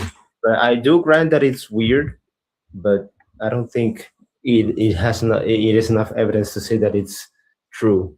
Well, when you actually reflect on it and you ask yourself the question, were they hallucinating or something? It doesn't make a lot of sense. I'm under the I hold the view that they wouldn't interpret a hallucination, or they wouldn't take a hallucination as evidence that someone has resurrected. That's one problem I find with it. The second problem is I don't think that if they had hallucinations, they would project hallucinations where they would see Jesus resurrected and would interact with him. Rather, they'd project hallucinations where they'd see him in heaven or something. So I think there are multiple problems with the hallucination thing. So we could just focus on... I could be mistaken. Yeah. What was the disciple that said that he saw Jesus all of them the said right it. hand of the Father? No, on at the right hand of the Father?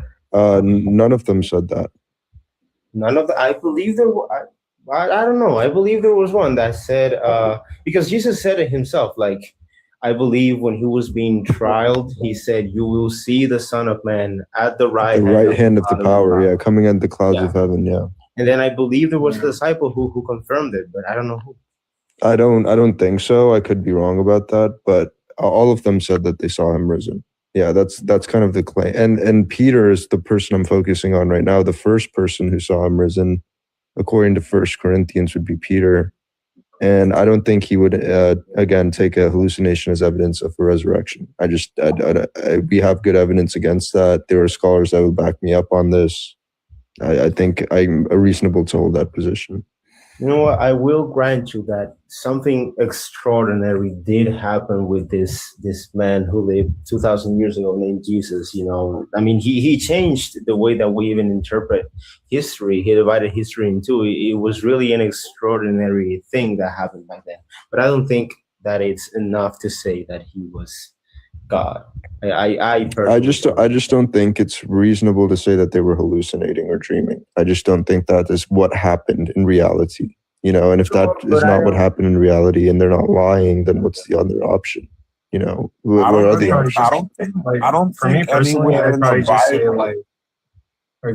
I don't think anywhere in the Bible Jesus claimed to be God.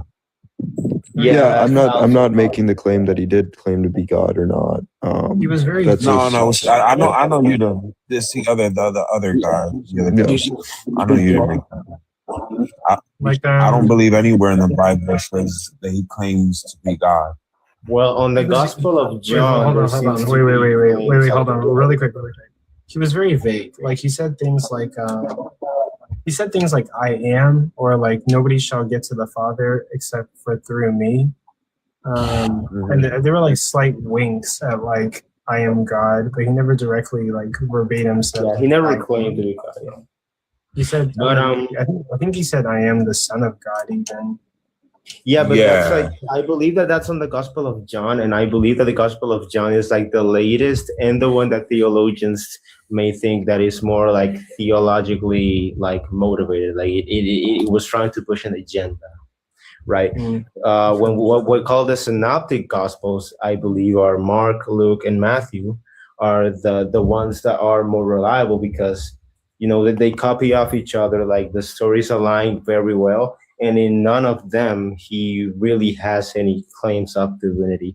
And, you know, people would say, well, maybe he claimed to be God in the Gospel of John, but then there's an argument to be made about, well, why didn't Luke, Matthew, and Mark think to mention that? Did they not think that it was important? Why did only John mention it?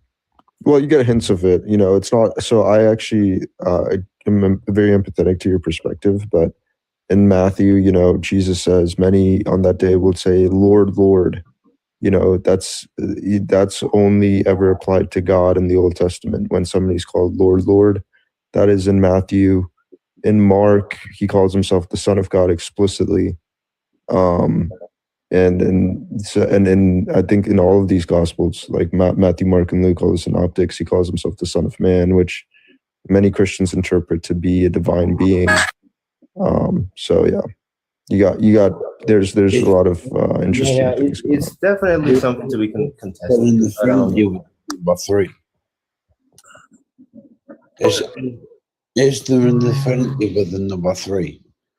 But also, wait, really quick to address a comment, Eweezy. Yeah, I get what you're saying. But it depends on what model of God you're talking about. Like, if you're talking to somebody who's like maybe oneness, then yeah, God sacrificed himself to himself. But if you're talking to somebody who believes in the Trinity, that there's 3 persons, then like one person of God sacrificed himself. One person of God sacrificed to another person of God. But yeah, there's a whole philosophical problem with the Trinity. So you say I've always had something with the number 3.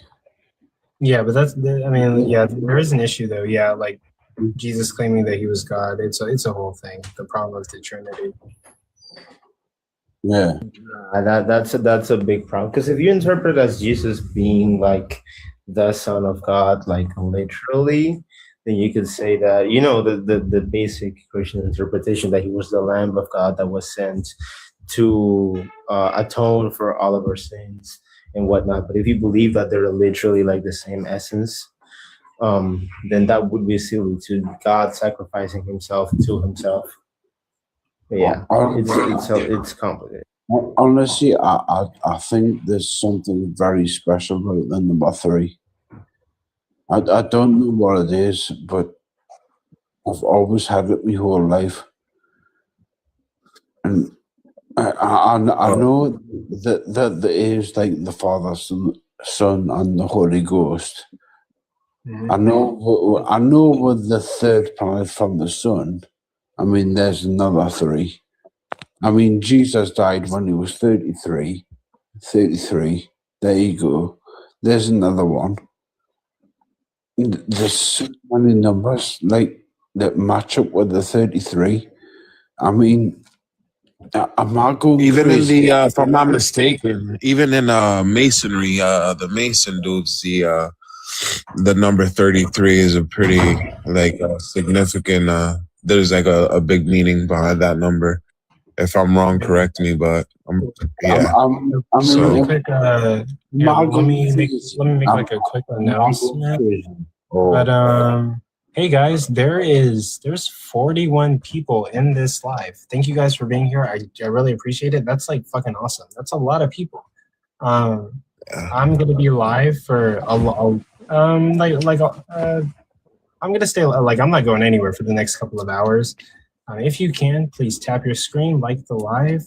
That helps me to get on the For You page. Let's try to see if we can hit 10K likes. We're at 7.2K, and all you got to do is tap your screen.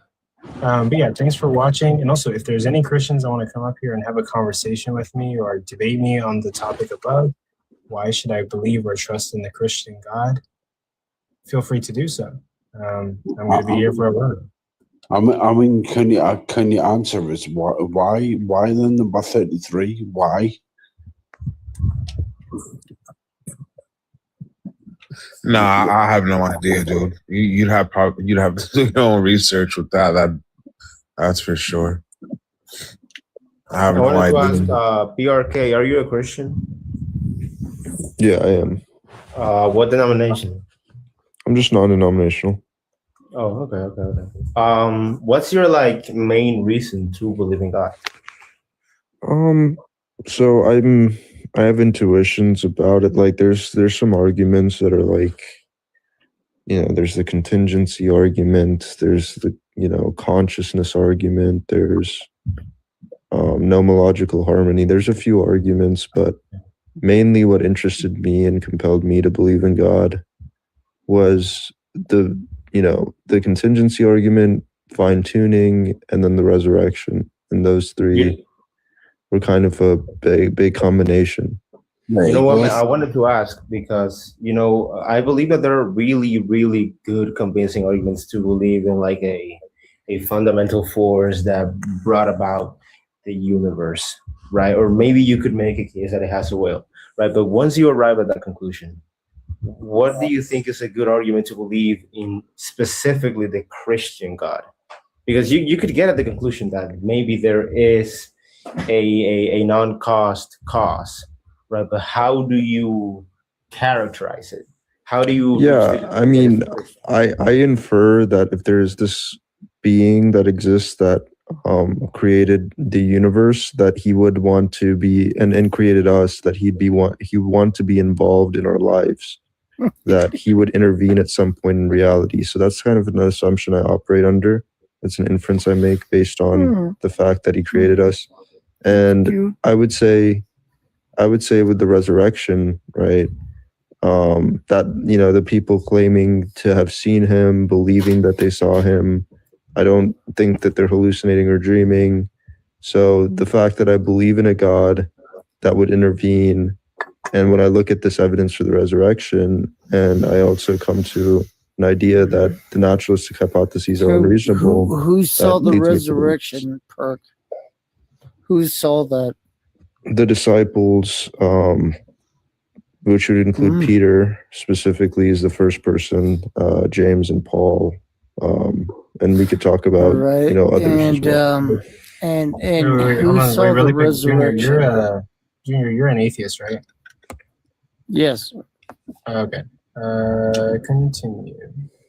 Aren't there discrepancies But about that I in the am, Bible? am very well In the Gospels, versed in yeah, but the theology. Gospels are later anonymous sources that Yeah, like I don't. some people say it was like two women, and then some people say it was. Yeah, that's in the Gospels. The Gospels are like later anonymous sources. They work off each other. They develop each other's ideas. As time goes on. That's a terrible idea. So I don't actually use the Gospels as any type of like hardcore evidence. What I would use is Paul's letters that precede them. All right, that's a bold claim, but let me let Junior ask his question. What question do I need to ask other than that this is absolute BS? What's BS? Well, let's go through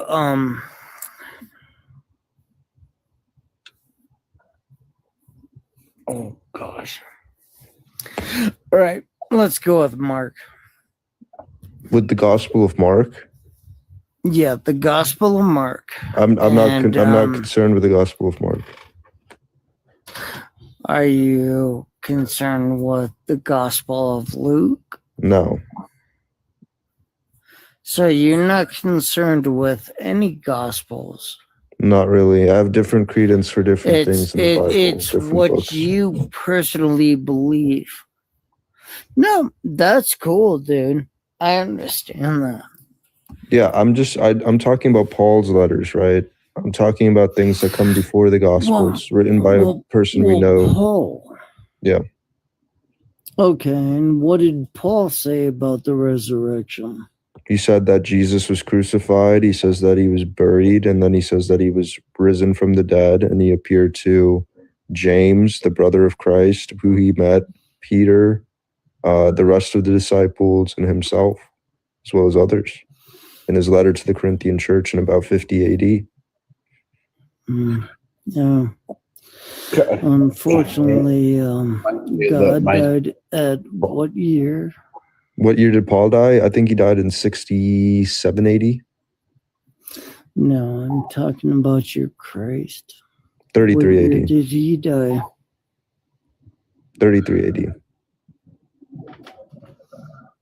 33. Yeah. That's respectable. Yeah, so it's a letter within 20 years of his life. Who saw this death and resurrection? Like I said, the disciples saw the resurrection. Paul saw it. James saw it. Why do they defer? Why do they defer? From resurrection. Why is Mary just one, and then two Marys, and then 500? Please tell me. Please explain. Well, you said, so again, these are the Gospels. The Gospels are theologically motivated, right? So I'm unconcerned with what the Gospels say. The Gospels are written by anonymous authors, more than likely, coming well after the events in question. But so I'm unconcerned with what they have to say about this event. I don't get what you're saying, right? You're saying that I have to accept the Gospels, right, as being a reliable source of information. I can say the Gospels are unreliable. If you believe as Jesus as your I don't see what you're saying at all. Of humanity, please explain. My apologies. Yeah, what I keep on telling you interfered. is we have Paul's letters, right, that come before the Gospels. The Gospels are written by anonymous authors, right? We don't know who wrote these books, and they come later. They're late. So they are unreliable sources of information. So if there are inconsistencies within the Gospels, I don't really care because I don't utilize them for evidence. For the resurrection, I just don't. But you claim Paul, who lived in Turkey, okay, as a resident. Mm-hmm. Yeah, and you knew the brother of Jesus. You knew the Jerusalem church. Yeah. Well, if you don't believe in the Gospels and you believe in this fellow Saul, please explain that. Yeah, I believe that Paul is accurately relaying information about history. No, it's Saul. It's Saul. If he was alive, That's according to the book of Acts that he was Jesus. originally called Saul, right? The book of Acts is again a later book that is written by an anonymous author, potentially 2nd century. We don't know whether or not his name was originally Saul and then he changed it to Paul. That could just be a story. And so make that true. Make what true? You're God, how do I explain this? How do I break it down to you? Tell me how Jesus is true. Jesus is true because I believe he's the only person in history You believe. that is resurrected.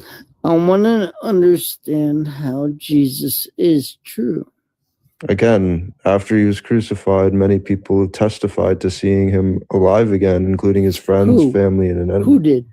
The Who did? disciples of Jesus, his inner circle of students, all of them. He had 12, apparently. Let's just say he had 12 for the record. 12 disciples. They all said that they saw him risen. That's not true. Why is that not true? Why are you falsifying the Bible? Why am I falsifying the Bible? Yes, sir. What? How is he falsifying the Bible? Give me scripture of everybody that saw the death of Jesus. The crucifixion of Jesus, they were probably scared and away from the scene. They were probably in hiding. The people who saw his resurrection after he was crucified, they saw him why risen. Are you lying? Why are you lying? Lying about what? Sir, it doesn't. There's no reason to lie. Lying about what? It's about reading the Bible. What am I lying about? You're lying about who saw Jesus Christ. No, I'm not. Crucified. No, I'm not. I said these people saw Jesus risen. The disciples, James and Paul. That's what the scripture says. Well, let's go through who saw Jesus. Paul. Why do you keep on calling him Saul? We have no evidence he was originally called Saul. Is it Mary? Is it Mary and the other Mary? Is it the 500? You're not answering the Mary and the other Mary are, question. okay, again, I have to repeat myself so many times. Obviously, you obviously don't know. You don't know how to track a conversation. So I have to repeat myself. Hold on, guys. I have to repeat myself. The Bible. Hold on. You have no clue what you're talking about, Junior. Are you intoxicated? Well, hold on. Dan. That really sounds like a PR. Wait, guys. Not gonna lie to you. Guys, time out. Dan, are you Christian? No, I'm not an atheist. No, I'm not. I'm an atheist. I just wanted to sort of you can drop me down if you want. Oh no, you're good. You can stay. Yeah, I guess I'm looking. Amy, are you a Christian? Hold on. I'm a prison minister, so I kind of cover all the different religions because, as a prison chaplain, you have to be open to multiple, but as an individual, I am definitely a follower of Christ, for sure. Okay. Were you coming up to answer the topic on the screen? Yes, and I'm beginning to realize that a lot of people have been so misinformed through different ministers and different teachings that I believe in Jesus because of what he's done for me. What others believe is up to them. Okay, but I've got evidence, so I'm not worried about what I believe because I've seen it in action. I'm alive because of Jesus. So I don't know what else to say. I owe my life to my God. And so I don't know. That's what I believe. It's not that kind of discussion, man, respectfully. Yeah, we need. I'm just trying to, I guess, hear reasons for why I should believe or trust in the Christian God. Like this is not televangelism, man. Like no one cares about your personal testimony. That doesn't mean anything to us. No. The question is, why should I believe or trust in the Christian God? Because He saved my life. But can you use some context clues and maybe common sense to see that this is not that kind of discussion? Obviously, I just got here, so give me a break. I'll figure it out. Obviously, it means something to you personally, but like, what conversation can be drawn from that? That people should study. Your conversation and get educated, but your reason and then they'll have more information. Your reason has nothing to do with studying or education, though. You're saying you're alive because of Jesus Christ. What does that have to do with studying? That I learned to appreciate who He was through my studies. Such as? Studies in all different religions, trying to figure out why people believe in other gods besides Jesus. Why do you believe in Jesus outside of your testimony? Also, do you have like an inside voice setting that you can use? Oh, sorry. Yeah, I'll have to practice that. I get a little elevated at times on this subject. Sorry. It's just really personal to me. You're right. But as far as the group conversation goes, I think I want to listen a little more so that I'm not so ignorant on what y'all are talking about. All right. Yeah, no problem. Yeah. Herb, do you want to run duos, low key? Oh shit. Okay, yeah. Give me like 10 minutes to hop on. Okay. PRK, did you want to keep talking to Junior? I don't know, man. I think the guy is out of it right now, but I mean, if he wants to, we can. I know Dan is an atheist if you want to ask any questions, but yeah. I kind of want to hear Dan, to be honest with you. He sounds like, Junior sounds a little bit out of it. I don't know. I kind of want to figure out why Dan's an atheist and all of that. Want to hear his story. I mean, why am I an atheist? Yeah. Because, I mean, why don't I believe in mermaids? There's no reason. I'm an atheist because there's absolutely no reason to believe in God as far as I'm concerned. God has never been demonstrated. We never observed anything. I don't feel the need to shoehorn, even if we don't know anything about like the origin of the universe or the meaning of life or all that shit. I don't feel the need to shove some supernatural nonsense in there as a placeholder. I'm fine with saying I don't know. Like, we don't have all the answers. We don't have to make stuff up. So you're agnostic? I'm an atheist. But you just said you're fine with saying like, sir, I don't. Can wait. we give appreciation to Amy for not acknowledging that she doesn't know? I think that was a brilliant thing on her part. Amy? Dude, yeah, Junior is so out of it right now. Amy said she does know. She said she knows Jesus is real. Yeah, she said she's a Christian. I don't know where you got this from. Well, I got the fact that she doesn't understand, and thank you, Coco. Slow the conversation down. Yeah, that dude. So, I mean, yeah, I'm an atheist because I say that I do not believe a God exists. If I'm presented with evidence, I would obviously believe it, but like would I ever worship the Christian God? No, the Christian God is morally abhorrent. So when you do say things like I don't believe God exists, right? That does open the door for then someone to ask, what is your justification for that? And a lack of evidence, is that your only justification, that you don't see enough evidence? Well, first of all, I don't have to justify a lack of belief in anything. That's not that. No, but you said I don't believe. That's different than saying you lack a belief, right? What's the difference? A lack of belief is just saying that you don't have enough evidence, but to say that I don't believe in it. I don't have enough evidence, therefore I do not. Therefore, at this time, I do not believe. Okay, if you want to say it like that, right? Sure. I mean, me personally, as someone who believes in God, it's not like I have a bunch of evidence either. I would say, I came to this because of very few, like, I came to the belief in God because of the contingency argument, fine tuning, and then the resurrection. Those are the reasons I came to God. I think that there is a personal being Are your parents behind Christian? it. No. No one. You didn't grow up around any Christians? No. I mean, I'm in America, so obviously there are Christians around me, but my family isn't. No. Your family is atheist. Your parents they're agnostic, yeah, or atheist. Yeah, I don't think my dad believes in God. That'd be very rare.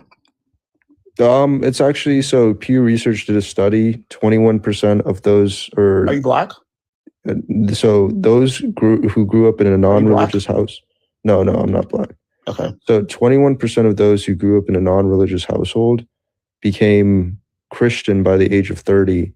Many people become even Muslim too. They even talked about that in their study. What country is this research based on? It's in the USA. What percentage of people become Christian by the time? About 20% that are from a non-religious household. What year is this from? The last time I looked at the study was a few months ago. If I had to guess, the year it was from was probably the late 2010s. No, what you don't know, so you don't know when the study's from. No, but I can find it. You can just search it up too. But yeah, I'd have to find it. But yeah, it is the case. I mean, unless you think I'm just lying to you, which I'm not. No, I don't think you're lying. I did look at this Pew Research study. It did say about 20% of non-religious. I mean, I could Google it and see what comes up, and yeah, I could try to find it. But that's what it said. No, I mean that doesn't sound unbelievable. I'm just curious. Yeah, because like the Christianity is also dying. Well, yeah, in America and Europe and perhaps like Nordic countries, but in the Eastern world, it's not. It's people are having kids and those kids become Christian and all of that stuff. So I mean, Christianity, believe it or not, is still growing worldwide by number. It's not. It is. It's just decreasing in number in the U.S. and so I can show you this. Give me a second. And like it's not just Christianity, right? I mean, religion itself is. Even if you look at Islam, like Islam is technically growing in numbers, but it's growing in numbers by birth, right? It's not growing in numbers by people are not converting to Islam in adulthood largely. Like religion itself is on a trend downwards because as we learn more information about the world, religion becomes less and less necessary and tenable. It's sort of like if you think of the fact that they used to think that thunder was caused by Thor, the god of lightning, but then science provided the answers. Like as science continues to provide more and more answers about the world, religion's going to seem less and less necessary because there's never been. There's never been anything that we didn't know about, and the answer was, oh, it's religion. Like that's never happened. Well, there's ebbs and flows to this, right? There are, Christianity is, 33% of the world population. 2,000 years ago when it was starting, or even 1,500 years ago, it was probably around 15-20% of the world population. It has grown since then. For the last few hundred years, it's remained pretty consistent around 33%. And I did search it up, and the Google search did say it is growing worldwide, and it gave some sources for it. But you got that. It is the largest it's ever been.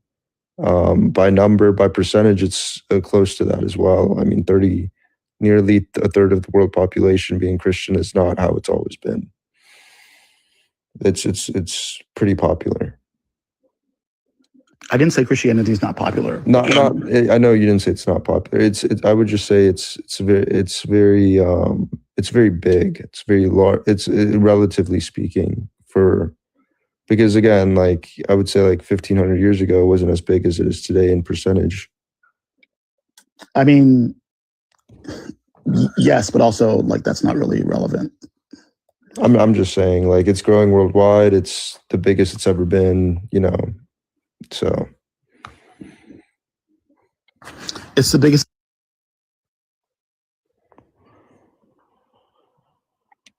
I think you muted yourself. It's the biggest it's ever been. Yeah, it's the biggest it's ever been. Like I said, you know, the 33% of the world population, it's kind of, that's the peak of Christianity. And it's not been more than that ever really. And it's around that right now. So even in percentage, it's around the biggest it's ever been. Yeah. Okay. So, I mean, okay. You were talking about the gospel. You're talking about the gospel before, or why you believe Jesus resurrected. Yeah, I don't hold much credence in the Gospels. I think that the Gospels have a lot of embellishments in them, probably a lot of false information. I mean, a good example of this is the saints walking out of the grave, right, in Matthew. And obviously there's striking inconsistencies between Paul and John, in my view. Well, why are you lending credence to Paul? Yeah, so that's a good. So the reason I do is because I think the evidence suggests that he did know the brother of Jesus Christ, that he did feel as if he had an experience with Jesus risen, that he did know the disciples of Jesus, like Peter, one of his closest disciples, and presumably others as well. So when he says things like Jesus appeared to these people, he would not be mistaken about those things. So unless he's making it up out of whole cloth. No. Like I'm going to stop you when you say something that's because you're saying Sure. You're saying when he says something, he's not going to be wrong. Why? Like I never said I said mistaken, right? Well, sure. Mistaken. Why? How do you figure that he's not going to be mistaken? Because he knows them personally. So when he says Jesus appeared to them, right? Unless he would know that they would have claimed that Jesus appeared to them since he knows them personally, right? Unless he's making it up. I mean, he also claimed to have an experience with like a specter on the road to Damascus that he claims was the risen Jesus. Like, was that? Yeah, so that's in the book of B.A.A.S.H where it like describes it more as a visionary thing. But yeah, he himself in his own letters does say that Jesus appeared to him. He says he got revelations from Christ. He says he went up to heaven and spoke with Jesus, and he did not know whether that experience was in or out of his body. So he talks a lot about this type of stuff, these experiences he has with Jesus. That seems pretty flimsy to me. Well, he had a major life transformation, right? He went from persecuting the church of God, is what he calls it, the early church, Christian church. He tries to destroy it. Really quick, guys. Really, let's see. Let me see your full name. Weezy, you want to say something? I don't have to interrupt, fam. You can let them finish, and then I can speak. It's fine. Thank you for I guess I'll head towards this, which is one of the claims that Paul makes is that 500 people witnessed the resurrection of Jesus. Right? Mm-hmm. Is that something you hold? Well, yeah. I mean, I hold that as a Christian. Given that, okay, that's fine. Given that, why did no one write about it? Why are there no eyewitness accounts at all of Jesus from when he's alive? Yeah. So, I mean, are you questioning now whether Jesus was a real person by chance? Just clarifying. I mean, I'll accept that he was, but I'm saying, let's say that I'm saying specifically about the resurrection. You're saying 500 people. You're saying 500. This would be after his death. Yeah. You're saying 500 people witnessed it, right? Well, in my paradigm, yes, but I'm not going to use that for my argument because that cannot be substantiated. But if you're taking historians are agnostic on it. My point is with all these claims, why did no one write about the resurrection? Like, why are there no eyewitness accounts of it from anyone who was alive during Jesus' time? Well, the people that saw the resurrected Christ were highly illiterate, right? And they would have someone write on their behalf about these events that occurred. Now, Paul would be highly educated in Greek, right? But Peter and James and these other people presumably were not educated in Greek. In fact, the literacy rate was somebody could read and write at that level is, very, very little. So it's not surprising at all that we don't have those accounts from the people that Jesus appeared to, and that we have Paul writing on their behalf in his letter to the Corinthian church, for example. Okay, I understand that, but also, if that's the case, like there's 500 people, right? The literacy rate around that time was estimated around like 1 to 3%. Okay, yeah, which is low, but like still, if you have a sample size of 500 people, how likely is it that none of them were literate? Well, they could have been on marginalized, low-income people. There's so many factors to consider there. Up to 500, what's 1% of that? That would be 5 people. Now, if we're talking about 5 people as potential writers, well, then they'd have to find a scribe to write this down. They also. I'm sorry. Can I ask you a question? How long later, after Jesus, unalived, did Paul write about 20 Jesus? Years. Was it 20? I thought it was like more than 50. No, so Paul's writing Paul's writing in 50 AD, but Jesus was crucified. Legit, every single person that ever wrote about Jesus. I'm not even trying to suggest. I just saw a host prompt, right?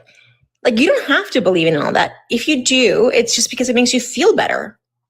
This has nothing to do with just laying out things, right? You came up here pretty hot. You just said, "Oh, I am hot." Oh, okay. But okay. According to Google, it's 20 to 30 years. How many years is it? Like 30 years. Thank you, Dan. It's about 20 years. Do you remember what you ate last night? Paul knows. Again, if you were following the conversation, no. But like to her point. Like, just stop for a second. 20 to 30 years may not seem like a long time, but like 20 to 30 years it's a while. Like, it's a long time. Like, I don't remember. Like, I'm almost 40. I don't remember. I don't necessarily remember. Like, I couldn't tell you things about, like, in fact, yeah, like I'm almost 40. So my cousin died when I was 10, and I can't tell you specific things about that necessarily. But you remember certain. No, but here's the thing, right? Paul has his own experience. Paul knows the brother of Jesus Christ. Paul knows. How do you know? Did you meet Paul? Historians widely agree on. Historians widely agree that Paul. Historians don't agree that Paul exists. Yes, they do. The vast majority of historians agree that Paul does exist. They don't even agree that Jesus existed, bro. In fact, Dan, when you make that, no, that's not true either. 99%. I'm like destroying your worldview, huh? No, you're not, because both what you guys just said was wrong. So, Coco, can you back me up on this? Do historians believe that Paul existed? Do historians even believe Jesus existed? Well, hold on. So, like, the majority view is going to be like that Paul and Jesus existed. Like, mythicism is kind of like a minority view for now. Not a kind of a minority view. It's a fringe minority view. Barely anybody holds to this. In fact, Dan, do you know 3 scholars that think that Paul didn't exist? Religion exhausts me. As a woman, religion exhausts me. Coco, I'm trying to have a conversation with Dan. So, Dan, do you know 3 scholars that think that Paul did not exist? Yeah, there's a writer on here named Jaron who wrote a book called Christ Before Jesus. Yeah, that's I know Jaron. He's not a scholar. By scholar, I mean someone who holds a PhD. Do you know 3 people who hold a PhD? How would a PhD exist during the time of Paul when we didn't even know? I'm talking about modern day scholars. Okay. Yeah. So what are you talking about? Modern day scholars, right? How do you equate that? Can you even name me one that thinks of a modern day? No. I'll concede. Let's set that aside for a moment. But like, the fact of the matter is there is no archaeological evidence for Jesus or Paul. And I get that Jaron comes on this app. He doesn't want to admit this, bro. Dan, he doesn't want to admit this. This is like ruining his whole worldview. First and foremost, there's not archaeological evidence for like 99% of people from that time, and Jesus wouldn't leave the bag around an archaeological So why would we trace. give that to Jesus? Breeza, please let me talk. Coco, she's not letting me talk. She's not letting me talk. Yeah, we gotta let him talk. Oh, thank you. So Paul. So I'll tell you this, Dan. So there's about 15,000 New Testament scholars in the world. There's only 2 that argue that Paul, that are living today, that are living alive today. Blah blah blah blah blah. There's only 2 that argue that Paul did not exist. Okay, I just told you. I grant you that. Okay. I grant you that they both existed. But like my point, like back to her original question, which is that why does Paul writing that he met these people? Why does that, like, where does this veracity come? Where does Paul's veracity come from? Like, where does your confidence in his veracity come Yeah, so I'm confident he met these people not just because he wrote it, but because he documents disputes he has with these people, like Peter. He documents, fights he has with him. And then you got later books the Book of Acts. Stop. Why does documenting fights you had with someone? Well, I'm not done yet. So No, please stop. Why does documenting fights you had with someone mean that they existed? I'm about to explain, right? You're not letting me finish. So the Book of Acts comes later. Do you have an answer for that question? Yes, I do. I'd like it now. I'm about to explain it. I'm about to respond to you. Okay. So the Book of Acts tries to harmonize their dispute. They try to make them look like they're friends when they're actually not in reality. And the reason they try to reconcile that dispute is because it's not a good look for someone who is fighting with a member of the early church community. That's not a good look. Then Paul would have no motivation to make that up out of whole cloth, that detail that he had a fight with Peter. Wait a minute. Given the fact that later authors try to reconcile. No. Stop for a second. What you're saying is that we have two different accounts, and that lends credence to Paul's account. Why? I didn't say that, and I don't think you're tracking my point. With all due respect, I am tracking your point. You're saying that you're saying that they tried to minimize the conflict in Acts of the Apostles, right? Yes. So that would be a different account of that would therefore be a different account of what Paul wrote. That's not my argument. So my argument isn't that we have two different accounts. My argument is that the Acts of the Apostles. And what are you basing it on? That Paul has no motivation to lie. Yeah. So this is the whole point. The Acts of the Apostles tries to apologize for this dispute that Paul and Peter have, because it would be a very embarrassing thing for Paul to admit that he had a dispute with one of the disciples of Jesus, unless that actually happened. And we know that Paul wrote this letter and writes about these disputes in his letters. So this is one reason to motivate the view that Paul indeed did meet with Peter and had disputes with him, because later authors try to apologize for those disputes in the Book of Acts. That's not evidence of anything. That is evidence. This is how historical evidence is conducted. This is a reason that historians take very seriously. And I don't see any refutation you've given to this point. Do you think it's more likely that someone would invent a detail that would just hurt his reputation? I think that when you're talking about later authors to come in and try to apologize for that, and then make up a story about how they're friends when they're not. I think that in reality, I think that when you're talking about the early formation of a church, and given the fact that churches are largely about power and labor and control, that there are tons of motivations to have this. Like you don't know that he was. First of all, when Acts of the Apostles wouldn't have existed, right? When Paul was writing his account. Yeah, that's the whole point. So he doesn't know. So he doesn't. He wouldn't have known that there would have been this other account. Yeah, that's not the point. So the point is that this later account, which Paul does not know about, I agree, tries to apologize for the fact that Paul and Peter and James had disputes. And the reason they would try to apologize for that is because it's very embarrassing for Paul to admit that he had a dispute with Peter. It's very embarrassing for the church for this to be the case, that Paul and Peter, one of the disciples of Jesus, were fighting with each other. What was their dispute? Their dispute was over the Mosaic law, whether or not to follow the law of Moses, and circumcision and things like this. I have a question. Go for it. Are we using the Bible to prove biblical history? Because that's circular reasoning. That part. How is that circular? How is it circular? Yeah, the Bible isn't just one book. You can't use the thing to claim the thing. That's like me saying that Harry Potter is real because Harry Potter said so. Look at these documents that Harry Potter left or Harry Potter wrote in Harry Potter. It's circular. You end up right back at the starting point. So do you think the mere fact that documents are in the Bible make the documents less credible or just inadmissible for evidence because they're in the Bible? It's not the documents. It's not the documents being in the Bible. It's the absence of any documentation outside the Bible for any of this. What documentation are you looking for specifically outside of the Bible for these things? Because Josephus, for example, mentions James, the brother of Christ. You have other documents in the first century that mention Peter and Paul and how they were executed. When did Josephus write? He's writing about 85, 90 AD. Those It are could not be as eyewitness late as accounts, 9480, something like that. Okay, but the fact of the matter is, like, we're absent a lot of we're absent any eyewitness accounts, actually. Right. Those Josephus is not an eyewitness account of those things. Well, he would Simply be a contemporary mentioning to Jesus's brother James. He would be a contemporary to him. And Being a Paul would actually be a contemporary contemporary to means nothing Jesus, but he didn't meet with if there's the no eyewitness account. That's like me saying, since I lived during the time of X, Y, and Z, I'm going to mention them, and there's proof of their existence. Yeah, I agree that maybe we don't have eyewitness accounts. I totally agree with that. But this is the ancient world. Josephus wrote about Jesus, and he wrote about all this 60 years after Jesus' death. Yeah, but he writes about that's not contemporary. No. He writes about James, the brother of Jesus, and he would be a contemporary to James. When would James have been born? James would have been born, I would like to say, around the same time as Jesus. We don't know exactly when. But again, writing about something and mentioning something isn't an eyewitness account, and it's not evidence of such. Josephus was born in 37 AD.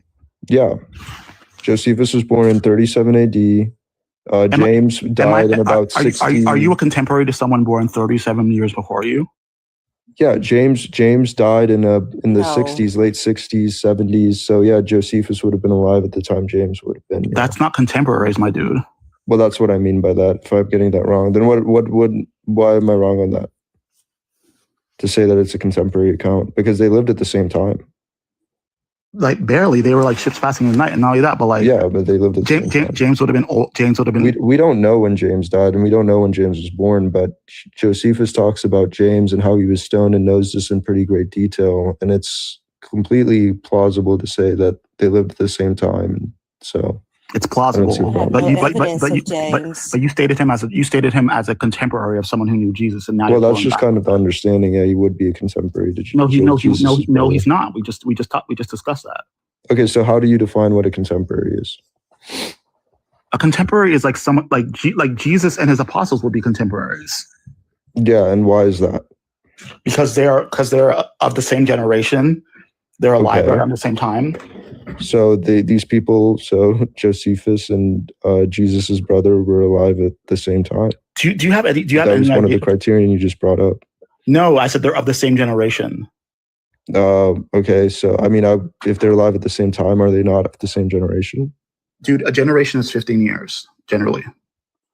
Okay, but are they still not? If they're alive at the same time, are they not a part of the same generation?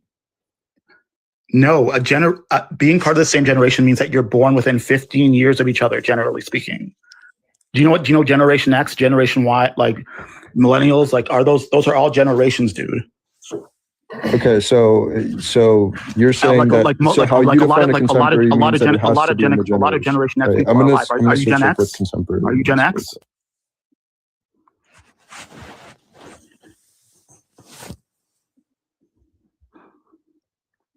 We've officially gotten to the part where we're now going to play around with what words mean.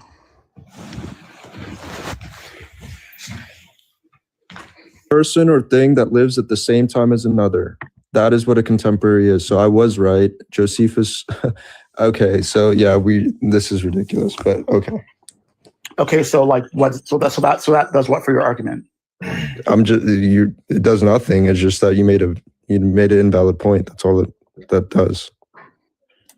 Even if we grant that a contemporary is someone who lived during the same time span, it doesn't negate the fact that Josephus is not an eyewitness to James, Jesus, nor any of the disciples. So Josephus, yeah, that's fine. You can say that. It doesn't matter whether or not we have eyewitnesses. This is the ancient world. We have a letter from someone who knew the brother of Christ. I think that's pretty good. How do you know he knew the brother of Christ? We just discussed that. We literally just discussed that with the book of Acts, the Acts of the Apostles, how James and Peter and how they had disputes.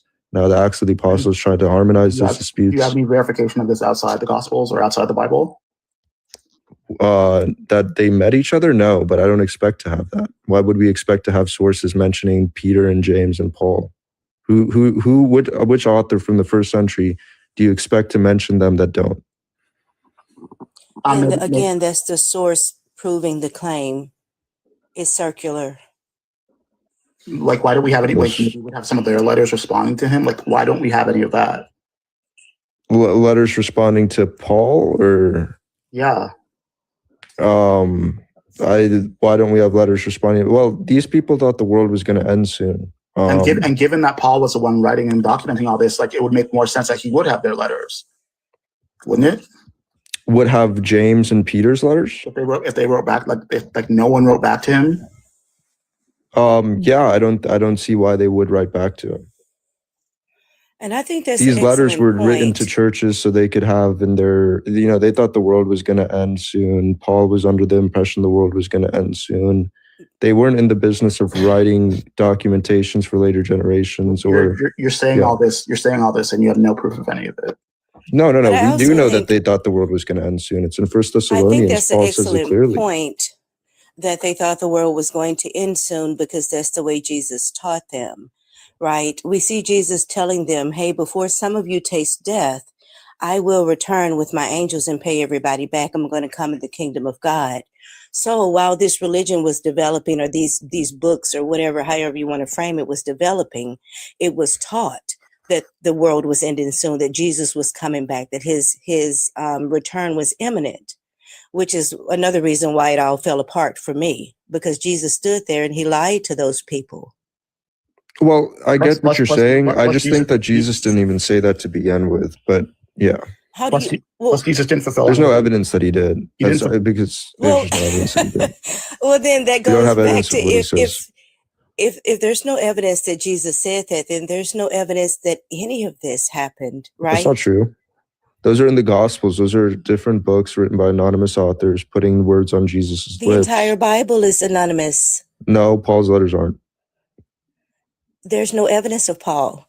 Oh my goodness. We just went over there's only 2 Right, out of 15. but you're saying that we can't take the Gospels because Jesus may or may didn't say these things, but then you turn around and then saying, even though we don't have evidence of Paul, we can take his letters as proof.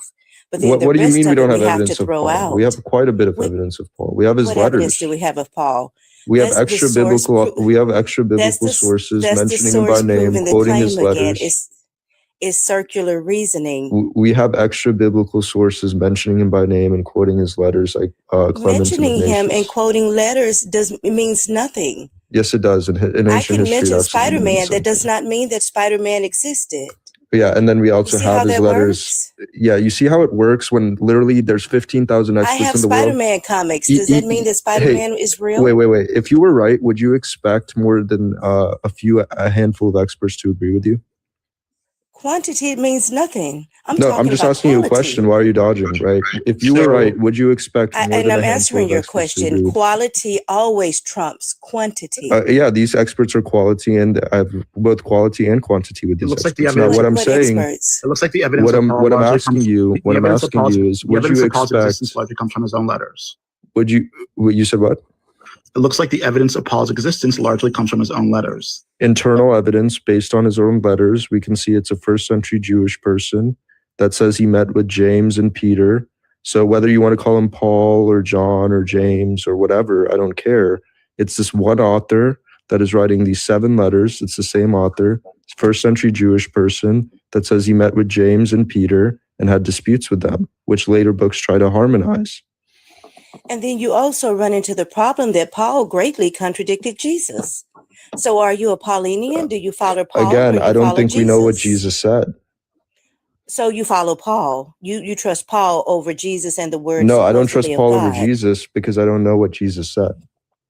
So then how do you trust Jesus at all if you don't know what he said is true? I trust in his resurrection based on what Paul is saying. So then you follow Paul. I trust what Paul is saying. I don't follow Paul for my salvation. No, I follow Jesus for my salvation. But you call yourself a Christian? I call myself a resurrection believer at this point in time. You identified yourself as a Christian when you came up on the panel. I was here. Sure, yeah. I like to call myself a resurrection believer more so than a Christian, but sure, I can. You called yourself a Christian when you came up on the panel. Okay, fine. I like to identify myself more so with the resurrection believer. But you didn't like. But you didn't like to do it a couple of minutes ago when you came up on the panel. I said more so. So at times, maybe I do say I'm a Christian, but more often than not, I would like to identify myself as a resurrection believer. So let me ask you this. What is the point of a resurrection if you don't believe that Jesus is actually the Son of God, that he came to save you from your sins and all of that? If you can't believe any of the Gospels, what weight does his resurrection hold and why? Again, I use Paul as my primary evidence, and the resurrection holds significant weight because somebody rose from the dead. According to someone who never met that person or witnessed it. According to someone who, according to him, saw him risen from the dead Which speaks to another reason Peter. why this is not believable. It's the fact that it includes a resurrection. People don't typically rise from the dead. Do you know what the popular opinion of scholars is that are not Christian regarding this? Like why these people claimed to have seen Jesus risen? You're not about to claim that the popular consensus is that the resurrection happened, are you? No, of course not. Okay. What I'm about to claim is that a popular view in scholarship is that these people were hallucinating or dreaming, right? I can name you many scholars, some of the foremost experts in the world that are not Christian, like Jared Ludemann, Paula Fredrickson, Larry Hurtado, etc., Geza Vermesh, and then there's Bart Ehrman, which I'm sure you've heard of. So like these people are foremost experts in the world on the subject. They think that these people were hallucinating or dreaming, okay? Because they are convinced that these people believed. You're saying these people, we don't have accounts from any of those people, so we don't even know if there's people to be speaking of. Again, if Paul knows these people personally, which I think the evidence suggests, his letters that he wrote said all this. There's no proof of that. Okay, you can keep on saying that. There's nothing to verify any of his claims. Okay, fine. But if unless Paul is making up everything up out of whole cloth, then yeah, we have a case here. So if you want to operate under that assumption, you're more than powerful the Roman Catholic Church is. Why wouldn't he make it up? Why wouldn't he make up that? Like, why would he make up his experience with the risen Christ? That doesn't make sense. He gets mocked for it. He gets imprisoned for it. He gets persecuted for it. He gets unalived for it. Do you know who Jim Jones is? Jimmy Jones? Jim Jones? No, Jim Jones, Jonestown. Yeah. Was he telling the truth? He wasn't. He was unalive for his beliefs. All of his followers unalived themselves for their beliefs. Do you think that he actually believed in what he was saying? He unalived for it. Do you think he believed in what he was saying? I'm just asking you a question. Do you think Paul believed what he was saying? Yes. So why? Do you think because of those reasons? Now, do you think Jim Jones? No. I'm drawing. What reasons? So did Jim Jones believe in what he was doing? Maybe not. Does it make it true? Do people who willingly get persecuted and mocked for some wild out there belief, are they sincere in that, or are we going to infer that they're just lying about it? I mean, if they're trying to convince other people, maybe they are lying. So you don't think that they could have a visceral experience, like Paul could have had a visceral experience, and due to that experience, that's the motivation for why he wants to convince others, because he truly believes in that? Or it could all be made up.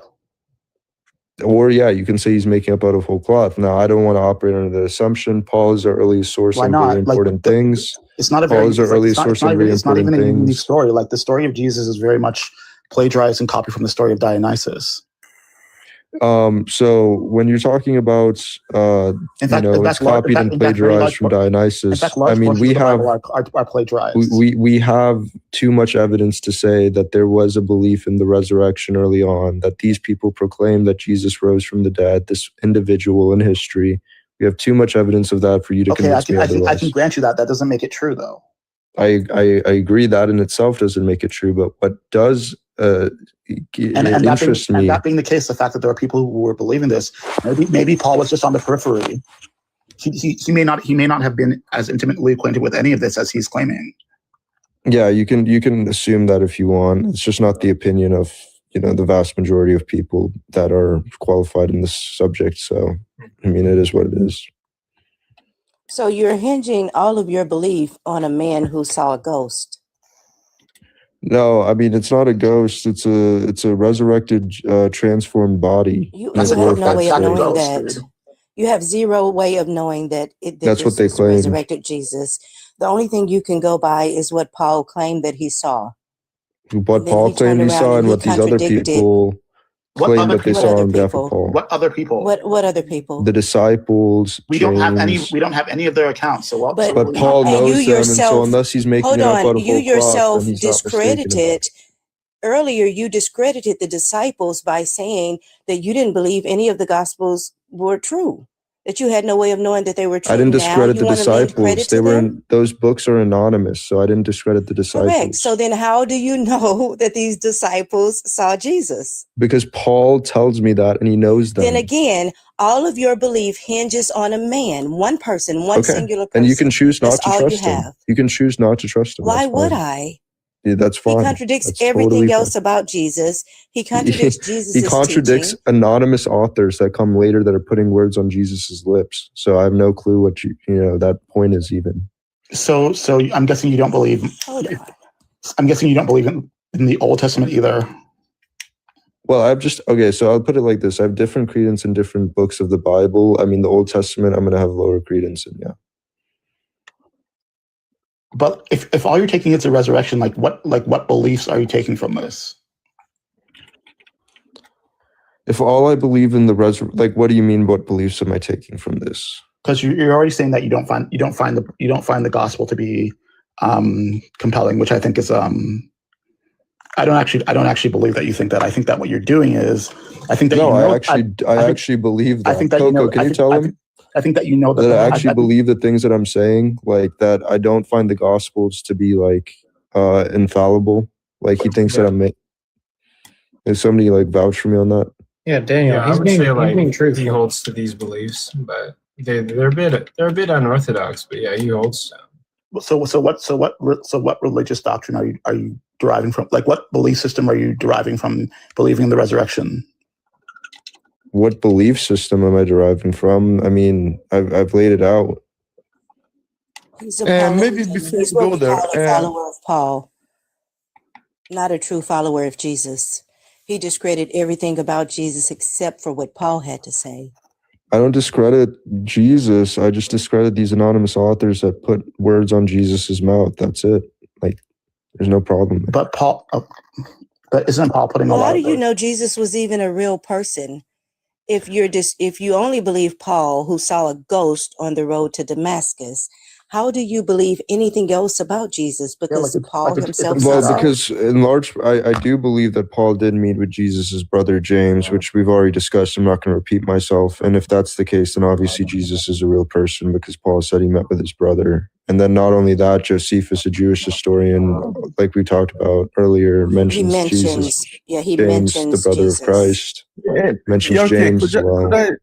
Could I raise some critique? I mean, maybe you can like tell me if I'm wrong on this, but I don't think that witness testimony, especially like historical ones, are a good source. Because do you know about this sect on TikTok? They call the Ahmadi Religion of Peace and Light. They have this man who claims to be basically like God, whatever, and all of his followers, they say that he has made a lot of miracles, and they give testimonies to that. They say, for example, he raised people from the dead, even. He has thousands of followers around the world. No one is claiming. No one is claiming that eyewitness testimony by itself. It's okay. Stop. No, can I finish? No, you may not. Can I finish, please? No one's claiming that. But I'm saying we don't have anything else. We don't have anything else. Yeah, but can I finish? So these people, they're actually persecuted around the world, like in Algeria, in Africa, in the Middle East. So they have followers everywhere around the world, and they're actually being persecuted for their beliefs, and they're willing to like die for their beliefs. So if we know about this, you can actually interact with them on TikTok. They go live every day. So I mean, if witness testimony is a good source of belief, then we should believe these people also. We didn't right? say it's at least a starting point. I think you have to take these at a case-by-case basis and put yourself in the shoes of a first-century Jewish person, like what historians try to do. And if you, okay, I was about to say. So, if you put yourself in the shoes of a first-century Jewish person, you'll figure out that, there's different things. Like, first and foremost, if they had a hallucination, would they take that as evidence of a resurrection? Well, I'm skeptical on that. Most people who have hallucinations don't realize it's a hallucination. No, I understand that. They thought it was real, but even if they thought it was real, would they take that as evidence of a resurrection? Why wouldn't they if they thought it was real?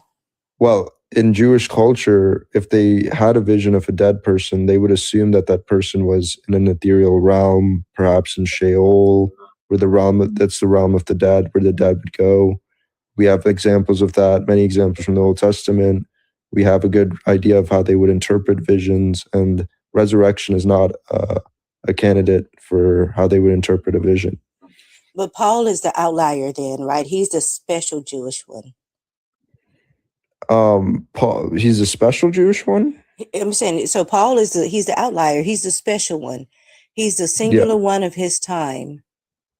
Yeah, that interpreted a vision as a resurrection. They were Hebrew.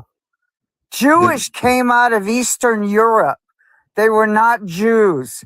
I'm Jewish. They were Hebrews. There's a difference. They followed Judaism. Jesus was a Second Temple Jewish person. Yeah, right. Jesus was Jewish. I don't know what she's talking about, but yeah, like you can say that Paul maybe invented something completely new, and he said he's like one of the first people to interpret a vision as a resurrection of an individual. You keep saying like maybe like he invented it from whole cloth, or maybe he invented something new. Why is that less believable than this man he never met rising from the dead and him getting it correct in his letters? I'm making it up out of wait, really quick. Wait, PRK, you used to say that like if people had like a dream or like a vision, they would interpret it as something else other than like God actually existing.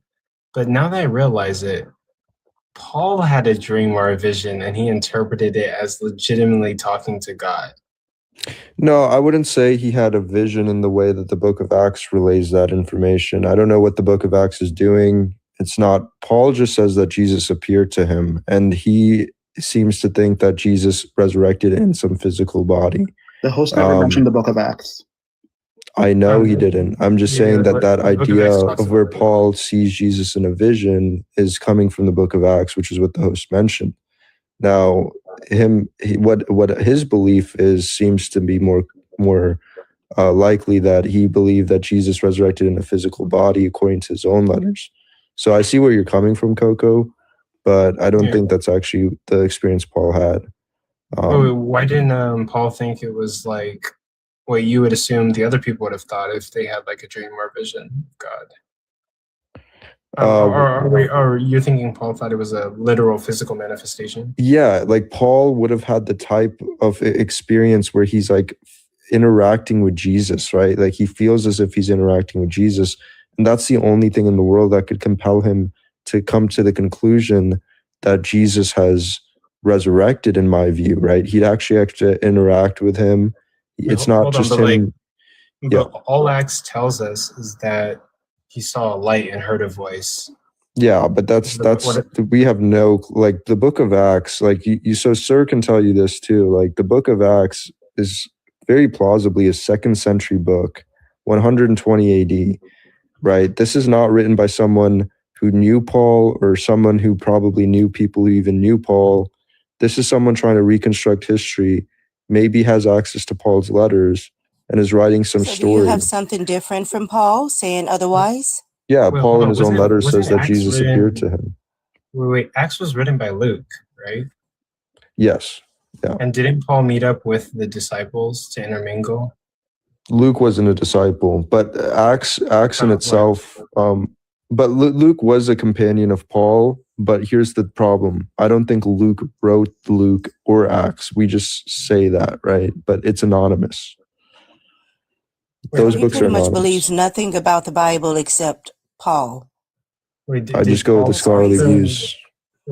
Paul talked to Luke, right? And then Luke wrote Acts, right? Yeah, that's if you go with the traditional Christian understanding of that. But, scholars obviously don't think that Luke wrote that book, that the author of this book was actually a companion of Paul. Many So scholars. you're saying you're saying Luke probably got maybe some of the descriptions wrong in Acts? Yeah, definitely. I mean, he's just trying to reconstruct history. He doesn't know actually what's going on. He doesn't know what Paul saw, right? This guy does not know what Paul saw. He's just going based on what Paul says in his letters. And other, And you I don't don't even know if know. Paul wrote those letters. That's the crazy part about it. The Coco is asking why they're he undisputed should letters. believe. No, they're not undisputed. They're basically Coco is undisputed. asking why he should trust and believe in the Christian God, and you said, well, because Paul. Yet you have no proof that Paul actually penned a letter. You Yes, have we do. letters supposed.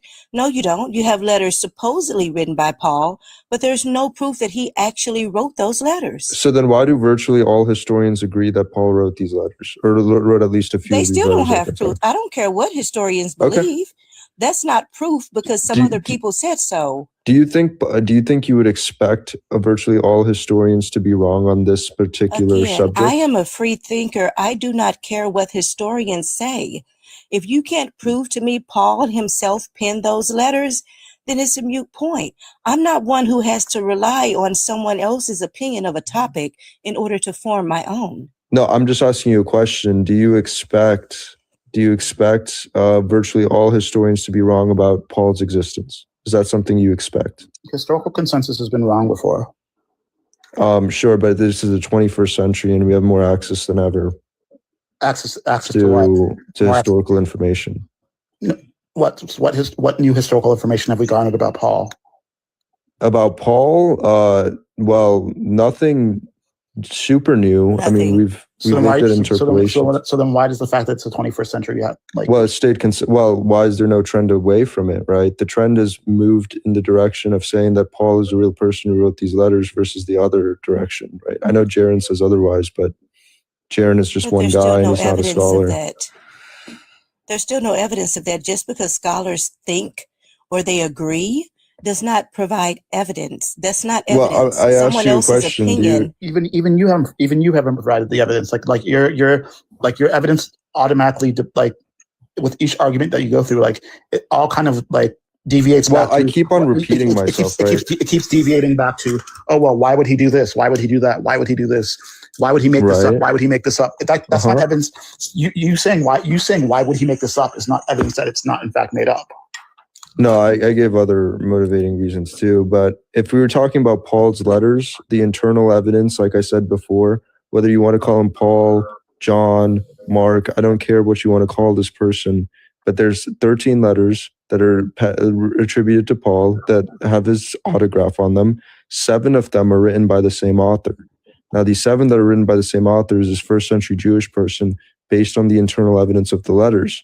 And then this first century Jewish person that writes all these letters says he meets with people of the early church community like Peter and James, and it says that he has disputes with them. So we're talking about one author that says he meets with these people, that is a first century Jewish person, that we also have extra biblical sources of, like from Clement and Ignatius. That's a very quick rundown of it. But you yes. have no evidence of who that first century Jewish person actually was. You're literally using the source to prove the claim. Paul existed because somebody named Paul said so in a letter, or they wrote letters. That's I don't my think you point. understand the point. That's not strong enough for me.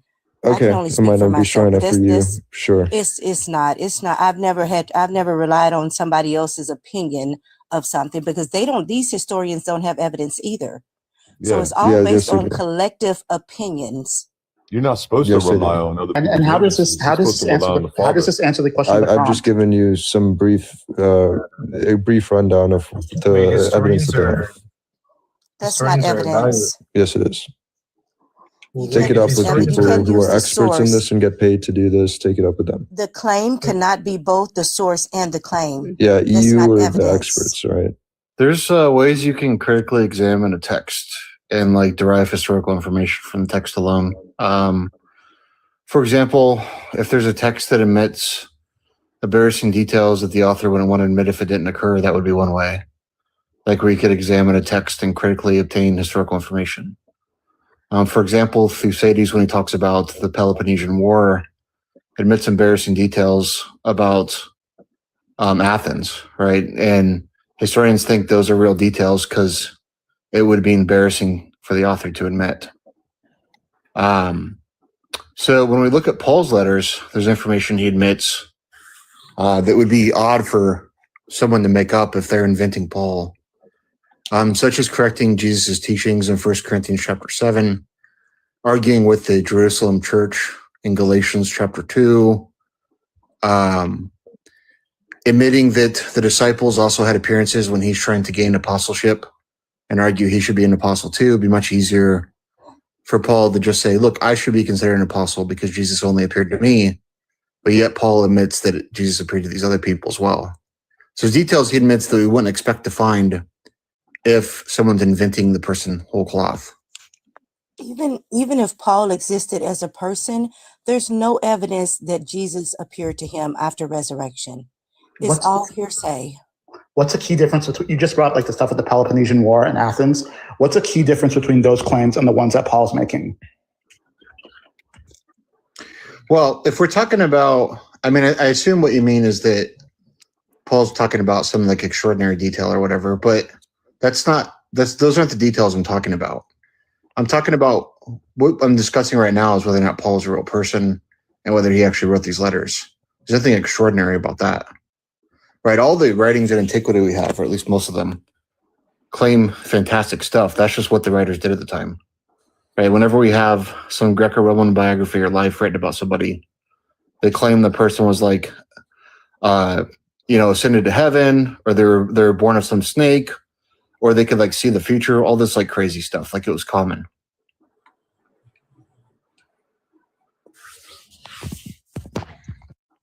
But let us also not forget the main objective of this live is why should we trust or believe in the Christian God?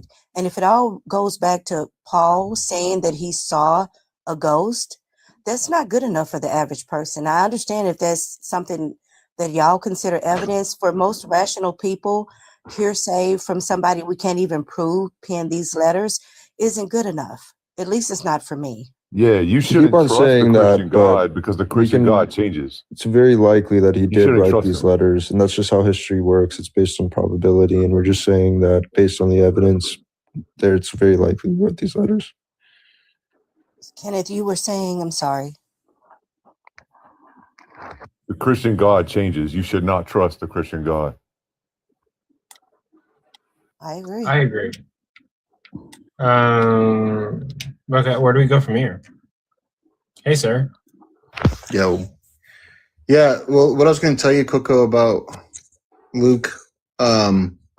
Just church tradition. Yeah, there's these traditional authors of these texts, right? But those people probably didn't write those texts. So like Luke Acts is one of them. Is traditionally, so just distinguish between the traditional author and like who the actual author was. Just like the Gospels, basically. Yeah, the Gospels, 1st and 2nd Peter. Some of Paul's like letters are disputed in that way. Those are traditionally who the authors are, but that's not actually probably who wrote the text. When it comes to Luke Acts, it's internally anonymous. Nobody claims to be the author in the text. Very little of the text is written in first-person perspective outside of the famous we passages in Acts. And the first like claim we get of authorship is going to be late 2nd century. That's by B.A.A.S.H. And there's issues internally with thinking these people wrote these texts as well, but that's kind of the gist of it. That Luke is the traditional author, probably not the person that actually wrote the text. Yeah, well, the Bible is not teaching Christianity in the first place, so we got to get that straight.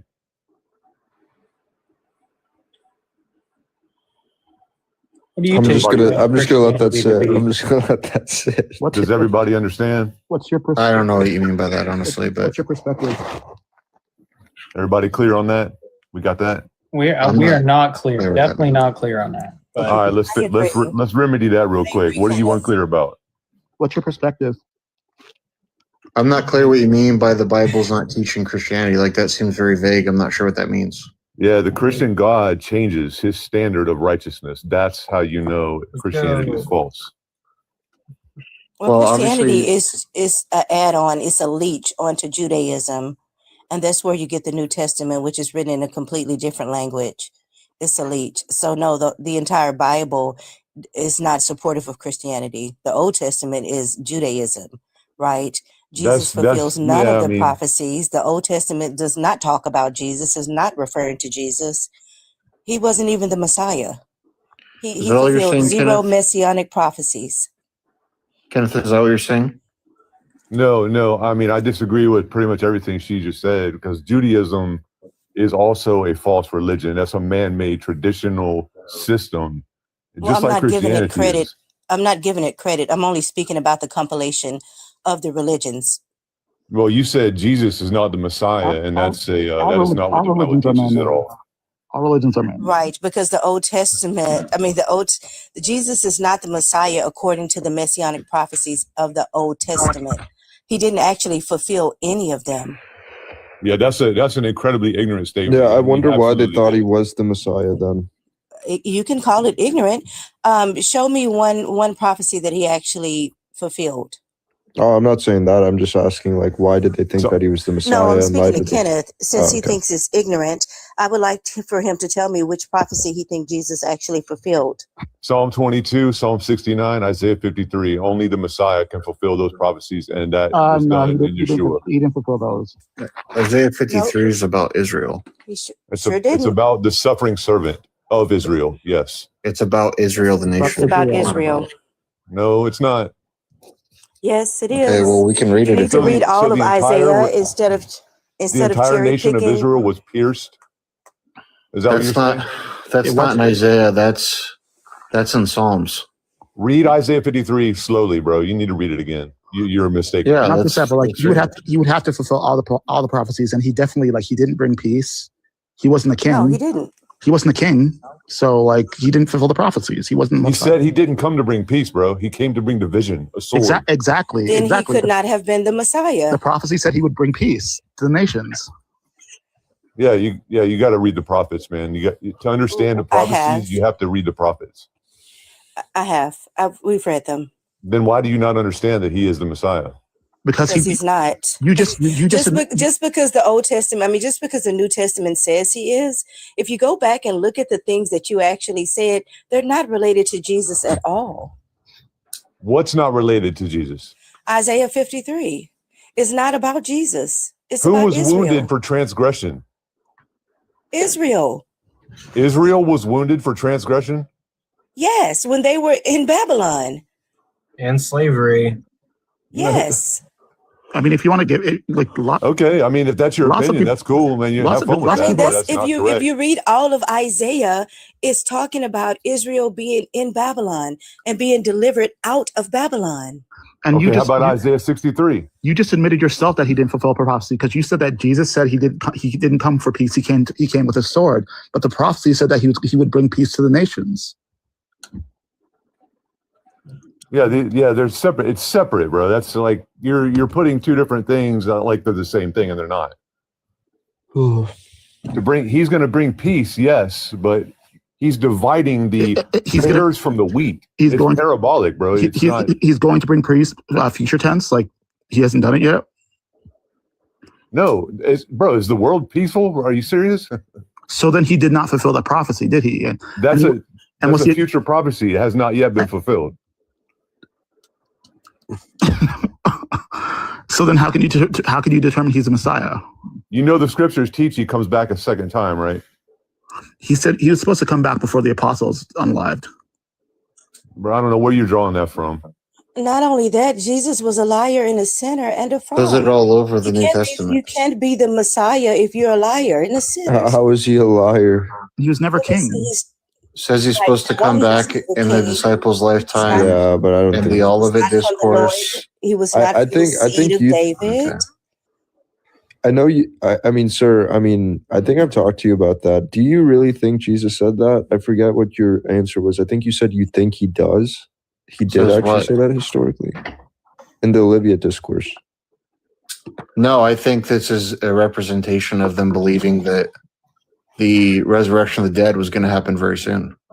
So yeah, Jesus. You don't think Jesus actually said that? No, I don't think obviously, I don't think Jesus actually spoke what's in the Olivet Discourse because the Olivet Discourse relies on events that already happened after the writer's writing them down. Right. But like, yeah, I mean, it's all throughout the New Testament. It's predicted that this apocalypse is going to happen in the lifetime of the disciples, right? I mean, even Paul Jesus says said it. it. I Paul mean, Jesus says himself said it. Paul says Sorry, it in go ahead, sir. First Corinthians 15:51. He says that the resurrection of the dead is going to happen before everyone falls asleep, right? Same thing. And then Jesus, like she pointed out, is predicted all over. Mark 13, I think it's 31 or 30, says that all these things, all this like apocalyptic stuff that he just predicted is going to take place before the generation passes away, like that he's talking to. It's all over in the New Testament. Yeah. I think that's fair. I just don't think that Jesus actually said that. I'm not convinced of that, but yeah. I don't, yeah. I'm just confused. And also, let me clarify. In Isaiah 53, the word there isn't pierced, He was bruised and wounded for our transgressions. right? But It's it talking wasn't about pierced. Israel. No, it's not talking about Israel Israel. being bruised and wounded in Babylon. Correct, sir. Suffering servant is referred to as Israel several times in Isaiah. Okay. And you got Psalm 22 and you got Psalm 69. You change it to pierced to make it seem more like it was discussing Jesus. Psalm 22, the pierced translation comes from the Septuagint. The Masoretic text doesn't say pierced. Regardless, it means he got struck with a sharp object. No, that's not what it says in the Masoretic text. Bruised? That's literally what happened to him. Yes. The reason we see these errors struck with a sharp object? The reason we see these errors in translation is because they couldn't read the Hebrew, so they translated it from the Septuagint. Yeah, once the kind of the Jewish communities became more Greek influenced, that's when they started translating these things into Greek. So a lot of these like mistranslation issues come from them reading Septuagint translations. Correct. That's the same issue that's going on with Matthew, where he thinks that the Messiah was supposed to be born of a virgin when that's not even what the text says. Well, if you guys are And then trying to some- figure out what the book teaches, but you don't understand the beginning of the book, what makes you think you're going to understand anything else? Okay, what are we talking I about now? understand it. I'm not the one that's confused here. Yeah, so Isaiah is not Satan sexually seduced Eve, and everyone's out here thinking that he ate a literal piece of The serpent in the garden is never identified as Satan. No, it's not. You're right, exactly. But the serpent is connected with Satan in the book of Revelation, as well as other scriptures. Deuteronomy 32. His children are called serpents and cobras, vipers. The serpent in Genesis is never identified as Satan. Regardless, the tree of the knowledge of good and evil is this fallen angel himself, and the fruit of that tree was sexual intercourse. Wait, the tree is the fallen angel himself? Yes. Where did you get Trees that? are parabolic for people and angels. Yes. He sounds like. What's going on, bro? Yeah, I'm trying to teach y'all something. Just calm down and stay with me. You're just like making No, up bro. stuff. No. He sounds like the So you mom from get- Carrie. What is the result? What is the result of Genesis 3, right? It's the result is an offspring, two different offspring, two different fathers, two different sons. Can you say got they're a all gonna laugh at murderer, you? And then you got a righteous man. The murderer was from Satan, the righteous man was from Adam. Uh-huh. Yes. And you said that Satan tried to sexually seduce Eve in the garden. He succeeded in sexually seducing Eve, yes. So he fucked a snake? And then after that, Adam had sexual relations, and that was when it's called. Did Adam super fuck a fecundation. snake too, or was it just The Eve? anaconda. Do what now? How many of these people fuck snakes? Was it just Eve, or did Adam get it on with the snake too? Yeah, that's too much Walt Disney, bro. You got to get out of that shit. Because I was told What? Story. What Walt Disney movies are you watching? I'm talking about you. You need to get out. I've that never Walt seen no That's- Disney movie where people are fucking snakes. What the hell are you watching? Yeah, it wasn't a literal snake, dipshit. Oh, okay. What was it? Because it was a literal serpent. It wasn't a snake. So why does Cain have a separate lineage than Adam? Please explain that to me. That was a leap. Maybe it has to do with Genesis not being composed by one author. Or maybe it has to do with the fact that you don't know what you're talking about. Really? Okay. All right. Do you know what the documentary hypothesis is? I don't give a shit. Okay. Damn, he's cooking you, sir. He's Who are the Canaanites? Why are they forbidden to marry into the Canaanites? How should I know? I don't know. What is this? 20 questions? Are we just going to pivot all over the place? Is this about to get racist? Y'all need to learn some truth up in here. That's what I'm trying to do. I'm doing you all a favor. You're not us imparting any knowledge on us, brother. No, you need to shut your mouth, woman, and listen. Whoa. Close your legs, sit in the corner, shut your fucking mouth. What the fuck? Wait, whoa. No misogyny. What in the misogyny is going on? You're still Did that running your make you- mouth. You're still Did that running make your you mouth. feel like a big man? That made you feel real strong and powerful, That's not didn't cool. it? We're not going to do misogyny here. Cut it out. What's going on? Like, Sir has been the one who's like been challenging you, like really, straightforwardly, and you haven't said anything like offensive to him. Very strange. Well, he did call me an idiot, but I mean, not nearly as bad as what he said to Yui.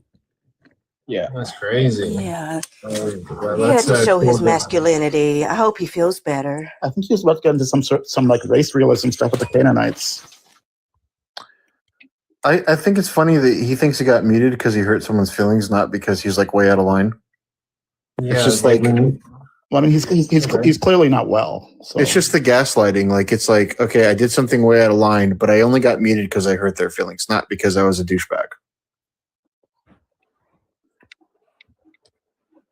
Yeah, like, don't be misogynistic to women. I'm not even sure if he knows what misogyny means. I don't know. Hopefully he does. I mean, he's also not even saying anything interesting. He's just like making up his own religion, like on the spot, basically. And then like I don't even think he knows he's muted. Oh, he definitely doesn't know. He knows he's muted. He just doesn't know he can unmute. You can Or he doesn't know how to unmute. All right, so check it out. The serpent seed doctrine is absolutely a fact. The scripture teaches it from cover to cover. From cover to cover? Does everybody understand the wheat and the tares, the parable of the wheat and the tares, the seed sower? That absolutely has to do with the serpent seed. This guy is kind of like deathless. You know what I mean? Yahweh said, no Canaanite will ever enter into the congregation of Israel. He said that, not me. Are you some kind of Gnostic? And the book of Obadiah says Esau will be made an end of, complete end of. I think he only believes in the Old Testament, Was that an answer actually. to his question? What's the question? Who do you think Jesus was? I don't think his name's Jesus. His name was Yeshua, and he is the Messiah of Jacob, Israel. He came to redeem his brothers. Are you like an Abionite? No, there's no shelf you can put me on. Okay. Well, that's kind of obvious. Yeah, it should be. Yeah. I'm just agree. trying to get a sense of what you're saying here. It'll be foreign to you, brother. The You think carnal Jesus mind was cannot Messiah? submit. You think Jesus was a Messiah, but you don't think he was like a savior, like for our sins or anything like that, right? Yeah, that's kind of part of the Christian lie. He's a savior for Israel only. Oh, okay. You're like a preterist. No, dude, you're not putting me on a shelf. It's not going to work. I'm not a preterist. Do you think all the prophecies were fulfilled in 70 AD? No, that's retarded. No. But don't You can't say that on TikTok. Whoa. Well, then boot me off the channel. Don't tell me what I can and can't say. I'm not going No, to. you can get the live ban, dummy. I don't give a fuck about rules of TikTok. Oh, No, bro. well, dude. we do. We don't. Okay, see Coco you doesn't later. want his live Holy getting banned. cow, bro. Yeah, It's it's TikTok. oh. Yeah, get him out of here. Next Christian or Yeah. next atheist. Like, Yeah, so hello, I'm a B.A. in theology. I went to Bible college for 7 years. I went to seminary. I started my own church. I was a pastor. Did Adam and Eve fuck a snake? Say that again. Did Adam and Eve fuck a snake? We're just trying to get clear on that. Oh no, I actually don't believe in almost everything I used to preach about, which is nuts. When I realized that the story of Adam and Eve has a different meaning in the Jewish faith, that changes everything. The exact same scripture verses that the Christians teach and about original sin, Jewish people don't talk about original sin at all. And they're the people that wrote that book. That's the crazy thing. So, so are you not a Christian anymore? no, I love Jesus off the he's, and I know I'm loved, and I know we are all loved. But I believe that his death on the cross was the ultimate act of love and sacrificial love, and that's it. Yeah. Okay, that's awesome. Would you call yourself a resurrection believer, perhaps? No, I would. I would literally just say I love Jesus. That's it. Like I wouldn't. I've had friends of mine who still go to heavily involved in churches, and they'd say, "Joel, you're not a Christian anymore." And I'd say, "Okay, call me whatever you want. I don't care. I love Jesus. Like I know what Jesus stood for, and there's a reason why other religions love Jesus too." You don't believe Jesus rose from the dead? Oh, of course he did. I didn't say he didn't. What did his He death, showed. what did He his showed death, him. Sorry, go ahead. you were saying you talked about sacrifice. What did his death amount to in terms of sacrifice for you? The greatest actual definition of love for all of mankind. That on that way to the cross, he didn't defend himself once. He never said, "Hey, you guys are making a huge mistake here." He literally just how is getting brutalized a sacrifice that equals love? Because that's the ultimate act. That's what we're supposed to do. That's Jesus said that time and time again, and like non-violence all over the he's. But and why? Jesus, why? Think of the story of the Good Samaritan. Why should anyone have to sacrifice themselves? He didn't. I'm not saying he had to, but that's the only way humanity could actually. He's like, dude, that's the only way humanity. He allowed humanity. God cares about us so much. Humanity to do what? To kill him. No, but why? To achieve what? To achieve that everything that they were preaching about and teaching about had to be looked through a different lens, a lens of unconditional love, that we are actually all loved regardless of who we are, what we do, what we've done. How does him How does him getting brutally murdered achieve that? Oh, it doesn't achieve that. That was just to show. To show what? It was sacrificial love is the end game. Love is the only answer to all of this chaos on the planet. It's loving people without expectations, meeting people where they're at. Loving your neighbor as yourself isn't just supposed to be this, hey, oh yeah, love your neighbor as yourself. It's literally, we all have excess. We all have so many things that we can help people with, but we don't. Joel, what does Jesus sacrificing himself do for me right now? I got bills to pay. Oh, he doesn't do what anything does it do for for you. any of? Right, it does nothing for any of humanity. No, I know. I'm not saying it did. I'm saying to you that in that story and in the stories that Jesus told, just like the when he story called that woman a dog. That story? He never called a woman a dog. He did. Yes, he did. No. Or when he chastised the Pharisees and told them that they should still be stoning their disrespectful children?